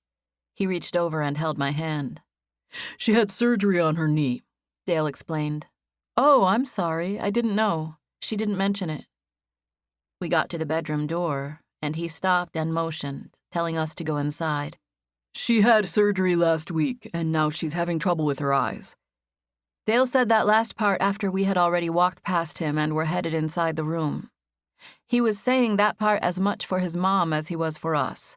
He was announcing our arrival. I could clearly see that Mrs. Dietrich was sitting up on the bed with her eyes closed. They weren't just closed either. They were swollen. She didn't seem to be in any pain. She was just sitting there in a nice white gown with her eyes closed. She patted the seat next to her. "Come in, June. Come sit beside me, sweetheart. Did you bring Jasper with you?" "I did," I said. "He's right here." "Will you two come sit next to me? I made room." We walked closer. "I told Dale if this isn't the silliest thing. I've never had anything like this happen with my eyes before. They said it's an allergic reaction to one of the medications I'm taking for my leg. If you'll come sit right here in next to me, I might be able to see you a little bit." She was an elegant lady in a proper long-sleeve nightgown. She looked comfortable in spite of some swelling in her face. She had left enough room on the edge of the bed for us to sit, and the spot next to her seemed inviting. Jasper and I both sat down. I sat closest to the head of the bed, and he sat next to me. We shifted so that we were facing each other with our sides toward Mrs. Dietrich. She reached her hand out, and I took it. "It's been a while," she said. I hadn't told Mrs. Dietrich about Jasper until yesterday, when I called to set up this meeting. I hadn't even told my mother about it until a couple of weeks ago, when I changed my mind about going to Nashville. "I know," I said to her. "I'm sorry I didn't call sooner. I should have called. I talked to your mom a couple of times since you've been gone. She just said you were living in New Orleans and that you were doing fine. She didn't say anything about Oregon, and I didn't ask. I went to Astoria for 2 months before I headed to Louisiana. Mom knew I went there and that I had met Jasper, but she didn't know you had anything to do with it. I didn't mean to hide it, It was hard for me to believe that any of it was actually happening." "How long have you known Jasper?" she asked. "For over a year," I said. "I called him right when you told me about him. I looked him up on the internet and I called his place of business." "We needed someone to fill in for our receptionist," Jasper added. Mrs. Dietrich smiled and reached out for him with her other hand. He leaned over and placed his hand in hers. "Come closer," she said. "It's blurry, but I can see a little bit if you come right here in front of me." Jasper gingerly leaned over, placing his face in her line of vision. I moved a little to give him space. Mrs. Dietrich squinted and felt for him, and Jasper stretched, getting close enough for his face to touch her hands. She put her palms on his cheek and squinted closely at him, turning and tilting her face in an effort to make out his features. She did that for several seconds. "I can't see as good as I wish I could," she said. "He's so handsome," I assured her. I spoke quietly, but I had to make the truth known. "I know he is," she said. "I just knew you were going to be so happy."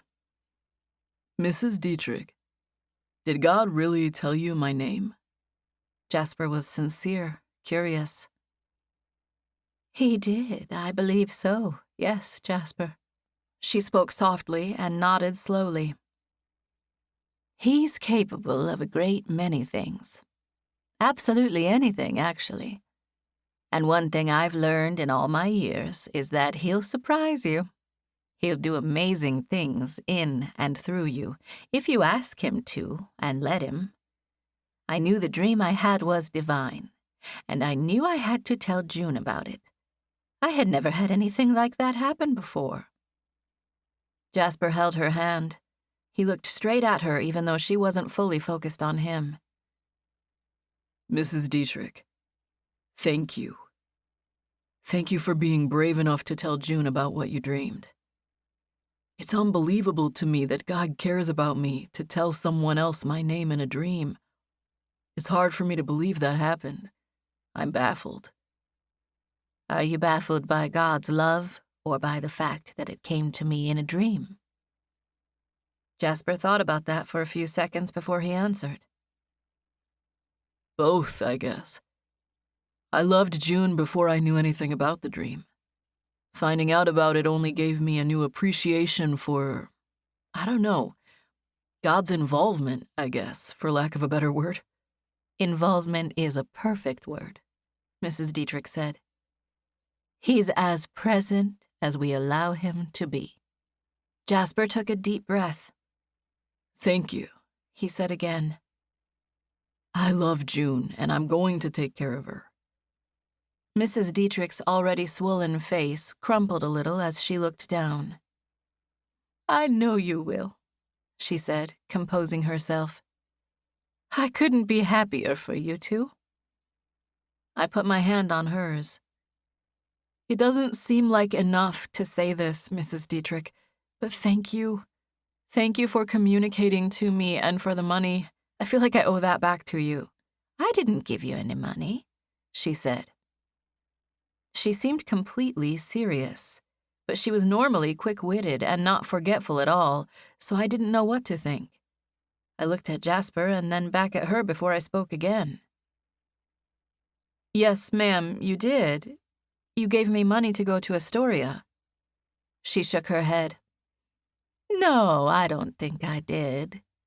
But even if I would've, you certainly wouldn't owe it back to me. I don't even remember giving you anything. Well, thank you. All my life, I wanted something cool to happen to me. I wanted to live a life like the characters in books I read. I touched her hand.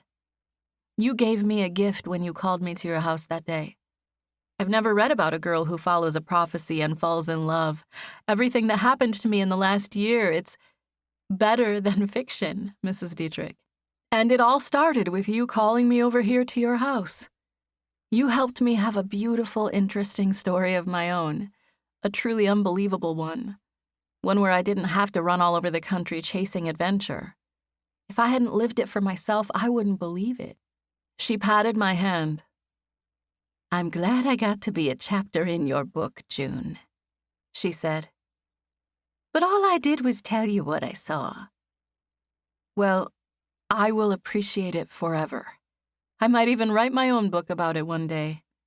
She smiled and gave me a nod.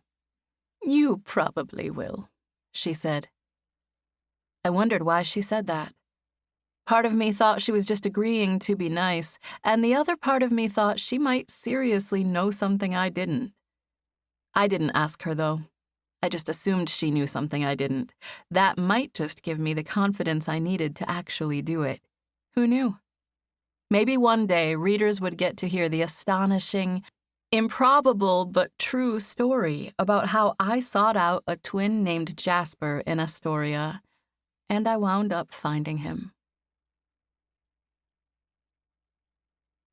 Epilogue. Another year later. I married Jasper Blair 3 months ago. We had a beautiful spring wedding, and what seemed like all of Astoria showed up.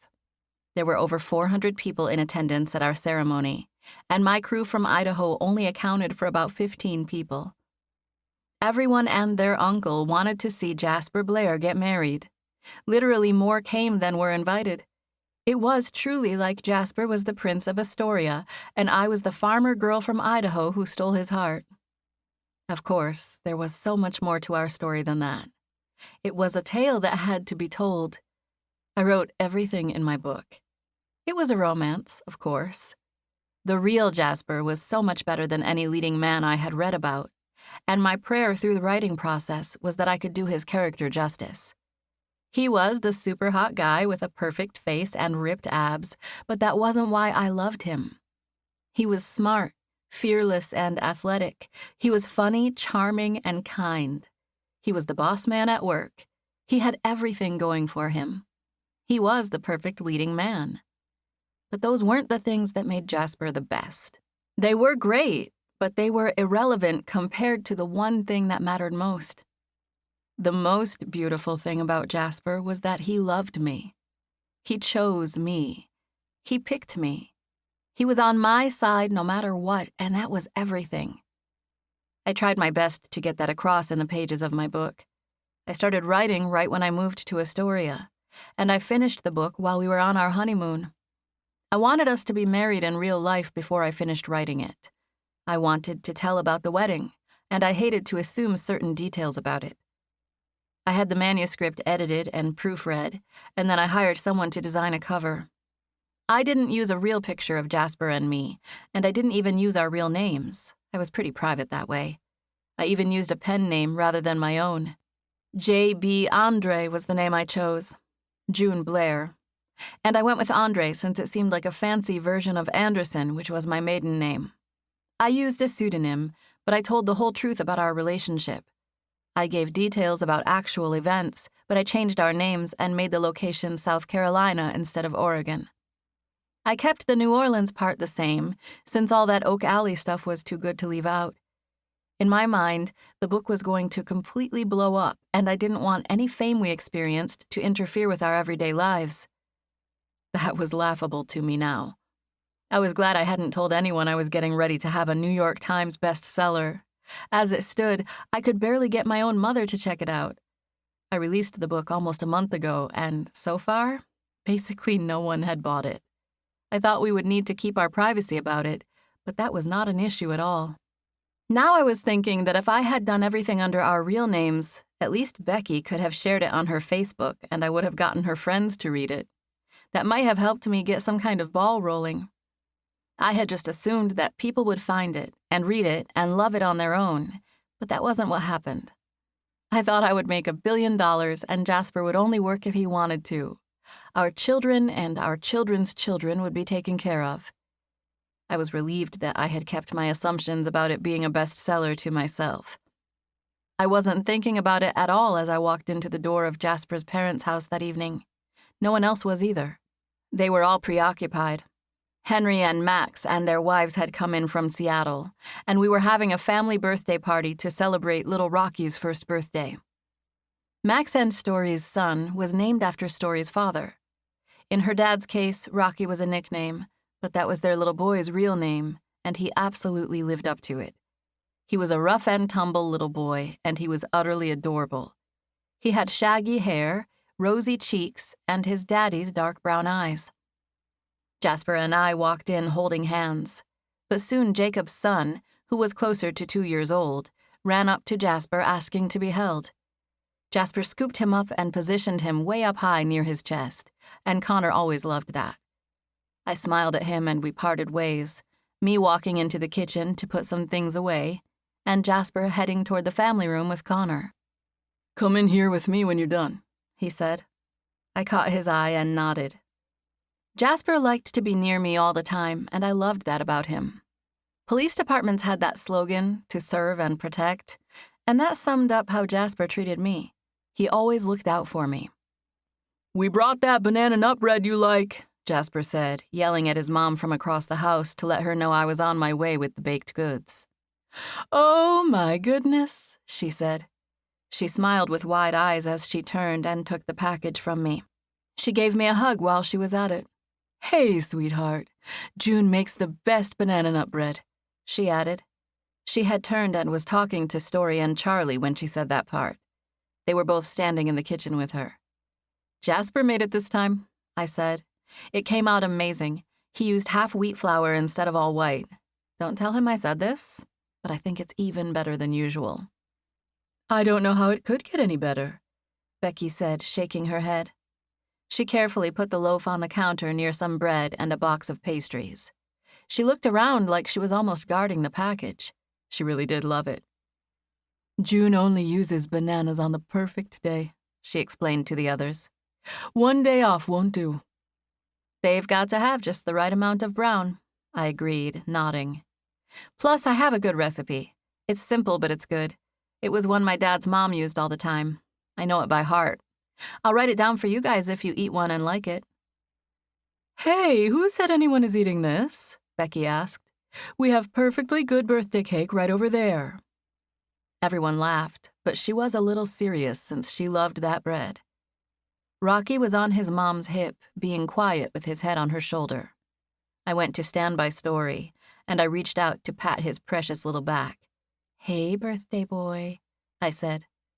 I spoke quietly and made a curious face at Story, who was smiling at me. "Hey, Aunt June," Rocky bumped his head. She explained. I'm sorry, little man, I said. You still look handsome for your big party, though. Story gave me a sad but reassuring smile as she continued to hold him. He was napping in the car when we got here, she explained. I reached out to offer a hug to Charlie. She saw me coming in for it, and she smiled and came toward me to hug me back. She and I were close. We had married twins, and we shared a unique bond because of it. I loved her. I loved all of my in-laws. Aiden said she read your book and loved it, Becky said. I smiled and nodded at her. Oh, that's awesome, I replied. I knew Aiden was in the living room with Henry. I had seen them from a distance when I first came in, and I had made plans in my head to go in there and say hello after I talked to the crew in the kitchen. I believed that Aiden had read my book if she said she did. But at least 20 other people had told me the same thing. This was some kind of miracle since I had only sold a total of 14 copies. I had sold so few that, as of a few days ago, I stopped checking the numbers or status of it. I figured if 14 people read it and liked it, well, that was better than nothing. Yeah, you'll have to go talk to her about it, Becky said. She was all excited. She said she really loved it. I've got my copy sitting by my bed, Story said. I can't wait to start it. Me too, Charlie added. I downloaded it the other day. It's definitely on my must-read list. I'm just so terrible about reading at all. You know that about me. I smiled, but before I could say anything, I heard Aiden speaking from behind me. Oh my gosh, June! I loved your book so much. She had come up from behind me, and I turned to smile at her. I laughed and I cried. Did that lady seriously have a dream that told her the whole thing? She didn't know Jasper at all? That's crazy. Did he really poke your glasses? Did you get pneumonia? You didn't know that story about the lady in the dream? Charlie said. I thought Jasper mentioned it at the wedding. He did. He said there was a dream, but I didn't know what he was talking about, Aiden said. I didn't understand. Nobody told me details about that. She looked at me. Did that lady really know his name? I nodded. And that he was a twin. That's insane, Aiden said, shaking her head. And she had never met him? I shook my head. No. I told Henry that God must really love Jasper to go handpick a wife in Idaho and send her to him. I smiled humbly since I couldn't help but feel like I was the one who God showed favor to in this situation. Bobby said you might not want people knowing your real name or whatever, so I hope I didn't mess up. I looked at Becky. Bobby was what we all called her now that the grandkids were old enough to address her. I wasn't sure, Becky said, shrugging. Aiden said she shared about it on the internet, and I told her I didn't know if you were doing that. Oh, no, it's fine, I said. I appreciate it, actually. Aiden made a relieved face. Good, because a bunch of people are already getting it. I'd feel really bad if I wasn't supposed to say anything. My heart sped up when she said a bunch of people were getting it. I didn't know what she meant by that, and I wasn't sure how to ask. She shared it on Henry's website, Becky clarified. The band's Instagram, Aiden interjected. I hope that's okay. Henry took a picture of me curled up reading it on the patio, and it came out good, so I posted it. Tell her what you wrote, Becky said. I put something like, best book you'll read this summer, the amazing but true story of how Henry's baby brother fell in love. Wasn't that sweet? Becky asked. That's so nice, I said. My heart was pounding, even though I had no idea what her post would translate to. After the nothingness that had transpired during the last few weeks, I did not dare get my hopes up. Where's my lady? Jasper said, yelling from the living room. You have to share her, Charlie said, yelling back. No kidding, y'all just got here, Story said. I know, but she said she was going to come in here and sit with me. That boy cannot go 2 seconds without her, Becky said, shaking her head. You should have seen him when she left and went to New Orleans. He was wound up for a year straight. Oh, that's so sweet, Aiden said. I could tell by the way she smiled at me that she had a whole new appreciation for mine and Jasper's relationship after reading that book. I couldn't help but smile. It was all fun and games with them making fun of Jasper for calling me in there. but the truth was that I wanted to go to him as much as he wanted me to. He was sitting on the couch while Connor rolled a truck all over the place, using Jasper's body as obstacles and roads. I hated to leave the kitchen so soon after I got there, but I wanted to go to him. "I need to use the restroom, actually," I said. "She can't take it," Charlie said, teasing me since she knew I would ultimately go in there to Jasper. "I really am going to the restroom," I said, defending myself, even though none of them really cared. They loved that I loved Jasper. I went into the little half bath that was near the kitchen. I didn't need to use the restroom, but I switched on the light and the vent and closed the door for privacy. I pulled my phone out of my pocket. It had been a day or two since I had checked how many books had sold. I started typing in the web address, and my internet browser still knew where to go based on my history. All I had to do was type in the first few letters, and the publishing website popped up. I clicked on the page, and it opened like always. There was a graph along with a bunch of numbers. I blinked at the screen and instantly started shaking. The number that was stuck on 14 for days was now a number that was more than 6,000. 6,281, to be exact. I blinked. I looked at the title of the book to make sure I was seeing the right results. There it was, at the top of the screen. Dream Chaser by J.B. Andre. I hit refresh and the number changed. I didn't know by how much, but I saw that the numbers were different.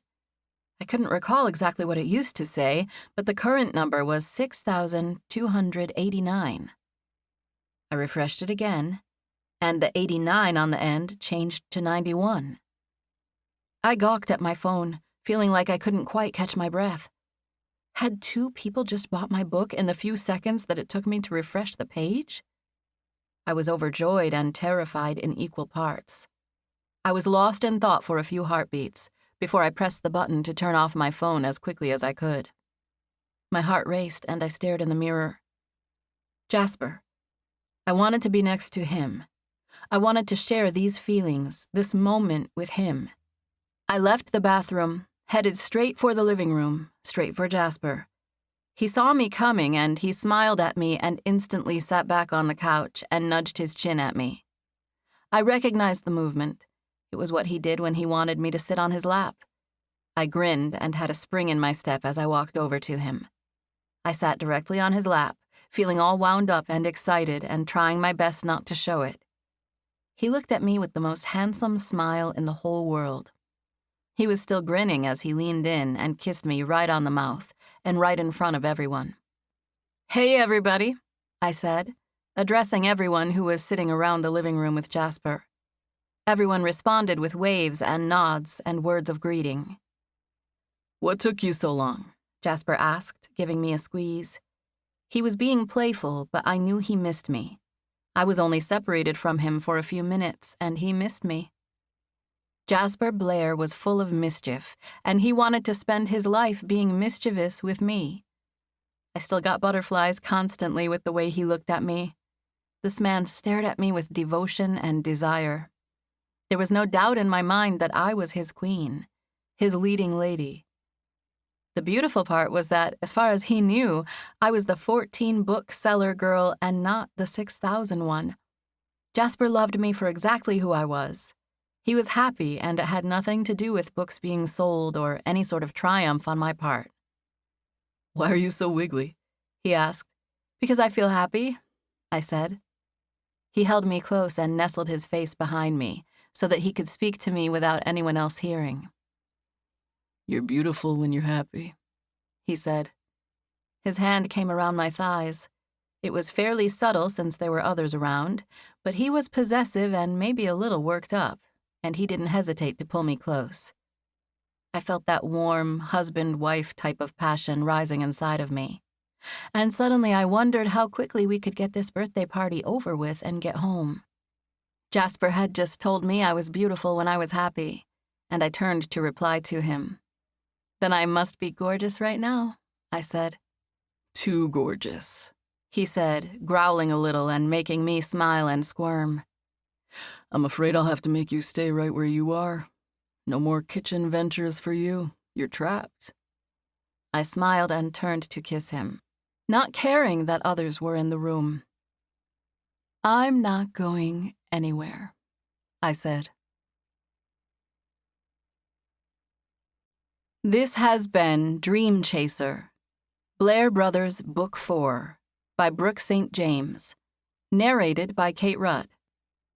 Text copyright 2019, Brooke St. James. Production copyright 2021, Brooke St. James. All rights reserved. Thank you for listening.